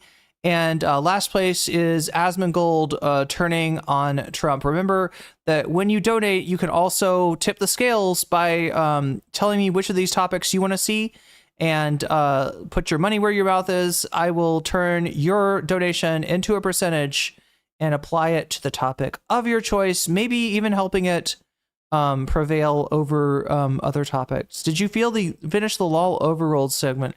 I did. I think I did. Unless there's something I missed. People said that there was a LOL Overruled. I mean, the only thing that is left from the LOL Overruled thing is somebody said that there was that LOL Overruled posted an apology on Twitter, but then immediately deleted it. So Frogan was my choice. Frogan was your choice. Okay, I gotcha. The evidence of Epstein and Trump being best friends is astonishing. We know that Melania and Trump first had sex on the Lolita Express, which was Jeffrey Epstein's pedophile plane. We know that Trump and Epstein literally shared a girlfriend. Shared a girlfriend, y'all. We know that they were involved with these modeling agencies. Big Al Cakem. Super chatted $5. Vox Pop. Vox Pop it is. And thank you for the super chat. Getting us one step closer to that butterfly, that elusive butterfly. It's like Dog and Butterfly. It's like that Heart song. Which is like, I love Heart, by the way. It's like, if I'm ever playing something on a guitar, there's a good chance it's a Heart song. Anyway, chat, I need to get a guitar. I really do need to get a guitar out here. I have a guitar in a storage unit in Seattle, and it's not doing me a lot of good. Hopefully it'll get sent to me, though. Wait, what? Okay, so I was just about to put, Choki, you said yours was going towards Frogan. Let's add that. 6% for Frogan, and then 5% for Vox Populi. Oh yeah, I also have this video game thing on here. Ideally, chat, I mean, you can contribute and say video game stream if you really want to see me play some Soul Hackers or something like that. The idea would be that when this gets to 100, I do a video game stream.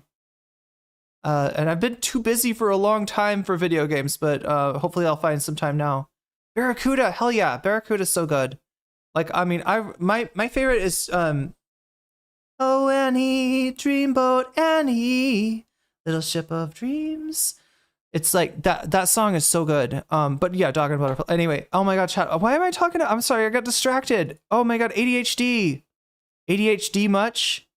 Don't mind if I do. Anyway, we're at 69. That magic number has been achieved.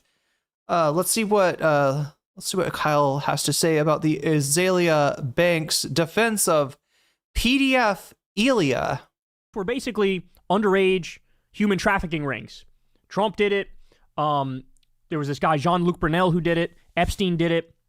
This guy Casablancas did it. It is a dirty business, and they were all in, bro. Like, the stuff that they were involved in, it's shudder at the thought of it. But guess what? Everybody's pointing this out. Everybody sees through it. But MAGA is still desperately trying to find a way to defend their dear leader. So in step, the rapper Azealia. Now, chat, one in chat, if you, like me, were not aware that Aelia Banks is a MAGA rapper, I really didn't. I didn't know Aelia Banks was pro-Trump. Somehow I missed that. Aelia Banks, and she dropped this banger on us the other day. She says, okay, in Donald Trump's defense, fucking 14-year-old girls was really only made a social taboo in the 1990s. My grandmother was born in 1927 and had her... Isn't this like almost, this is like on the level with the dude being like, yeah, I am a fascist, what? Right? This is just like some fucking Jubilee shit. Omega Star with the super chat. These dreams go on when I close my eyes. That's such a good song. Oh my god. Wait, didn't Bernie Taupin write that song? Am I remembering that right? I think yeah, that one was that That one was actually not written by the Wilson sisters. It was they got that from a major league songwriter, but still just amazing song, amazing fucking song. And thank you for the super chat. Her first child when she was 12. Teenage pregnancy only become frowned upon with the rise of Jerry Springer. And I also can be honest about the fact that I was old enough to choose, seduce, and decide to... See, the problem isn't teen pregnancy. Look, here's the deal. Teens are not ready to have babies. However, it used to be the case that when a girl got pregnant in high school, she would disappear. She would drop out of the life of her friends, and she would disappear and be sent off somewhere else to have the baby, and it would be this big shameful thing. Or they would force the father and the mother, the teen parents to get married, right? The shotgun wedding, it was called, right? So yeah, there's definitely some drawbacks to teen pregnancy, but it was never like the big problem with teen pregnancy was that people judged they would judge the person that got pregnant for that, right? And their life would get ruined, right? That was the problem with teen pregnancy. She's acting like nobody gave a damn until Jerry Springer, that somehow it's Jerry Springer doing drama, and then all of a sudden people think like teen pregnancy. Like, look, I don't associate teen pregnancy with abuse by like an older person, which is what we're talking about with Trump and Epstein. Right? Teen pregnancy usually comes from, teens, either not having access to birth control or not realizing that they need it, or right? It's such a weird thing to say. Fuck grown-ass men when I was 15. I really don't get why women are fronting like they weren't fucking 4-year-olds at 15. Like, come on now. I'm sorry. He meant to say 40-year-olds. I know what came out of Kyle's mouth. I'm reading the words. He meant to say 40-year-olds, all right? But yeah, look at this. And look, does this happen? Sometimes, yeah.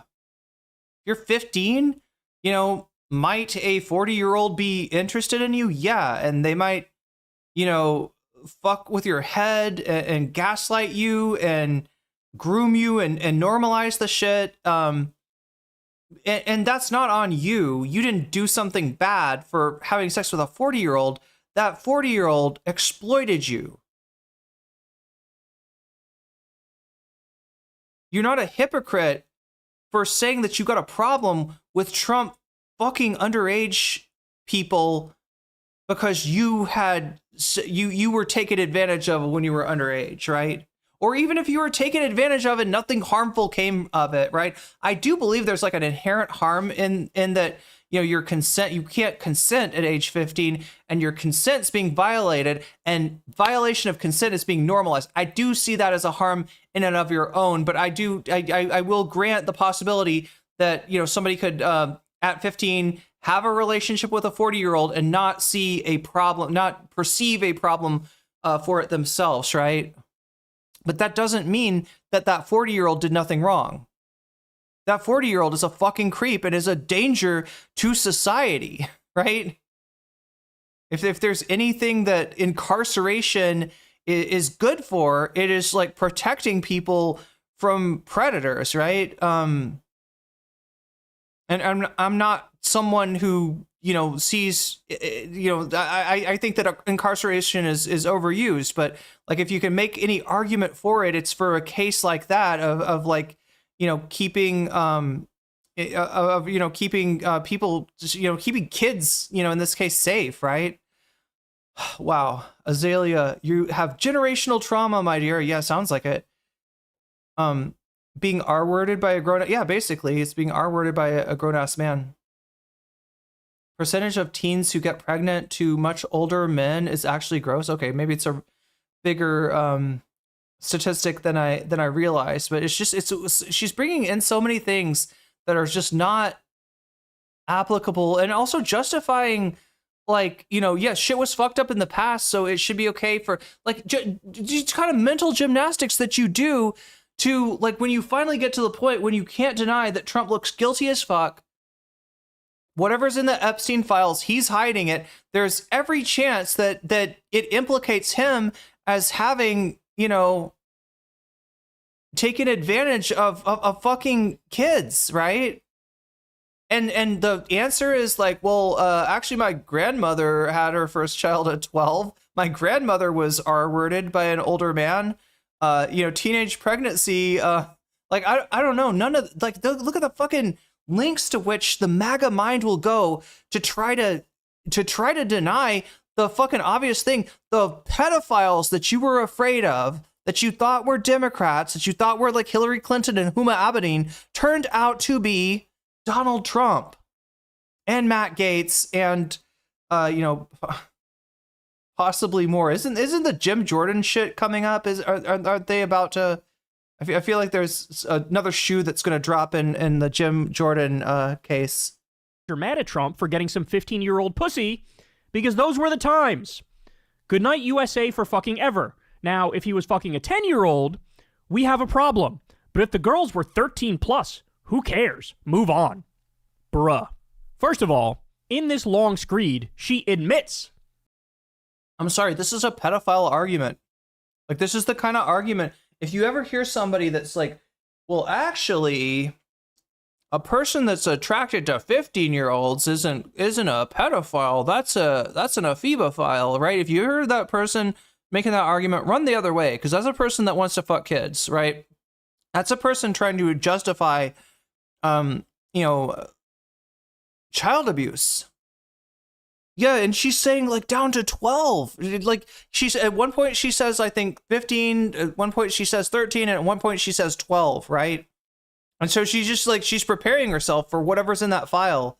And she's like, as long as it wasn't a 10-year-old, right? I guess. And you know, my guess is if it was a 10-year-old, they'd try to argue that this 10-year-old was more like mentally and physically developed than other 10-year-olds or something like that, right?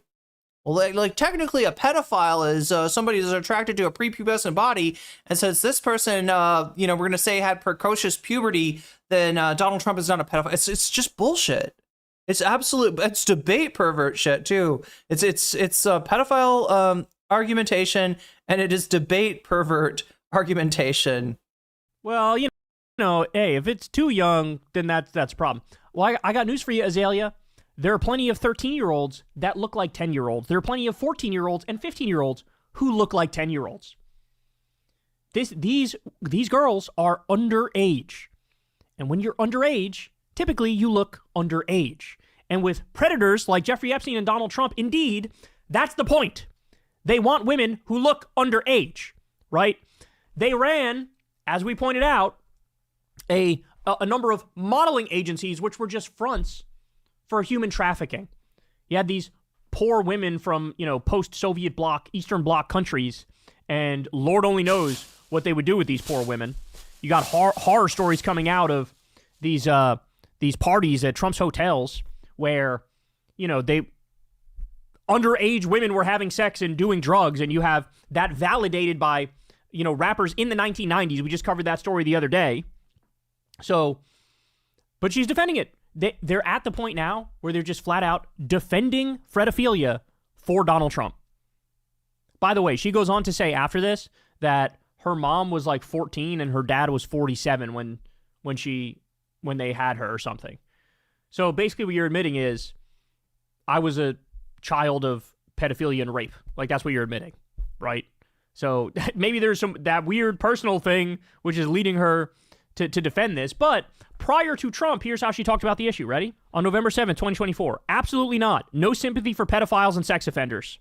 Then today, after wow, that's amazing. Trump's defense, fucking 14-year-old girls was really only made a social taboo in the 1990s. Yeah, so she was obviously Twitter's favorite person a day or two ago. The stuff that they will defend of this man is it's unlike anything I've ever seen. It truly has. Not only is it cult status, I feel like it's eclipsed cult status. It's somehow above and beyond cult status that, like, I think there are other cult leaders who look at what Trump gets away with and gets his 35% block of the country to support. I think other cult leaders look at it like, yo, how'd you pull that one off, dog? How'd you pull that one off? When Trump famously said, I could shoot somebody on Fifth Avenue and not lose a voter. That was kind of true, right? When he says, I get to decide what MAGA is. When there were some MAGA people who were like, I'm not sure I like war with Iran. He was like, wrong, I get to decide. He was right. Trump was right. And now, part of MAGA is, yeah, I did some dirty ass shit, but you're all going to overlook it. You're all going to overlook it. Remember, there's also, by the way, allegations. Not just because Aelia Banks said, oh, sex with a 13-year-old or 14-year-old. There are allegations of grape of a 13-year-old. And in fact, the girl was going to do a press conference and she called it off because she was getting death threats. Okay, so the laundry list of horror show allegations against this guy, you literally can't even keep up. I can't even keep up, dog. And here she is, casually, willy-nilly, flippantly. I don't blame him for getting some 14-year-old pussy. Like, Jesus Christ. God. Okay, yeah, I remember now that she said that. I just, fuck. That is, God damn. The fact that somebody actually could type that, right? It's one thing if you said that. That's a fucked up thing to say. But the fact that she typed that, she looked it over, and then she hit send. Like the phrase that Kyle just said, which I will not repeat, is a phrase that no, you should like, what the fuck? Oh my God. It's dark, bro. What else will they even watch? Wait for it. I said this a long time ago. I'll say it again. We're at the point where there are some people in the cult who, if Trump decides we are going to invade and steal Greenland, as he said he wanted to do, or if he decides to nuke a country, they'll be cheering it on. And this story right here makes me totally confident in that prediction. Hey, y'all, do me a favor and like and subscribe. It helps out big time in the algorithm. Click the bell as well for notifications when videos drop, and watch that video on screen right now. You know you want to. Oh my God. The Palestinian militant Omega Star, thank you for the gifted sub to Hyperspace Fool. Hyperspace Fool, you just got jellyfished, and that's a good thing. That brings us up to 80. I feel like we're really close to both of those goals tonight. It would be amazing if after all this bullshit that I just went through with the power outage and everything, we somehow hit both goals. That would just be uncanny. In a good way. Where are we at? 2 out of 5. Yeah, we're three super chats from Butterfly Status.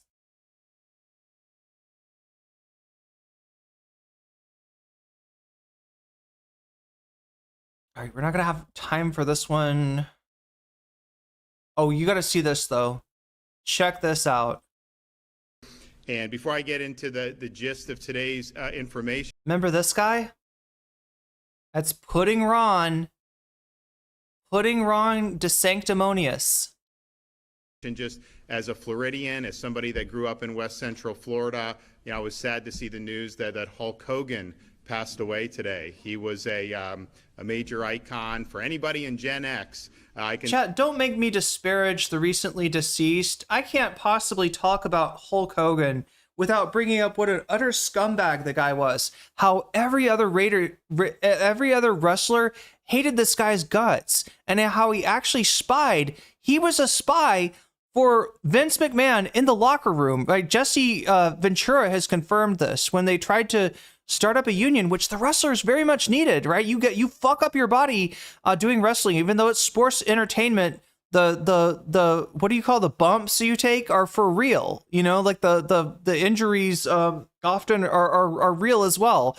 And so, yeah, wrestlers definitely need to get some, needed to get some kind of, benefits. Right. And, Jesse Ventura tried to make that happen. Hulk Hogan ratted them out to Mr. McMahon. And I'm not talking about, this wasn't the plot. This wasn't kayfabe. This wasn't on screen. This was off screen. This was behind the scenes, right? Hulk Hogan is a rat IRL.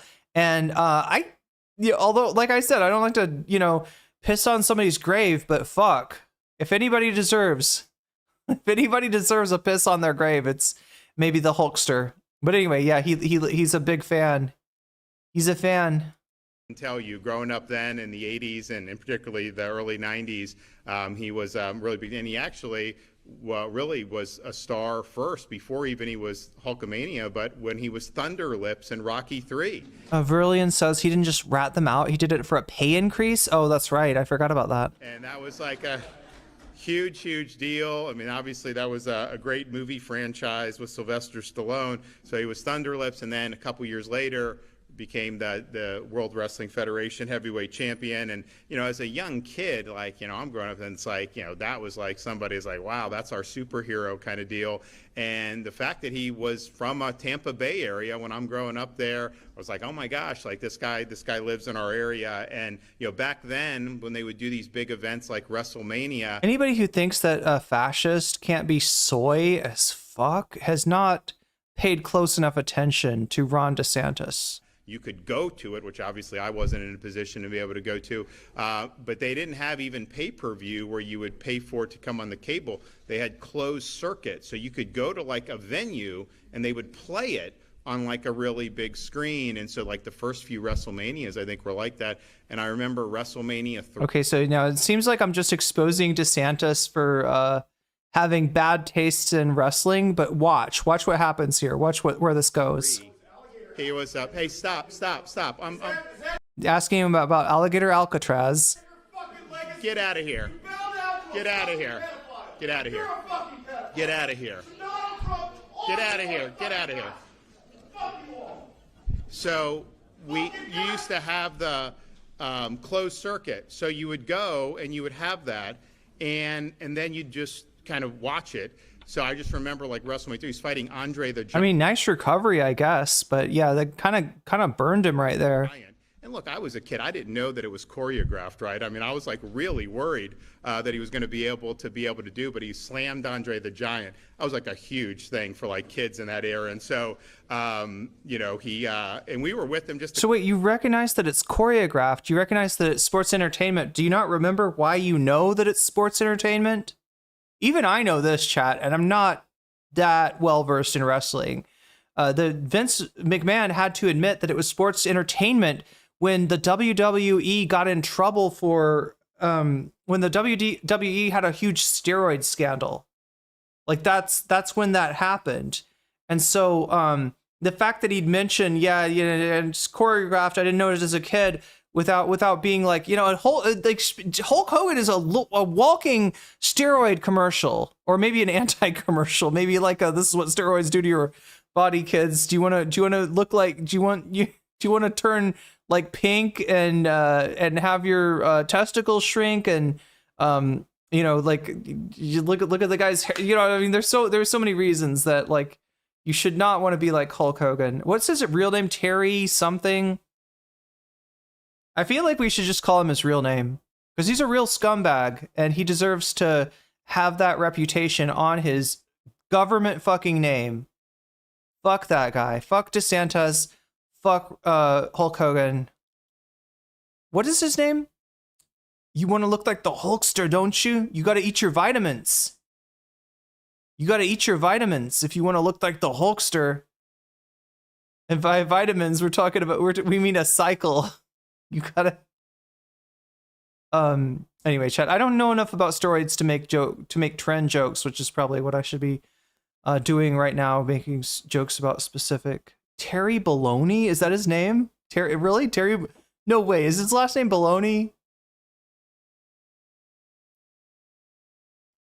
Anyway, anywho. What else do I have in my little grab bag?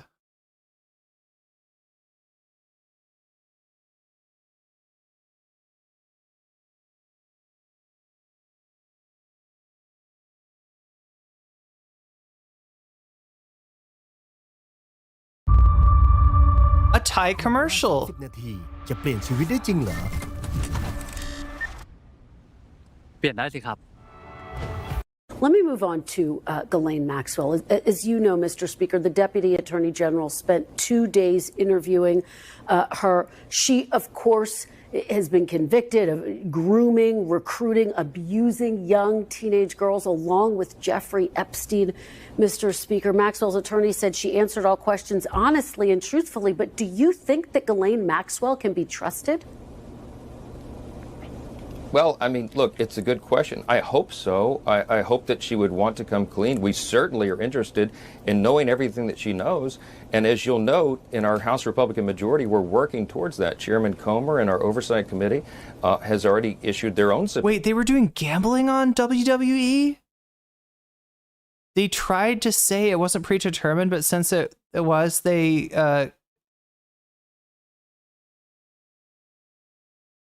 were doing sports betting on wrestling matches. You know, they want to bring in Ghislaine Maxwell as well. I hope she's telling the truth. She is convicted. She is serving a 20-year sentence for child sex trafficking, and so her character is in some question. But if she wants to come clean now, that would be a great service to the country, and we'd like to know every single bit of information. Yeah, I'm sure we could trust her too, right? She has. I certainly hope she's telling the truth.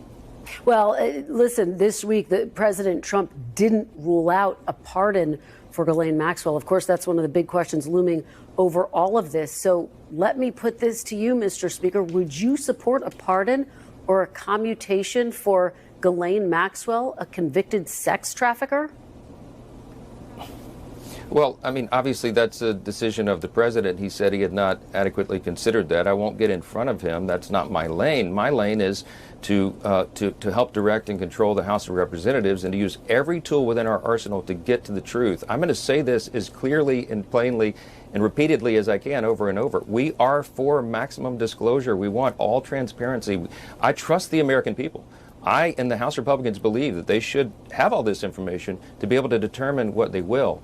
But we have to protect the innocent. And that's the only safeguard here that we've got to be diligent about, and I'm insistent upon doing so. Well, I guess my question is, are you open to a pardon or commutation? I mean, Mr. Speaker, the victims referred to Maxwell as Epstein's right-hand woman. Here's what one victim who testified under a pseudonym told the court at sentencing, quote, "Yeah, Emily French says she assaulted child victims too. Yeah, the many acts that were that's what's in the court records perpetrated on me by Epstein, including rape, strangulation, and sexual assault, were never consensual and would not have occurred had it not been for the cunning and premeditated role Ghislaine Maxwell played."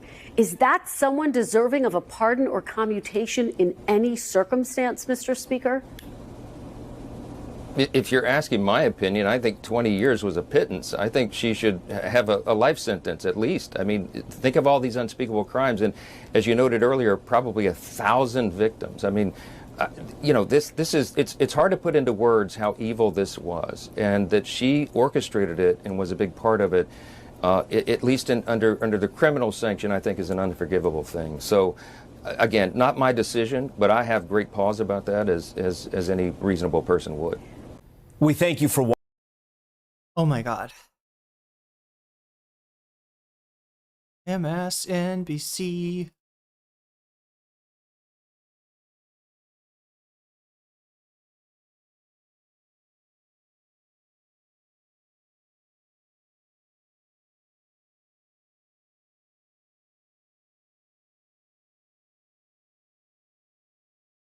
Trying to decide what else I want to cover from this list here. These leaders that they call leaders, this included comedians, comics. These aren't leaders. These are puppets and clowns that usually say exactly what they know that the white man wants to hear. I'm sorry to interrupt you, but we said you're a great father up top. First thing you say is, I've got great kids. You didn't take credit. And then your entire answer, and I thought this was really cool, your entire answer is about how great your kids are. That was a very cool thing. Thank you. That's very nice. I think I like this interview. I think This is Kamal's channel. The last time I covered this guy, he was beefing with FD Signifier. I'll be honest, I haven't watched enough of his content to know what he's like, but he seemed, when he was talking to FD Signifier, he seemed to have more smoke for the left than for the right.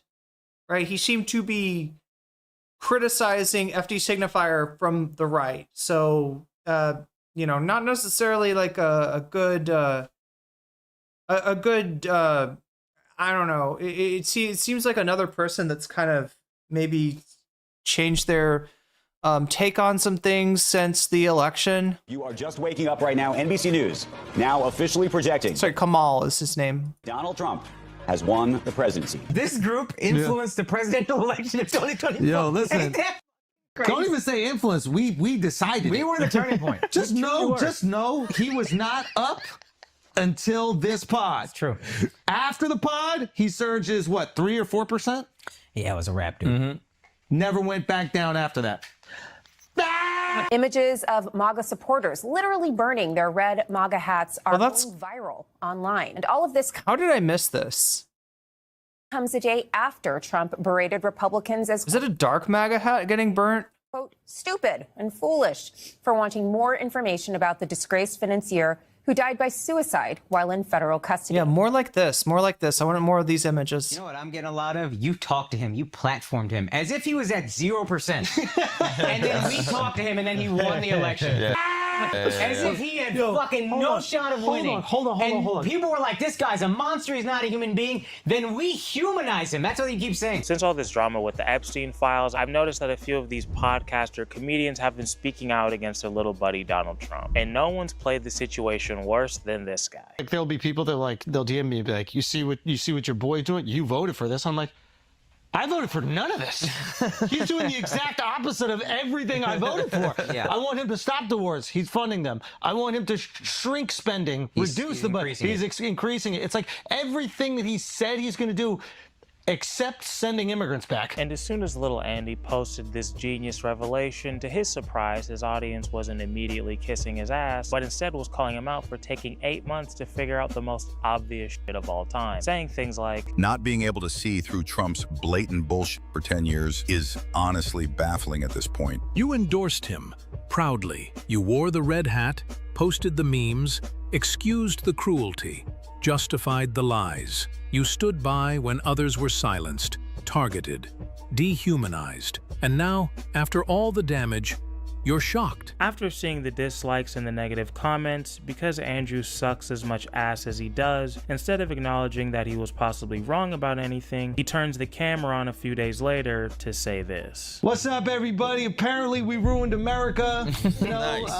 We were trying to hold the person in power, President Trump, accountable for not fulfilling some of his promises, and that was foolish, man. Nah, you're an idiot, That dude. was You're a bad foolish person. thing to do. Once you vote for somebody, no matter what they do, even if it's the exact opposite of what they say they're gonna do, you just ride that until the wheels fall off. Yes. See, this is why Andrew is such a weaselly little bitch to me. No rational person is making the argument that once you vote for Trump, you can never criticize him and you can never change your mind. What people are saying is for you to be shocked by criticism, or sorry, the credit. Look, what we don't want to see you do is, like, I don't know, disappear into the bushes and pretend like you never got anything wrong. All you got to say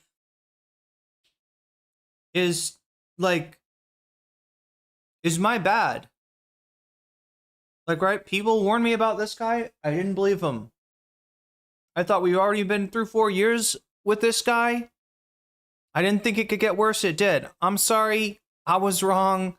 And I definitely should have had a little backbone when I was talking to him. I definitely shouldn't have prioritized access, and honestly, chat, what he's doing is basically allying himself, not just with Trump, but with the extreme right wing, right? That's the reason that they went so soft on Trump, was to make sure that they wanted to ensconce themselves in the red pill manosphere, content, network, right? They wanted that shit, and they're only saying, you're only hearing this from them because Trump is not popular now. That's what's scumbaggy about it, right? Yeah, you can absolutely change your opinion about somebody, but if you contributed to one of the worst electoral mistakes that this country has ever made, you gotta fucking cop to that. You got to at least say like a little bit of acknowledgement. A little bit of an acknowledgement goes a long way. And there's none of that from Andrew Schultz. It's just fucking cope is what it is. And try to turn it into a joke. And the same kind of tactics that you see from like Vosh's community or Destiny's community, the same kind of cult-like, community that you see from all the shitty content creators out there that won't take accountability. What Trump is doing, and for you to say that this isn't what you voted for, it's bullshit. The signs were there for anybody who was paying any kind of attention, and this little speech just feels like a pathetic way to try and save face. Because instead of trying to take any sort of accountability, you're acting like a victim who was blindsided. Donald Trump was president before.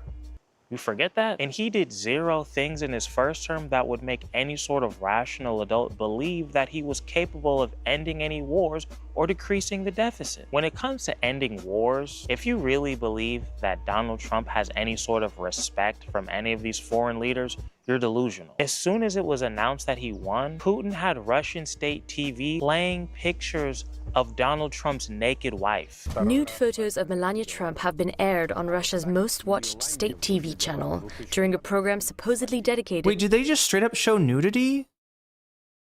No, I think his name is Kamal. To celebrating Trump's election victory. You think this is a guy who gives a fuck about what Donald Trump thinks or feels? Of course not. He has 0 respect for it. Also, Donald Trump is the guy in his first term who increased drone strikes by over 400%. So again, over Obama, who was a huge drone striker. What the fuck would make you think that this was the guy who was going to end a war? Let alone 2. When he was president the first time, he increased the deficit more than almost any other president in American history. And that was after inheriting an economy that was pretty good. So yeah, when you turn the camera on and say, this isn't what I voted for, people are gonna make fun of you, as they should. You look stupid. If you had decided to take any accountability and was just like, you know what guys, clearly Trump is a liar, I should have known that. That's my bad. Yeah, that's what I'm saying. Let's try to move forward. If you had said anything close to that, people wouldn't have cared as much. But because you're an insufferable asshole, you don't do that, and instead... It's because of this W culture, right? I talk about this with Vosh. Again, I hate to keep bringing him up, considering how thankfully irrelevant he is these days, but yeah, this is the same kind of shit that they would do. The W culture, the WL culture, right, chat, is that if you want to make a name for yourself as that kind of streamer, you got to be seen as always taking the W, never taking the L. If somebody hands you an L, you got to bend it. You got to bend reality to turn it into a W, right? And yeah, you can that L, as long as you're stacking up W's, you're building momentum, you're growing. The second that you get saddled with an L, that growth, that potential gets arrested. And so these people are incentivized to try to retcon history, to turn to deny the L, instead of just fucking taking the L and admitting that you're wrong, which should be the easiest thing in the world because of the kind of content that you're doing, because the audience of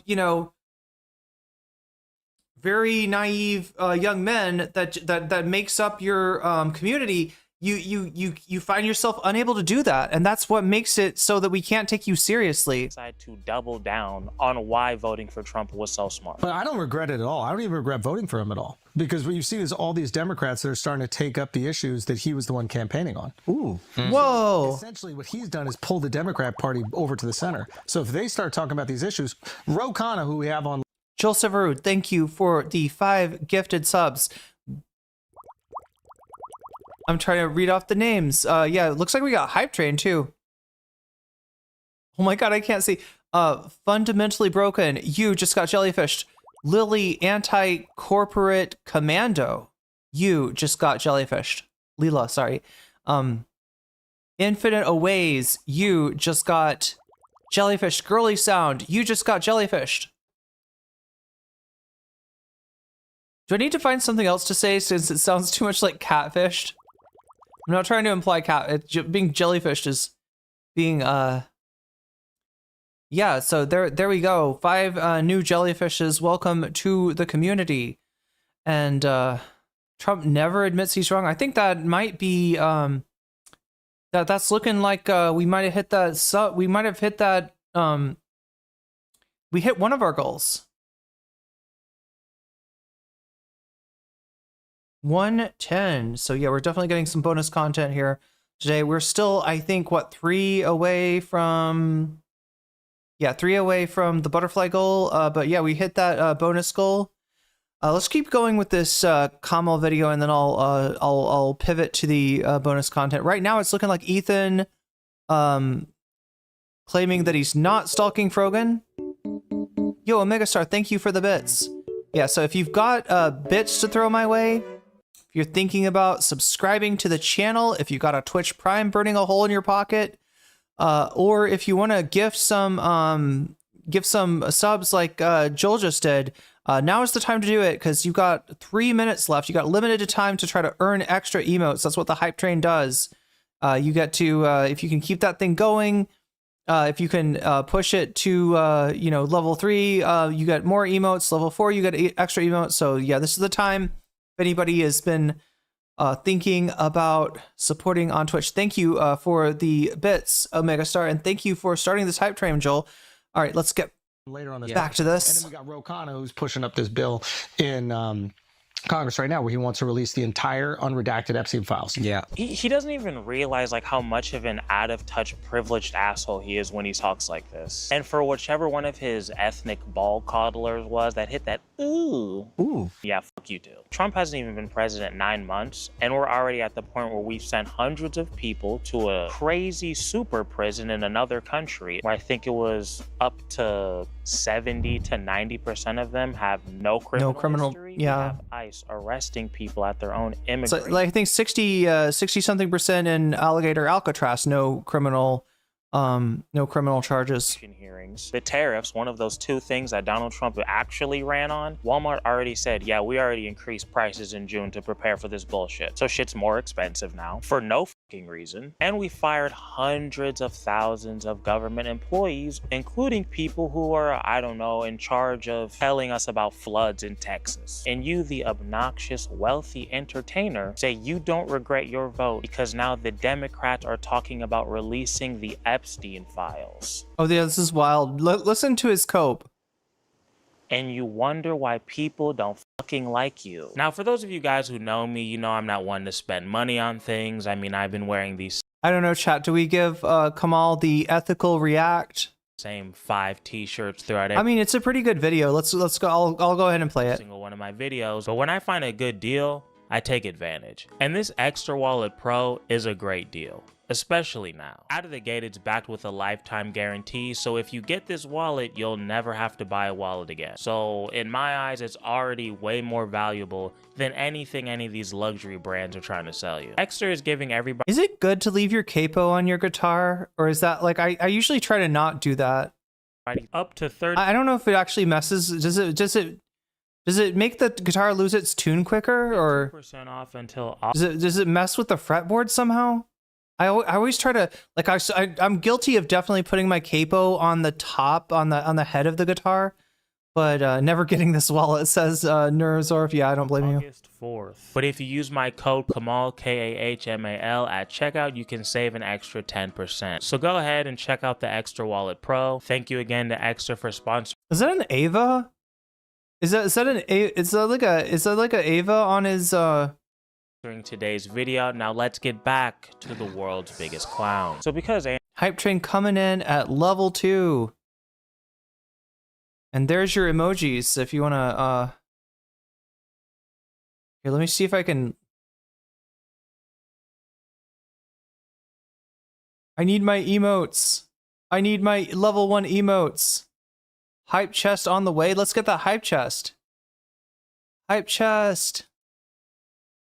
Collected all of the level 1 emotes. Oh wait, do we not get any because we collected them all? We caught them all, chat. We're the Ash Ketchums over on Twitch. Human laugh tracks started to feel the heat after their epiphany that the known liar might have lied. They had on the guys from the Pod Save America podcast. And this is wild. This almost makes me want to go over this content. In fact, chat, let me show you something here. Let me, I'm just gonna I'm gonna keep this going, but I want to show you the thumbnail that I've these guys used to got work for with this. Obama back in the day, and now they have a podcast because, of course, they do. But anyway, listen to what Andrew says here. There was a bit of a media storm that happened after some criticisms that I had over Trump, and I had him, John, and I was like, John, like, am I off on this? Like, what is the best way to handle like somebody that I voted for that is not living up to their promises? I'm criticizing them, and some responses are, well, yeah, you're a an idiot. And I was like, I don't know if that's the best way to build a coalition. First off, bitch, we were talking about build a coalition. You just said you don't even regret voting for the guy that's causing all this bullshit. Unlike those... You're literally,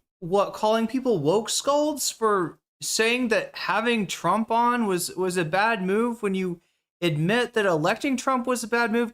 Yeah, chat, this would be the thumbnail if we end up covering this. Look at that. Because I'm kind of disappointed in Pod Save America. I'll show you why. Let's roll a little bit more. Loser sitting next to you, you don't pay us to kiss your ass and laugh at your dog shit jokes. You gotta call it heckling. Call it heckling. So when you say stupid bullshit, we're gonna call you out on it. That's how the internet works. Grow the fuck up. Also, I'm pretty sure that no one running for president or Congress is in your comment section trying to hurt your little feelings. So why would you let what these people are saying change how you decide to vote or who you decide to support? Does that make sense? This is what's wrong with these comedians in politics. They correlate things that they read on Twitter and in their comment sections with people who work in government. If you want to criticize the Laverne Cox controversy? What's that about? Democratic Party, there's plenty of things to choose from, but please don't use your comment section or some college kid on TikTok as a way to do it, because that's fucking stupid. I've seen that little creep Tony Hinchcliffe do a similar thing in that bullshit Twitter video people call a comedy special. I've never considered myself a very political guy. But about a month before all this happened, we found out from YouTube that there's new words that they want us to censor. She dated a MAGA cop? God damn it. Was it Connor Points? I hope it wasn't Counterpoints. New words that you have to bleep out or you don't make money anymore. What's the logic there? You think Joe Biden's like picking up the phone, calling Susan and being like, no comedians can use these 4 words ever again. Okay, Susan? Okay, like this is a priority. If you want to criticize Joe Biden, but use your head. You sound like a fucking idiot. And to this point, I was like, I don't know if that's the best way to build a coalition. What do you think? What do you think about that, John? No, that shit drives me nuts because I think, first of all, okay, obligatory curse word from Favreau there. Trump lies a lot. He's always lied a lot. And it also assumes that every single person in America was supposed to be paying attention to like every single word that Donald Trump has ever said. Right. Yeah, This is what I hate about Pod Save. They are feckless and they're constantly fighting yesterday's battle, right? Just like the Democratic Party. And surprise, surprise, yes, these were speechwriters for Obama and Hillary. That's why this has like tones of the Democratic party. These guys write their speeches, right? But yeah, look at that. Like, no, we don't want to woke scold you for literally supporting Trump, literally humanizing him, literally giving him look, it's the same as with the Nelk Boys and Netanyahu. You give a platform for him to do an infomercial on. There's no pushback. You're just a bunch of dudes hanging out. And so you're going to make people that thought like, I don't know, wasn't Trump the kids in cages guy? Isn't Trump the guy that did January 6th? No, he's actually just some dude that's really chill to hang out with. He's hanging out with your dudes. He's hanging out with your podcast dudes. Yeah, they absolutely cause harm. And the fact that Favreau is so thirsty for exposure on a red pill platform like, and honestly, Flagrant still is. The only difference is now Trump is unpopular, so they're pivoting, but they'll be back on it. If trans people become the next moral panic, and that one's a lot easier to sell. The America is united against the menace of trans people in sports or trans kids getting puberty blockers or whatever. They will absolutely go back on the fucking Trump train. It's not going to take much to get them there.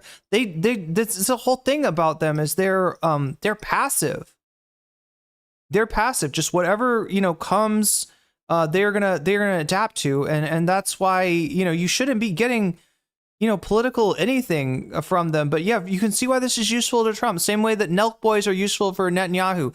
They are incapable of asking you a tough question, not just unwilling to ask you a tough question, which they are because they want access, but they are incapable. They do not have the intelligence. And of these podcast bros, like Andrew Schultz is on the less oblivious side, right? Compared to the Nelk boys, compared to a lot of these guys, right? Or at least how he plays. I mean, there's a real question as to whether this kind of content creator affects a lack of intelligence as a means of relatability. Same thing with Joe Rogan.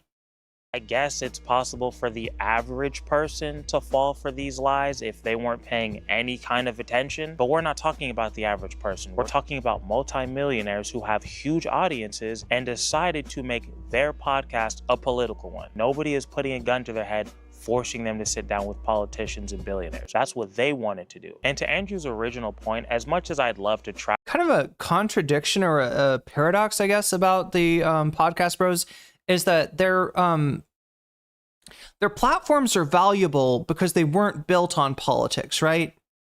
They're somehow trusted a little bit more by low propensity voters because they can like learn along with them, right? They're not intimidating. They're not like, oh my gosh, this guy knows about what lifting the cap means on Social Security. I feel stupid, right? Whereas somebody watching Sam Cedar, might feel that you're not gonna get that from Andrew Schultz, right? When he tries to talk about Social Security, he's lost. He's utterly lost, right? So, but that's part of their allure is that they've made a name for themselves covering pop culture, covering lifestyle, covering fitness, covering nutrition, covering comedy, covering all these other things. And somehow that instead of cutting against them when they try to do politics, that like helps them. So apparently I did everything the complete wrong way, Chad. I should have started off as a gaming streamer. Then I could have pivoted towards pop culture commentary and then approach politics from there after I have earned people's trust by convincing them that I'm just as mindless as they are. There's no learning in their content. It's mindless dribble, and that's why people watch. Yeah, no doubt. Crash on the people that voted for this man and call them stupid. I do realize that if we're gonna make it better, we're gonna need a lot of the people who voted for Trump. And I'm torn on what I'm seeing right now because I do see Trump squirming, and I have to give credit to people like Andrew who voted for Trump but are now starting to see the light. I gotta say, Kamal's got a great background. I love this backdrop with the cactus. Are these like the edible? Is this a prickly pear cactus, chat? Can you eat these things? These people have been holding Trump's feet to the fire about this Epstein shit. And it's really just becoming more and more obvious. I wouldn't mind some cactus. How corrupt he is. And that's a good thing. But also... That's a good thing. Oh my God, are you a viewer? I can't ignore the side of my brain that thinks, really, this is what made you see the light, Andrew? You really thought that the guy who was best friends with the most famous child sex trafficker of all time was not only definitely not on this Epstein list, but was also going to be the one to drain the swamp and expose all these corrupt billionaire pedophiles. Really? I mean, look, gotta hand it to Kamal. He's definitely drained the swamp. That's why he lives in a desert. This guy? By the way, your daughter. She's beautiful. Can I say this? A piece of ass. Yeah. She looks more voluptuous than ever. What is wrong with Howard Stern? What is wrong with these people? Like, were they in the same room? Like, the correct response to somebody saying your daughter is a piece of ass, right, is to slap them. I know that's not, technically that's assault and battery, but chat, it's still correct. It's still correct. Always been very voluptuous. The man who's been publicly accused of groping women with Jeffrey Epstein, the guy who bragged about going into women's locker rooms because he owns the pageant to be a creep and look at them when they're naked, that guy. You found the emote? We got the emote? Nice. Wait, is that an onigiri emote? Trump paid him to say that? Funny is that I'll go backstage before a show. Yes. And everyone's getting dressed and ready and everything else. And, no men are anywhere. and I'm allowed to go in because I'm the owner of the pageant, and therefore I'm inspecting. Trump paid Howard Stern to call his daughter a piece of ass? I mean, I guess Trump doesn't. I mean, Trump's basically said the same thing about Ivanka. Maybe that's why you do not see Ivanka around anymore. You know, I'm inspecting. I want to make sure that You're like a everything is doctor. good. You're there. Yeah, the dress. Is everyone okay? You know, they're standing there with no clothes. Is everybody okay? And you see these incredible looking women. And so I sort of get away with things like that. You thought that was gonna be the guy who was gonna bring down all the sick perverts, really? Like, what the fuck were you, what? Bro, what? But anyway, unfortunately for all of us, Andrew Schulz is not the only podcast comedian who's coping with this Trump and Epstein shit. Because Andrew and Tim Dillon both believe— I just made that up, but I also believe it. God damn, chat keeps on gaslighting me and it keeps on working. that it's very possible that the only reason Trump hasn't released all these files is not because he's on the list, but because the FBI or the CIA is threatening Trump's life. I think Trump knows they'll kill him. I believe he knows that. I believe he knows that the people that killed all of those people would find a way to kill him. I'm sorry, chat. They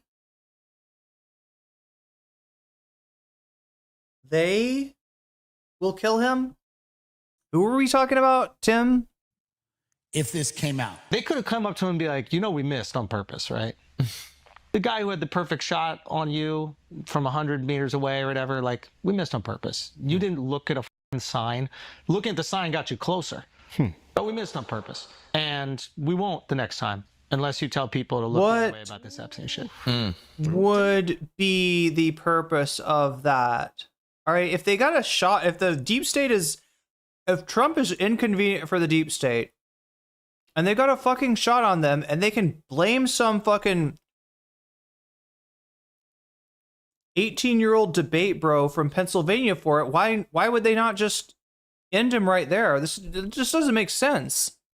I would not be surprised at all if the CIA and the FBI actually are running the country. Aren't these people like really politically invested? Don't they pretend to be politically invested? Don't they know that Donald Trump is the one who appointed the head of the FBI and the head of the CIA? Like, I'm confused. To their fans who are watching this, can you guys explain to me, like, do they really think Kash Patel, the guy who wrote a children's book where Donald Trump was the hero? Forgot about this. Do they really think that that guy's pulling Trump into a dark corner and threatening to kill him if he releases the Epstein files? Or do they think it's Tulsi Gabbard, the other loyalist? No, they think it's some kind of like, you know, entry-level functionary. Like, right? Who's left? Who's left that could be the deep state after you fired anybody that's fucking competent in their job? Who's left? Who could, like, we've eliminated these possibilities. If there's still a deep state, if they're still gonna kill Trump, then who the fuck is it? Who is even left? Near qualified to do what she's doing. The one that said that there was no intel that Iran was making a nuke, but then Trump said that there was, so then she changed her mind and said that there was. Is that the one who's strong-arming Trump? You think they're really calling the shot? Tim, do you believe that, or did somebody tell you to say that? Because I feel like somebody told you to say that. I'm going to tell you about a dinner I had with a member of the administration. I'm going to tell you everything that I know, and I'm going to say the things that I do not know. And I am also not going to attest to the veracity, Google it, of the information. When Pam Bondi came out and said— Yeah, you're dropping some high-level vocabulary on us here with veracity. Thanks. I have 10,000 hours of evidence. What has been told to me is that that is Epstein downloaded from the internet. It is not the tapes of powerful people in compromising positions. I guess it was just Hub, dude. My bad.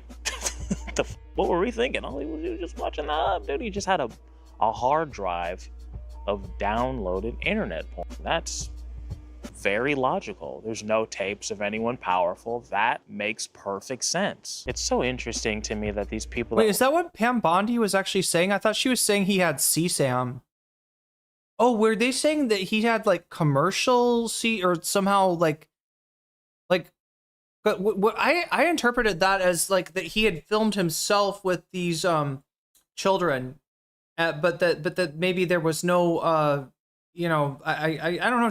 The thing about Pam Bondi is she never really speaks. She never speaks in complete thoughts. So it's you end up like hearing the words that are very vague and trying to interpret it out of those, like what she actually means. But I thought she was saying that he had CSAM of himself and the children that he had abused, but that there was no other, you know, there were no identifiable other people. We're always saying the government's not trustworthy, the government's not trustworthy. Now they're sitting down and having dinner with the most corrupt government I've seen in America and repeating their talking points to their audiences. Why do you guys think that that's happening? When I think of like the Tim Dillon... Chat, we're down to 30 minutes. We've got three more teal super chats, and I put this butterfly in my hair, and we achieve both goals somehow, as if by magic. Andrew Scholes, the Theo, I think of people who are desperate for validation, attention, and money. And I can't say that I'm shocked that they're handling like politics and power awfully. When I was younger, when I thought of a comedian, I thought of somebody whose job it was to criticize or to point out the aspects of our culture that were nonsensical and that we can improve on. You know, like that's what I felt like a good comedian's job was. I would think of somebody like a George Carlin, Bill Burr in his prime, like they called out the bullshit in our culture. But these comedians are not only that bullshit, but they're literally the mouthpieces for some of the most disgusting people on this planet. And it's gross, but it's not surprising. Thinking about it in hindsight, it makes perfect sense why Donald Trump would want to be on their podcast. It's already been said that he was ducking anybody who was going to ask him real questions. I'm telling you guys, this did happen. Like, I had multiple Trump interview requests in, and they were basically like, no. And I heard it off the record. Yeah. It's like, bro, you're going to ask him 2 hard questions. Like, this, it was quite literally told to me, right? Yeah. Now, I mean, there's a reason he's going on Theo Vaughn and all, you know, and other places, because they didn't think that was going to happen. And these people were the perfect marks. They stand for nothing. They're cowards and they're stupid. He knew that they weren't going to press him on anything. You see losers like Akash so worried about this man walking off the set that he's afraid to ask him a genuine question. I could do the thing that feels really good, where I ask a gotcha question and I dunk on you, and then he gets up and he walks off and he says, go fuck yourself. I know, I've seen enough interviews with this guy to know. Yeah, these guys are pro, right? You know, I would have just gone like that. Like, he knows enough to know that he's wearing a lavalier mic, and that it's gonna pick up. It's gonna slap too hard. It's gonna make too much noise. So he like ends it before he hits his hand. I have to relate to him on a human level, and then when he feels safe, maybe he'll answer the questions I want to ask. I've got to coddle his balls until his scrotum relaxes, and at that point I can... What the hell? What the actual hell? Please stop getting any sort of important or political information from these people. They don't give a fuck. I mean, look how Andrew responds when asked about how he handled the Trump interview. In your interview with Donald Trump, do you feel like you did... Do you feel like you're turning into a dinosaur? Oh no, I haven't smoked enough weed yet. Sorry. The necessary work of asking him difficult questions. Do you think that's necessary? Yes. What I'd like to see more is people asking the questions that they are curious about themselves, instead of trying to pander to what their audience is curious about. Nigga, what? Imagine you watching right now. If you had the opportunity to interview a presidential candidate, could you honestly imagine caring that little about what your audience wants to know? During a presidential election, to think of that as pandering? This is how disconnected these people are. They're broken. I wish I could say that their audience has figured it out and they're not going to talk to politicians anymore, but that would be a lie. My guess is that as Trump becomes more and more like openly corrupt, more people will figure it out that this guy's a psychopath, and these comedians are just going to have on like more left-leaning people. Like, clearly the Democratic Party figured You don't understand. As he becomes more corrupt and more psychotic, he's going to be more emboldened to crush any democratic mechanisms that might check him, right? You can see what he's doing right now. It's completely abnormal, chat, for a an employee of the Department of Justice to interview a witness like this, like what's going on right now with Ghislaine Maxwell, right? What we're looking at is possibly a fix, is possibly, they're setting it up so that she can get Trump's pardon. And she knows she can get Trump's pardon if she gives the narrative that's convenient to Donald Trump, right? Like, you're talking about, I mean, I would call it witness tampering, but her trial's already happened. I don't know. You got to call it something else. But yeah, no, it's the problem is that by the time that we get wise to, like, what Trump is about, what he's up to, and that we don't like it, right? By the time that happens, he's consolidated too much power for us to stop him. And at that point, you got to go further. In other words, to stop it, like, right in the beginning, you can stop Trump by standing up and saying something. By the time that he's got power consolidated, you would basically need to reenact Jan 6 yourself in order to stop him. And the problem is, at every turn, once people become wise to Trump's tricks, he's upped the ante and made it so, okay, well, if you want to really do something about it, you're going to have to, you're going to have to go beyond, like, constitutional means at this point.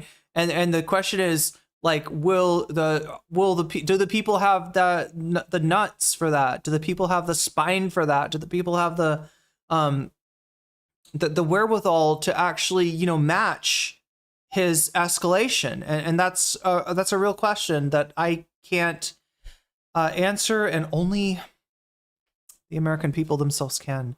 DOJ is sanctioning judges for rulings that they don't like. Yeah, all kinds of shit. MAGA is going to Jan 6 Trump if he goes through with the Maxwell nonsense. I would hope so, Mylan, but we just read Aelia Banks' tweet saying that even if he is effing 12-year-olds, she's still ride or die Trump, right? And there's a lot of MAGA like that, but one can hope. One can hope.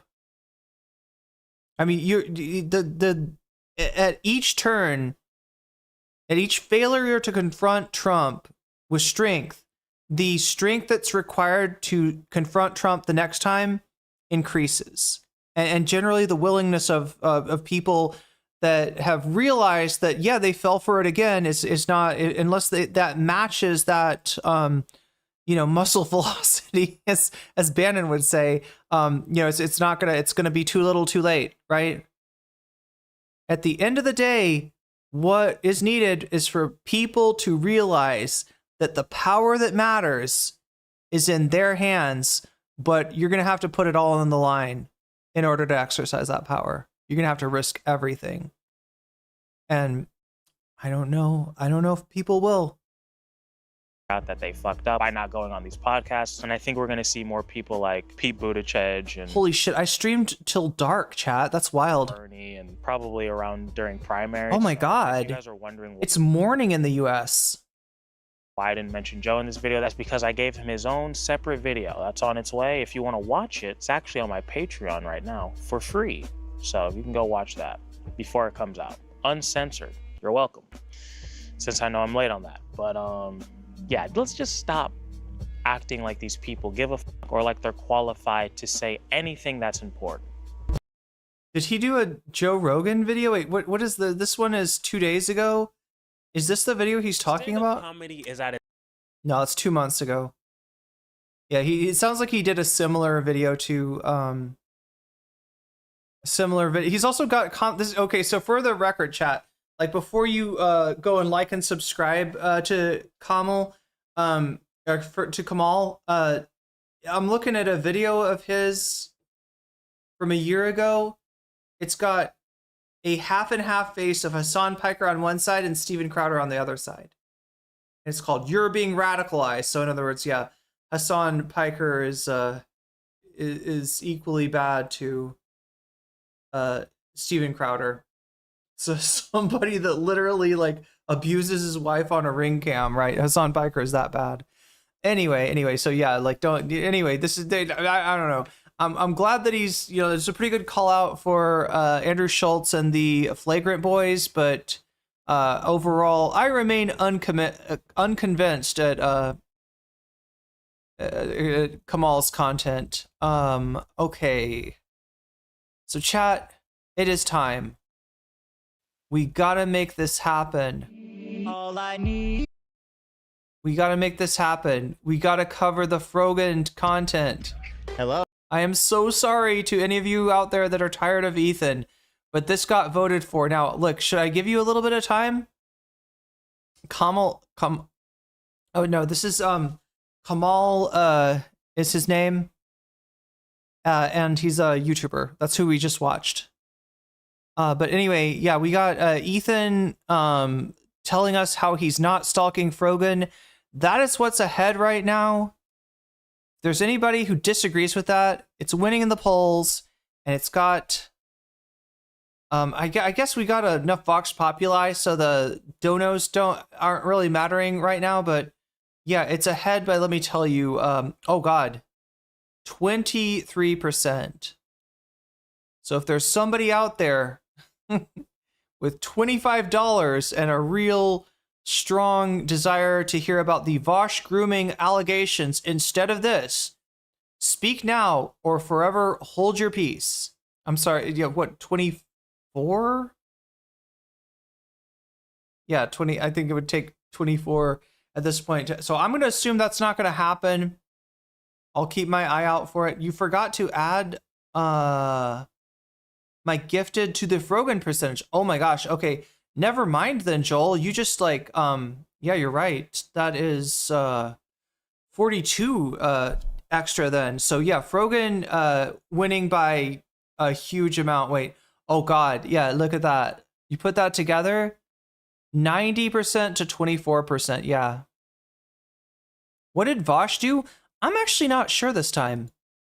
There are screenshots that seem to be Vosh talking to an underage person, and you know, saying really fucked up shit to him, like you know, the guy was like down, was kind of feeling down, and Vosh tries to cheer him up by saying, you know, just take care of yourself, you know, get good night's sleep, and when you turn 18, I'll show you my, you know, he says he'll show the person his penis, and it's really rad. So you should be excited you should want to live life because you want to see Vosh's penis, right? So yeah, there's just a bunch of really ugly stuff that did he actually fuck a horse? I mean, I don't know.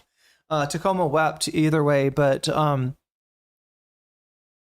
yeah, the question is though that the person shopping the screenshots around is a right winger. They've previously tried to take down Harry Hasan.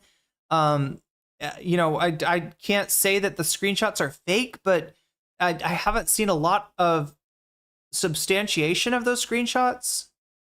And the stuff that's missing from the screenshots, you know, ostensibly to protect the names of the innocent. Yeah, like I don't know. If that gets selected, I'll go into that and I'll try to make my own determination. I'll tell you what I think as far as whether I think that Vosh actually groomed a, you know, child. But I got to be honest, I haven't looked into it enough to be comfortable like rendering a verdict at this point. Even though like I'm no fan of Vosh's. I want to be, you know, methodical about this and not jump to conclusions, especially given that the source of the information is not the victim themselves, but is a person potentially with an agenda. So yeah. How old is that vid? Is it AI? Oh, it's not a vid. It's screenshots, and it would be. I think they were from 2019. So 6-year-old screenshots is what we're talking about. It is 7 a.m. You're right, Brixton. We got to finish the bonus content, don't we? We're about to jump into the fun half here. And by fun half, I mean Ethan having a fucking breakdown where he looks very much not well. Making more threats against small streamers. And talking about the guy that he paid to come into Frogan's apartment at 2 o'clock in the morning to try to serve her with papers. So, but don't worry, chat. He's definitely not stalking her. All right. Even though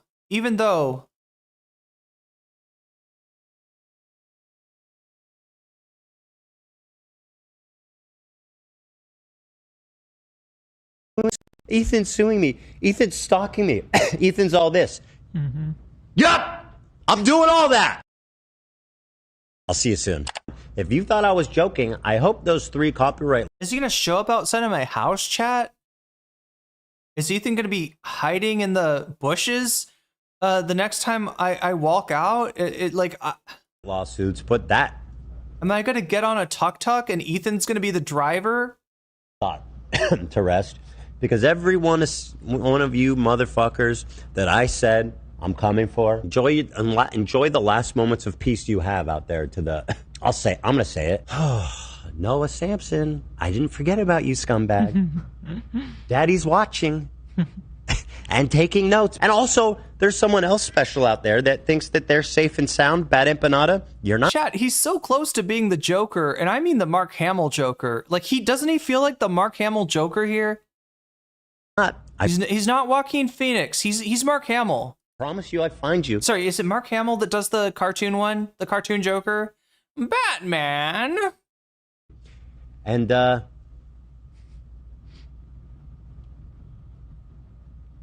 promise is a promise.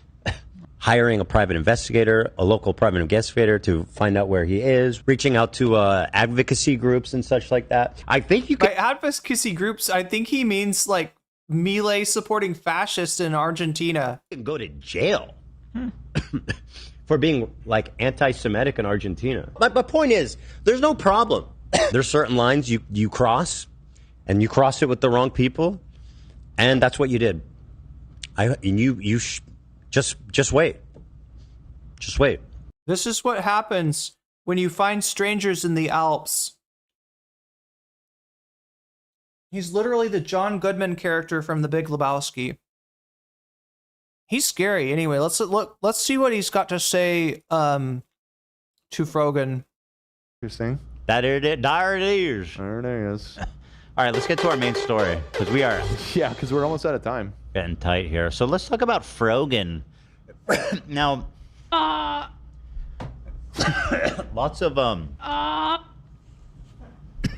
lawyers have been commenting on. Dim's covered. Oh yeah, the process server that he sent that like reported back and talked about like coming into her apartment complex at 2 o'clock in the morning, like hiding just out of sight of the people, hoping that she would walk out and he'd be able to serve her.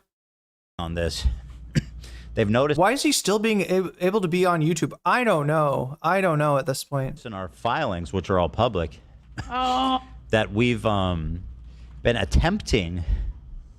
Is that some Teddy Fresh that he's got on? Is that some Teddy Fresh? That's got to be Teddy Fresh. To serve Frogan. Now, not to serve man like the Twilight Zone episode, but to serve Frogan. Okay. We were all like, Frogan is actually handling this the best because she's kept her mouth shut. Yeah, her co-hosts on. The other thing about his misogyny is it's very paternalistic misogyny, right? The way that he always talks about being a dad and stuff, and like now Frogan, we thought that Frogan was being a good girl, but it turns out Frogan is disobeying by not letting me serve her with the papers for the lawsuit. Speedrunning Grant Lenoham's collapse. Like a Mexican blanket polo. Oh yeah, kind of. Definitely has to be Teddy Fresh. Either Teddy Fresh or Jay Peterman. Chat, it could be a Jay Peterman.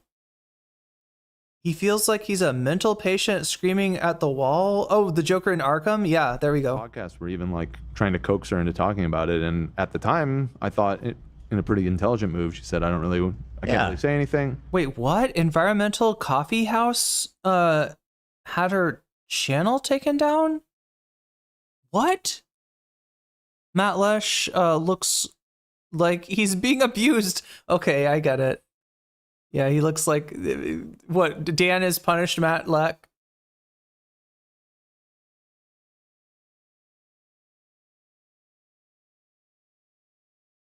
Which, yeah, I mean, okay. So yeah, you're saying that Ethan. It's surprising that's fucked up.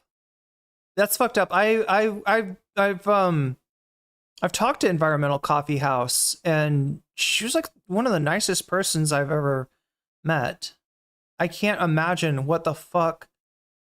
Like, yeah, it's just a channel about it. It's a channel about the environment. It's a channel about climate change, right? What the fuck are they taking down her channel for? Like, what? That's wild.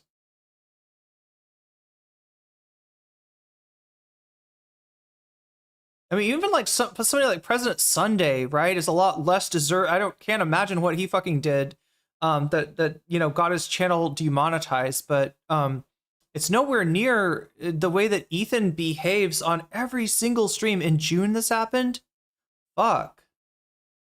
They have him editing videos until 4 a.m. He looks so miserable. Oh, Dan, does he do their highlights? When you're in a lawsuit, you should do that. Oh God, you're right. His eye baggage is worse than mine. Yeah, makes sense. So it's like, wow, compared to the other two, you really seem to be handling yourself well. Except now we've served Denham's and Casey Tron. They're using the same lawyer, and their lawyer wisely accepted service, because when you accept service, you get more time to respond. It's the wise and responsible thing to do as an attorney. What's been happening with Frogan is that we've had a service provider. Now, these are the type of people you see in movies and stuff who will like hide in bushes, stake out your house, do all kinds of ridiculous things. One of these lawyers I listened to was saying like he got served at the hospital when his wife gave birth. They were waiting for him. He got served at the hospital. So these people, they will get you. Yeah. And they will get you. They don't care how. Their job is to give you these papers, and they will. Right. Did I tell my story last time we talked about this? Of me getting served with the wrong lawsuit? I don't think so.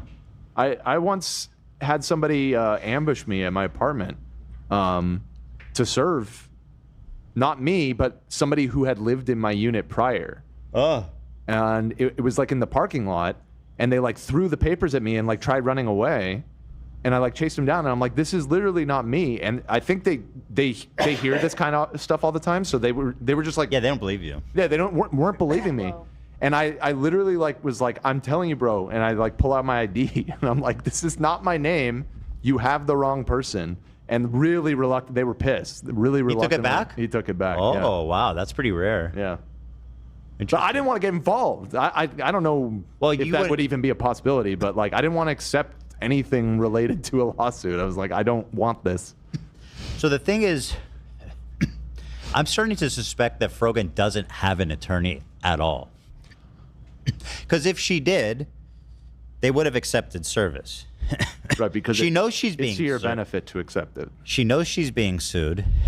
She's acknowledged it. She's literally acknowledged it online. I've talked about it. All of her friends have talked about it. Like, she knows she's being sued. So this matter of service is silly, because we all know that she knows she's being sued. Now, what would dodging service actually accomplish for you? It could buy you like an extra week. It doesn't do anything for you except make you look pathetic and put you in a tighter position when you are served. There's also escalating different methods of serving, which get more and more potentially embarrassing for her, right? I got a message from Dan Served Love. Yo. Oh, that could be the name of the segment. Dan Served Love. Serving, dishing. All right. Thank you, Bill Mod, for that. Dishing with Dan's served love. Why would she accept it? Well, he's claiming that he's going to claim here that that first of all, if she the longer she goes without being served, the less time she's going to have to respond, the less time her lawyers will have before the lawsuit goes through. and that if she continues, if she, somehow if he can't serve her, and I don't know any lawyer. We got any lawyers in chat? We got any any paralegals, any law knowers? He's going to also claim that if she somehow, if they're unable to find her, that they can do a summary judgment. Remember like what they did with Alex Jones, where Alex Jones's lawyers would not cooperate. And so he got a summary default judgment against him. That's what Ethan is saying that they're going to do to Frogan. I'm not sure if that's true, right? Like I'm just wondering, right? Like, you know,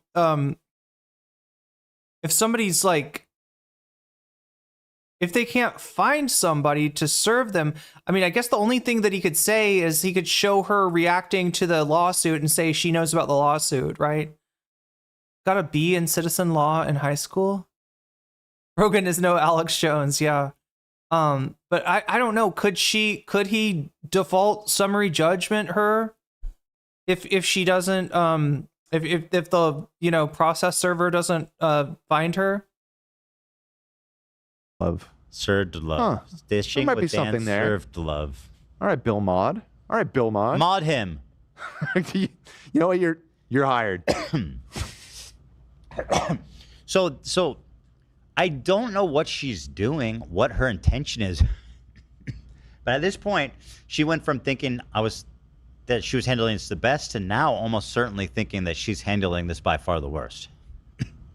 And it gets even more dicey when you consider the fact that she's raised $40,000 for her legal defense, and she seemingly does not even have an attorney. I feel like Alex Jones's summary judgment, wasn't that more to do with his law team not cooperating with the discovery process, right? So the prosecution asked or the plaintiff, I guess in this case, asked his asked his lawyers to, for documents and stuff like that. They weren't forthcoming with that. And I think that's why Alex Jones got the summary default judgment against him. I don't know. And you know, with Alex Jones, it was strictly so he could be like, you guys, there wasn't even a trial. They're making me pay all this money. They're trying to take away my InfoWars, and there wasn't even a trial. Yeah, there wasn't a trial because your fucking your law team dodged the discovery process. There couldn't be a trial because you wouldn't cooperate. But this is a different situation. I mean, I've had people threaten to do stuff like this, take me to court over copyright before, and complain on Twitter about not being able to serve me. But I don't know. How stupid is Dan on a 1 to 10 scale? Look, he's paid to play. He's paid to be more oblivious than he actually is, I guess. If she had an attorney, they would absolutely have accepted the service. It would be utterly insane for them to play this game. She's raised $35,071. What's that money for? $35,071. Like, what's that money for? That's that. You're doing it wrong on both. See, like, the thing about Dan is, like, part of me wants to believe that he's fundamentally like a decent guy, but the fact that he plays along with Ethan's bullying, that's what makes me be like, no, he's not a good guy. Like, I want to look at him like a John Adirola, right? John Adirola is still with TYT. He's, I think, just started a family, obviously needs the health insurance, right? It sucks that he's so much better than TYT. He should not be with them. But I kind of understand it on some level with Adirola.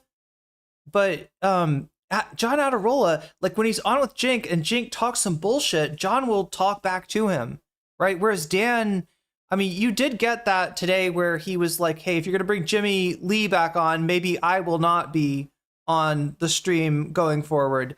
But I mean, that's about it. And it's hard to tell if he was even serious about that. Even had chatters correctly question, if Ethan does bring Jimmy Lee on, what makes you think that Dan's not just going to bite his tongue and just put up with it like he does with everything else. Dan has a cognitive impairment from exhaustion. He does look pretty exhausted. Hope Dan got a massive pay raise because he's going to be out of work for a long time when all the shit comes to a head. So she quickly went from being the best one to potentially, actually not potentially, if what I'm seeing, by far the dumbest one to him. Oh my God, chat. You know what a dream of mine is? Just stream so late someday that we raid the Majority Report. That would be cool. That would be really fucking cool. I would love to send like 50 people into the MR chat because I know their viewership is not as high on Twitch as it is in YouTube. So I think maybe they could use the help. I mean, you know, they get more views than me, but you know what I'm saying? But yeah, I don't know if it's going to happen. What we got, it's, what is it, Majority Report comes on at 9 Pacific time. It's now, yeah, we're not gonna get there. Someday, chat, someday we'll do like a subathon. Yeah, that would be a cool subathon, like a subathon straight on till morning. Maybe even, you know what would be cool? We haven't done this in a long time, chat, but I used to do this thing called the Pirate Ship of Theseus. And we would start a panel and then we'd raid into another channel and another, oh God, I guess this wouldn't work with Majority Report. We'd basically have the panel go on to the next stream when we'd raid into somebody. Like we'd only raid into people that agreed to have the panelists on. And the idea was to like try to catch the raid that had the panel on it the next day. Like have the, you know, raid into somebody else, they raid into somebody else, they raid into somebody else. They have a panel that, you know, goes from stream to stream, but then people keep on going to bed and people like, you know, come on the panel. But yeah, I don't think that would work with Majority Report. It would be cool enough just to raid them someday. I don't know, chat. Whisper of a Dream. Maybe we'll do a subathon. And the thing is, if she doesn't respond by August 4th, then we can move for default judgment, which means she loses outright. That is. See, I don't know if he's right about that. It's too bad Davi's not here. I would love to bounce this off a lawyerly mind. See if what Ethan is saying even makes sense. This is a week from today. It's a default. It means she's had this much time and she hasn't responded. She hasn't had an attorney reach out. She hasn't accepted a pigeon cameo. I should have the pigeon. You know, I just have to do a phone stream to have a pigeon cameo. That wouldn't be too hard. Oh no, maybe not. I don't know. The pigeons don't. They do. If I go out on the if I go out on the balcony, the pigeons fly away. Service official, or well, no, she has a careful with the subathons on YouTube. Why? Accepted service. She has accepted service, but she hasn't responded to it. Right? I see. And so if she doesn't respond in a week by August 4th, isn't Ethan's lawyer ChatGPT now? No, it's a West Bank settler apparently. Default just means the judge just decides like, okay, you lost. You did a copyright infringement. So here's the penalty. You have to pay. I gotta say, chat, that is an ugly ass tattoo. Like, I feel like Ethan would do better just letting his kid scribble on his arm. Ethan a bunch of money or something. It's bananas. What is the... Is Destiny the person referenced in the title? Lost, so it kind of sounds like it, doesn't it? What's the strategy here? I don't know. It's really, really, really sad and pathetic. So here, I'm going to read a couple of bullet points here. So she has been served. The way that it was described, this is all public filing. I've seen other legal channels talk about this, but so wait, what is this? Like, if they can establish that the person's dodging getting served, like if they can show Frogan's stream and say, Your Honor, she obviously knows about this. She obviously knows that she's being sued, and yet we've tried to serve her on this, this, and this, and this day, and the door, you know, there's never an answer on the door. Like, what do they have to do to get that default judgment? Like if they just failed to find her, would they still be able to get a default judgment, or is this only if do they have to prove that she is dodging the paperwork? Destiny is going to be in a heated WIC debate tonight. Oh, great. His community has been denigrating. Yeah, I know about Pisco. Pisco's a friend of the VOD. I've had Pisco on many a times for a pretty nice discussion. I kind of, you know, when I realized how toxic DGG was, I stepped away from Pisco for a while.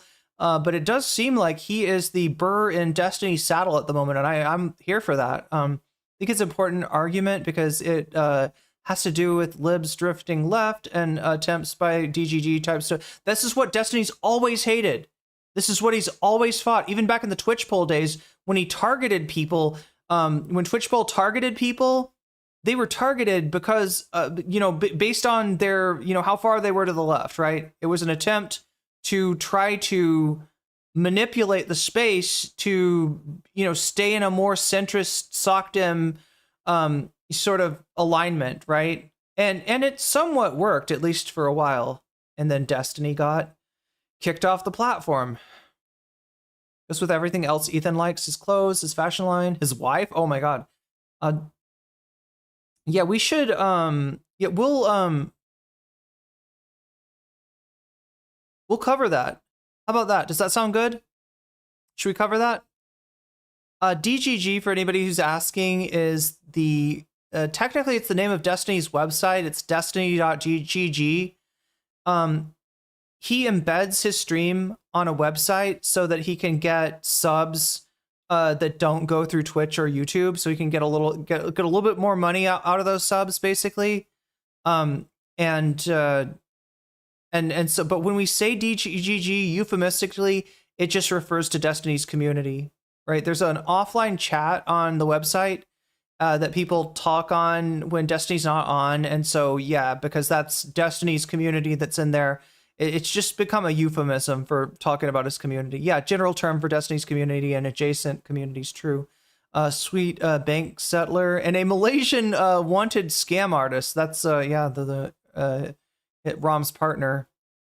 He's a good guy. I describe him as one of the rare principal libs.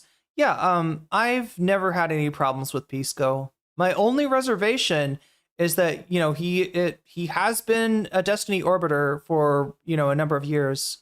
He has cultivated an audience off of that position. He's a great debater. I think I've always thought Pisco was a great debater.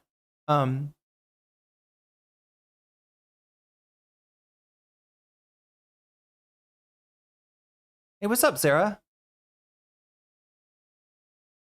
Okay, so let's finish this up. I'll think about this. Is that happening today, Lost Zote, the debate? What? So wait, what is it? Destiny's going to debate Pisco on Wick? Is that what's going on? Somebody came out of the... No, you're not diverting. We've been covering the Pisco Destiny drama. Okay, we'll take a look at it maybe tomorrow. Apartment where she's believed to live at. Who is not, or they didn't say, it appeared to be someone in their 40s who was either African American or they said potentially Arabic. Okay. Who was dark. They could see this person's hair. It's not Frogan. It was in the middle of the night. And they gave her the papers and said, "Are you Morgan or whatever?" She says, "No, I'm not."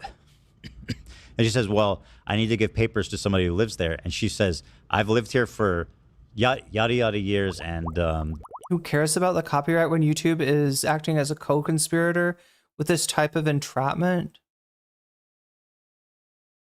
Wonder what Pisco's community is like now. It's kind of mixed. A lot of people are in there to give him shit. You know, I mean, he's, you know, and again, yeah, he built the community off of, you know, being an orbiter. You build your community off of the bigger streamers community. So it's going to be kind of DGG'd up. But look, if Pisco's leading the, you know, left flank, I guess, of DGG further to the left, that's not a bad thing. That's not a bad thing at all. That person's never lived here before. So, upon further investigation and research, we're almost... Oh, also, Sarah, thank you for resubscribing. That is 42 months for you. That is her place, and she does live there. Okay. And again, this is what these people do for a living. They know what the fuck they're doing, right? Right. But our position is... Do they know what the fuck they're doing when they see a 40-year-old, you know, like a 40-year-old black woman with her hair visible and assume that it's Frogan, whose hair would not be visible and who's definitely not black? Does that sound like the kind of person that knows what they're doing, or does that sound like a kind of person who's trying to collect a commission for process serving and is just wants to say, yeah, that was definitely Frogan? I mean, close enough. Maybe Middle Eastern, close enough. There we go. Nothing like the description of Frogan, but they just want to collect that money. Does that sound like a person that knows what? I mean, do you not understand what this is? Like, chat, this is like the it's like the Amazon driver that leaves the package at the wrong address and just or like drives by the address because I don't know. Do you know what I'm saying, chat? This is not a person that seems particularly invested in their job. Is Pisco the guy who sings some tunes? That sounds more like Lonerbox. I always forget Ethan exists until someone covers him, and I'm like, oh yeah, this asshole again, yeah.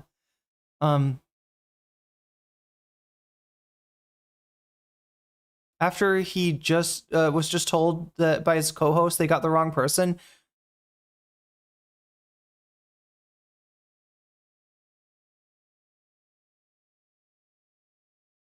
That she was served, right?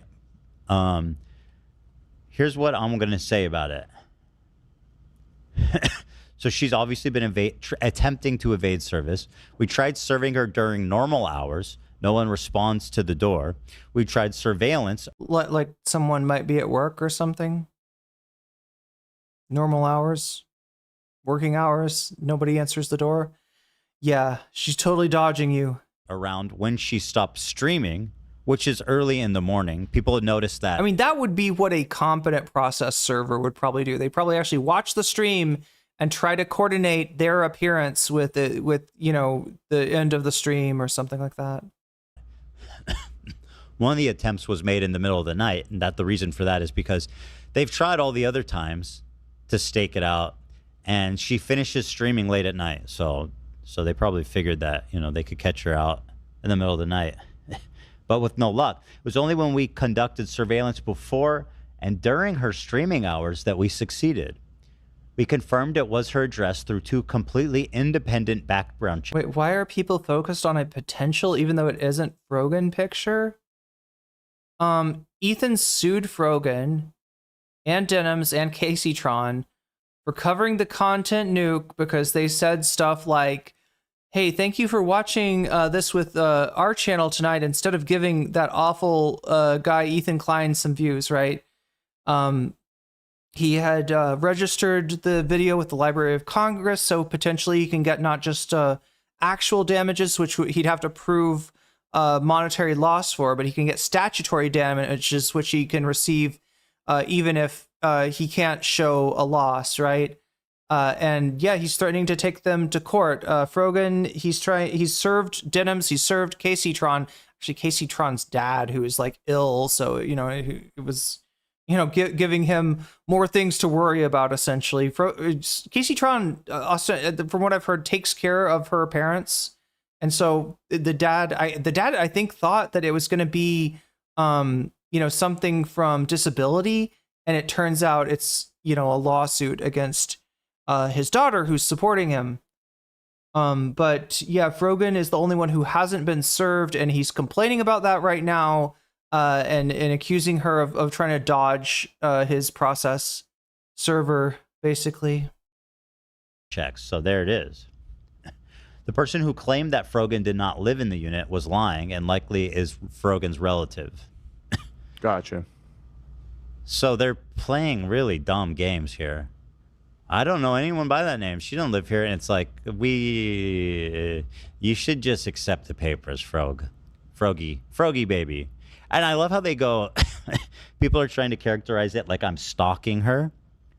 This is how it works. If you don't want to be... He's like, no, I'm supposed to stalk her. It's based for me to stalk her. Rich people stalk poor people in predatory lawsuits all the fucking time. Come on. Stalked. Get with the program. We're Stalker Nation here. You don't want someone hiding in the... If you don't, yeah, like I'm not a... People accuse me of being a stalker, but actually I am. And also, if you don't want to be stalked, then what? Don't do the thing that I do for a living, react to content? Bushes that's going to jump out at you and give you papers. You could just accept service. or just, yeah, let me ruin your life. Let me garnish your wages. Just give in to my financial litigious bullying of you is what you should do. You know, this is like... Right. You know, like you could just do that. I don't know if she just likes this victim game where she gets to be like, I'm being stalked and harassed by Ethan. But did she say that? Or people? She knows other people. Okay. Why is he putting his finger into the glass of water? I didn't notice that until just now. I don't know. You know, he has Tourette's. I don't know what just the thumb in the water helps with. Yeah, she's in Argentina, obviously, with bad empanada, clearly. I can't, I don't know. I've never noticed him putting his thumb in the water, but yeah, that does seem to be what he's doing. Because, yeah, as far as I have seen, it seems like she's just zip about everything, which, again, probably is a good idea, but all the rest of this is... Well, do you think that Frogan's good. under the assumption that if she pretends it doesn't exist, that it doesn't exist? I don't know. I don't know. It shouldn't exist. I don't know who she's getting advice from, but yeah. I always assumed that she must have gone immediately to like a friend or family who's a lawyer, because she immediately was real quiet on it and seemed like she knew what she was doing and that someone had coached her. But again, it's turning out that she has no fucking clue. Frogan repeatedly referenced her, quote, legal team. But no one from her, quote, legal team has ever contacted us. This raises serious questions whether she even has an illegal team in the first place.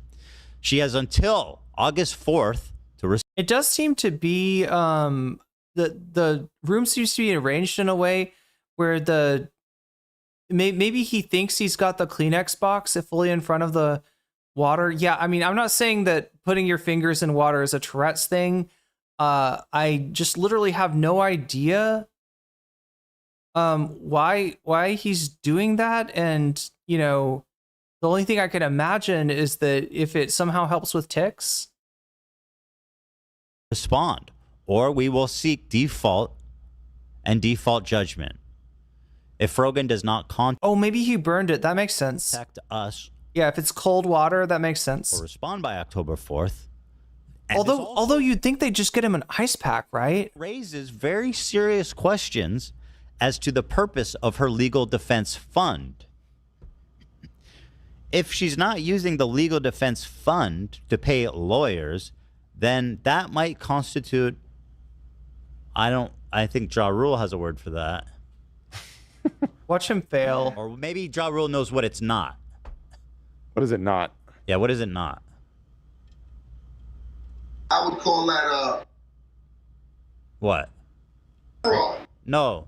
Well, we don't know what is it not? No, That's not fraud. It's not fraud. That's not fraud. Let's think of how to dig ourselves out of this fraud. Frogan's like, it's not fraud, it's just false advertising. Well, I mean, just like the denim false thing, advertising? you know, she could theoretically just refund it if she decides to. True, but maybe she's gonna have to represent herself. You know, that'd be fucking great. Yeah, if she listen, obviously, if she returns it all, there'd be no issue. Right. But I don't know why she would do that because she is being sued. You guys were right. Everything is a scam, but not this. Does she think that she can give me that money and use it to give it to me in a settlement? That would be the ultimate irony for all these people that donated. If she just takes all of it and gives it directly to me. Would you accept that? Yeah. I mean, she owes me more than that, though. She owes me more than that. Oh, okay. I'm garnishing. All right, well, you know, you might have There's something so disgusting about the cavalier way that I'm garnishing, right? I don't know how that works. If you know, there's like, you know, the garnishing like takes the wages past like a certain amount that somebody like needs to live, or if it's literally like every single dollar that you make in the future, Ethan can stake claim to. But that's a fucked up thing to say either way. Like, I'm garnishing. I don't care. I'm garnishing. I gotta say, chat, making yourself a supervillain on the internet invites some of the most unhinged people out there with nothing to live for to treat you like a fucking supervillain in real life. And with somebody that has a family, you know, and a show and all this stuff, like I just don't understand how Ethan is comfortable. Like, you know, if you like, there's a limit. Like, if you portray yourself as this fucking monster, you know, at some point you're gonna get treated like a monster. At some point, the villagers are gonna come for you with pitchforks and with torches, and it's not gonna be pretty. And whatever that ends up looking like on that day of reckoning for Ethan Klein, I sure as fuck hope no innocent parties are, you know, are caught in whatever fucking crossfire that ends up being. I mean, I don't understand why somebody would want to live like this, right? Even if I somehow, you know, had the desire to behave like this, you know, even if I was a complete scumbag like Ethan Klein, I can't imagine being able to sleep at night, you know, realizing that this is the character that I play on the internet and that some people take this stuff like way too fucking seriously. Like, I would be scared. I would be scared to be in his shoes. What a fucking asshole. What a fucking monster. And like, anybody in your, like, is it ever going to connect with his audience that like the way that he's talking about garnishing somebody's wages, somebody who actually has to work for a living, somebody who doesn't live in a multi-million-dollar mansion, somebody who doesn't have fucking, you know, like huge amount of wealth stored up, you know, when they get their wages garnished, like you can tell that he's not connecting with what that really means. Is his audience? Are there like working class people in his audience that are just like, yeah, that's right, garnish her wages, yeah, make it so that she's fucking delivering for Uber Eats someday, and that every dollar that she pulls in gets taken away. Like that's yeah, go ahead and do that's good shit. That's good shit. That's my streamer. That's fucking wild. This is unsustainable. And I don't know how it's gonna go off the rails. But I predict when it does go off the rails, it is not going to be pretty for Ethan Klein. It is not going to be pretty. I'm going to have a hard time feeling sorry at that point. Have to negotiate it out a little bit, but there you go, Brogan. There's your get out of jail free card. Honestly, all you have to do is just rip off your fans. I had space in my heart to let her off with like creative settlement offers and stuff. Sure. But at this point, I think I'm not settling with any of these people. I'm coming for the maximum damages. You know. She reached out and actually played like was amicable and fair and like not turning this into some silly, pointless, wild goose chase, just wasting time. Then I'd be a lot more amendable to alternative settlement. That, Brogan? There you go. I'll give you a little tip, Brogan. Who fucking who?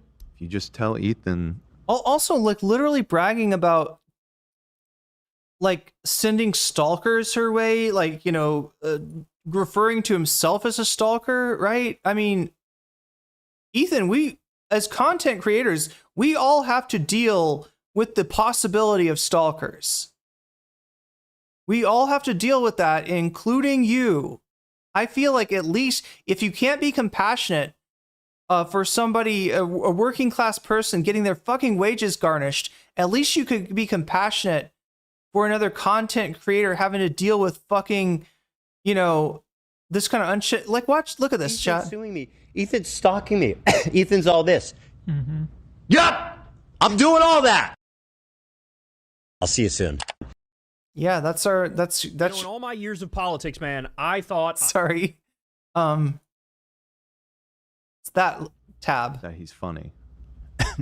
Yeah, you did say that recently. You got to lie to him and tell him he's funny. That's how you... And I remember how you reacted. And I'm Ethan just is really saying. funny sometimes. It didn't save her, though. You think that I'll just drop it? No, not just with that, but that's like... You could butter me up. Yeah, he could be buttered, is what I'm trying to say. Just like he Trump. could definitely be buttered up. He's the greatest, the funniest podcaster alive. I hope it is like Trump. The fact that he recognized, I've been saying this for a while now, right? That there's some really Trumpian characteristics of Ethan. And no, I'm not just talking about him saying stand back and stand by. I'm talking about how he acts, right? The fact that he's conscious of that and sees no problem in that is kind of weird, don't you think? We get PTSD. Yeah. So Frogan, I don't know what you're doing. I don't know why you're doing it, but wait, did he just say amendable? He said amendable. He thinks it's amendable. This is an English major, chat. This is an English major who says I would be amendable to that. You should just figure your shit out, because in 1 week it is going to get real ugly for you. I just want to see Cav come back and eat the rest. That would be sick. I would love to see Cav. No, I wouldn't, chat. I was about to say I want to see Cav like evict him from his fucking house, but again, his kids. I don't want to see innocent parties suffer. Right. Oh, real ugly. Damn. I think if she uses that money specifically to settle with you, I think her career is done. I don't think there's any coming back. What career? Well, yeah, but still, that community is just part of. I think it's over for her. No, I mean that would. Chat. Have I ever been this much of an asshole to anybody? Like, was I this much of an asshole to Demon Mama, to Stardust, to like? I'm trying to think of. I don't think I've ever. No, I definitely haven't. There's no way.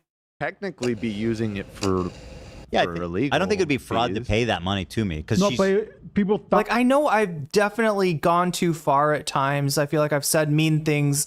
I'm sure I said some mean things about Demon Mama. But I'm trying to think of who else. I don't think I've ever even come close to this, right? She was going to use it for legal funds to go against you, not to give it to you. Well, that you're right, but but that's the ultimate irony in all of this, which I said from the beginning. Like, whenever people donate to these funds, I'm over the moon, because that money I know is all going to come back to me. It is. I heard Stardust doesn't stream on Twitch anymore. Yeah, I was too mean to her. It is all going to come back to me. So.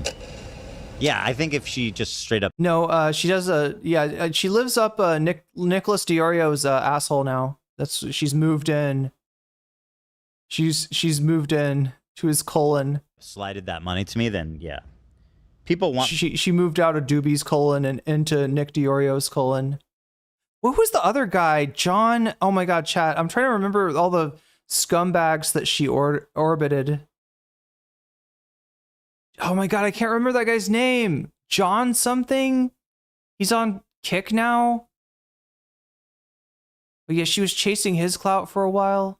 Her to fight. Ethan, wake up.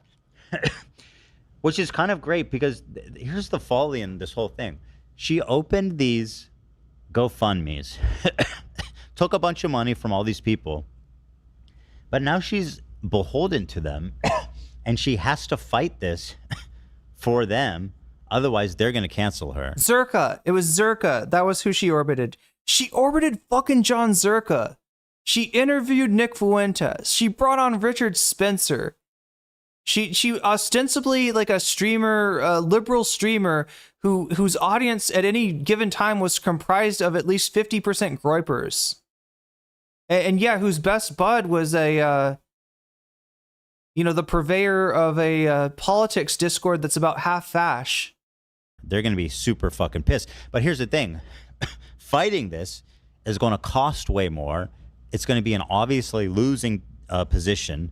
The correct, cheapest, easiest way to handle this is to settle immediately. But they can't do that because they took money from these people. If any of them settle immediately, they'll look insanely bad. What was the Demon Mama controversy? I was critical of Dylan Burns on an issue surrounding his panel show. I tried to have a conversation about him with him about it. He was rude to me, so I kind of kind of rubbed his nose in it. I kind of destroyed him on stream, and since she was friends with me and friends with Dylan, I asked her if she could maybe try to settle the drama before it blew up, and instead of doing that, she took his side, and yeah, basically it was that. Right? Yeah, I mean, yeah, I guess to an extent. I don't know. Like, I feel like that would be an understandable outcome. It would be, but they took money. These people gave them money on the premise that this was some frivolous lawsuit. You could refund it. You could refund the money if you decide not to fight. That would be an option.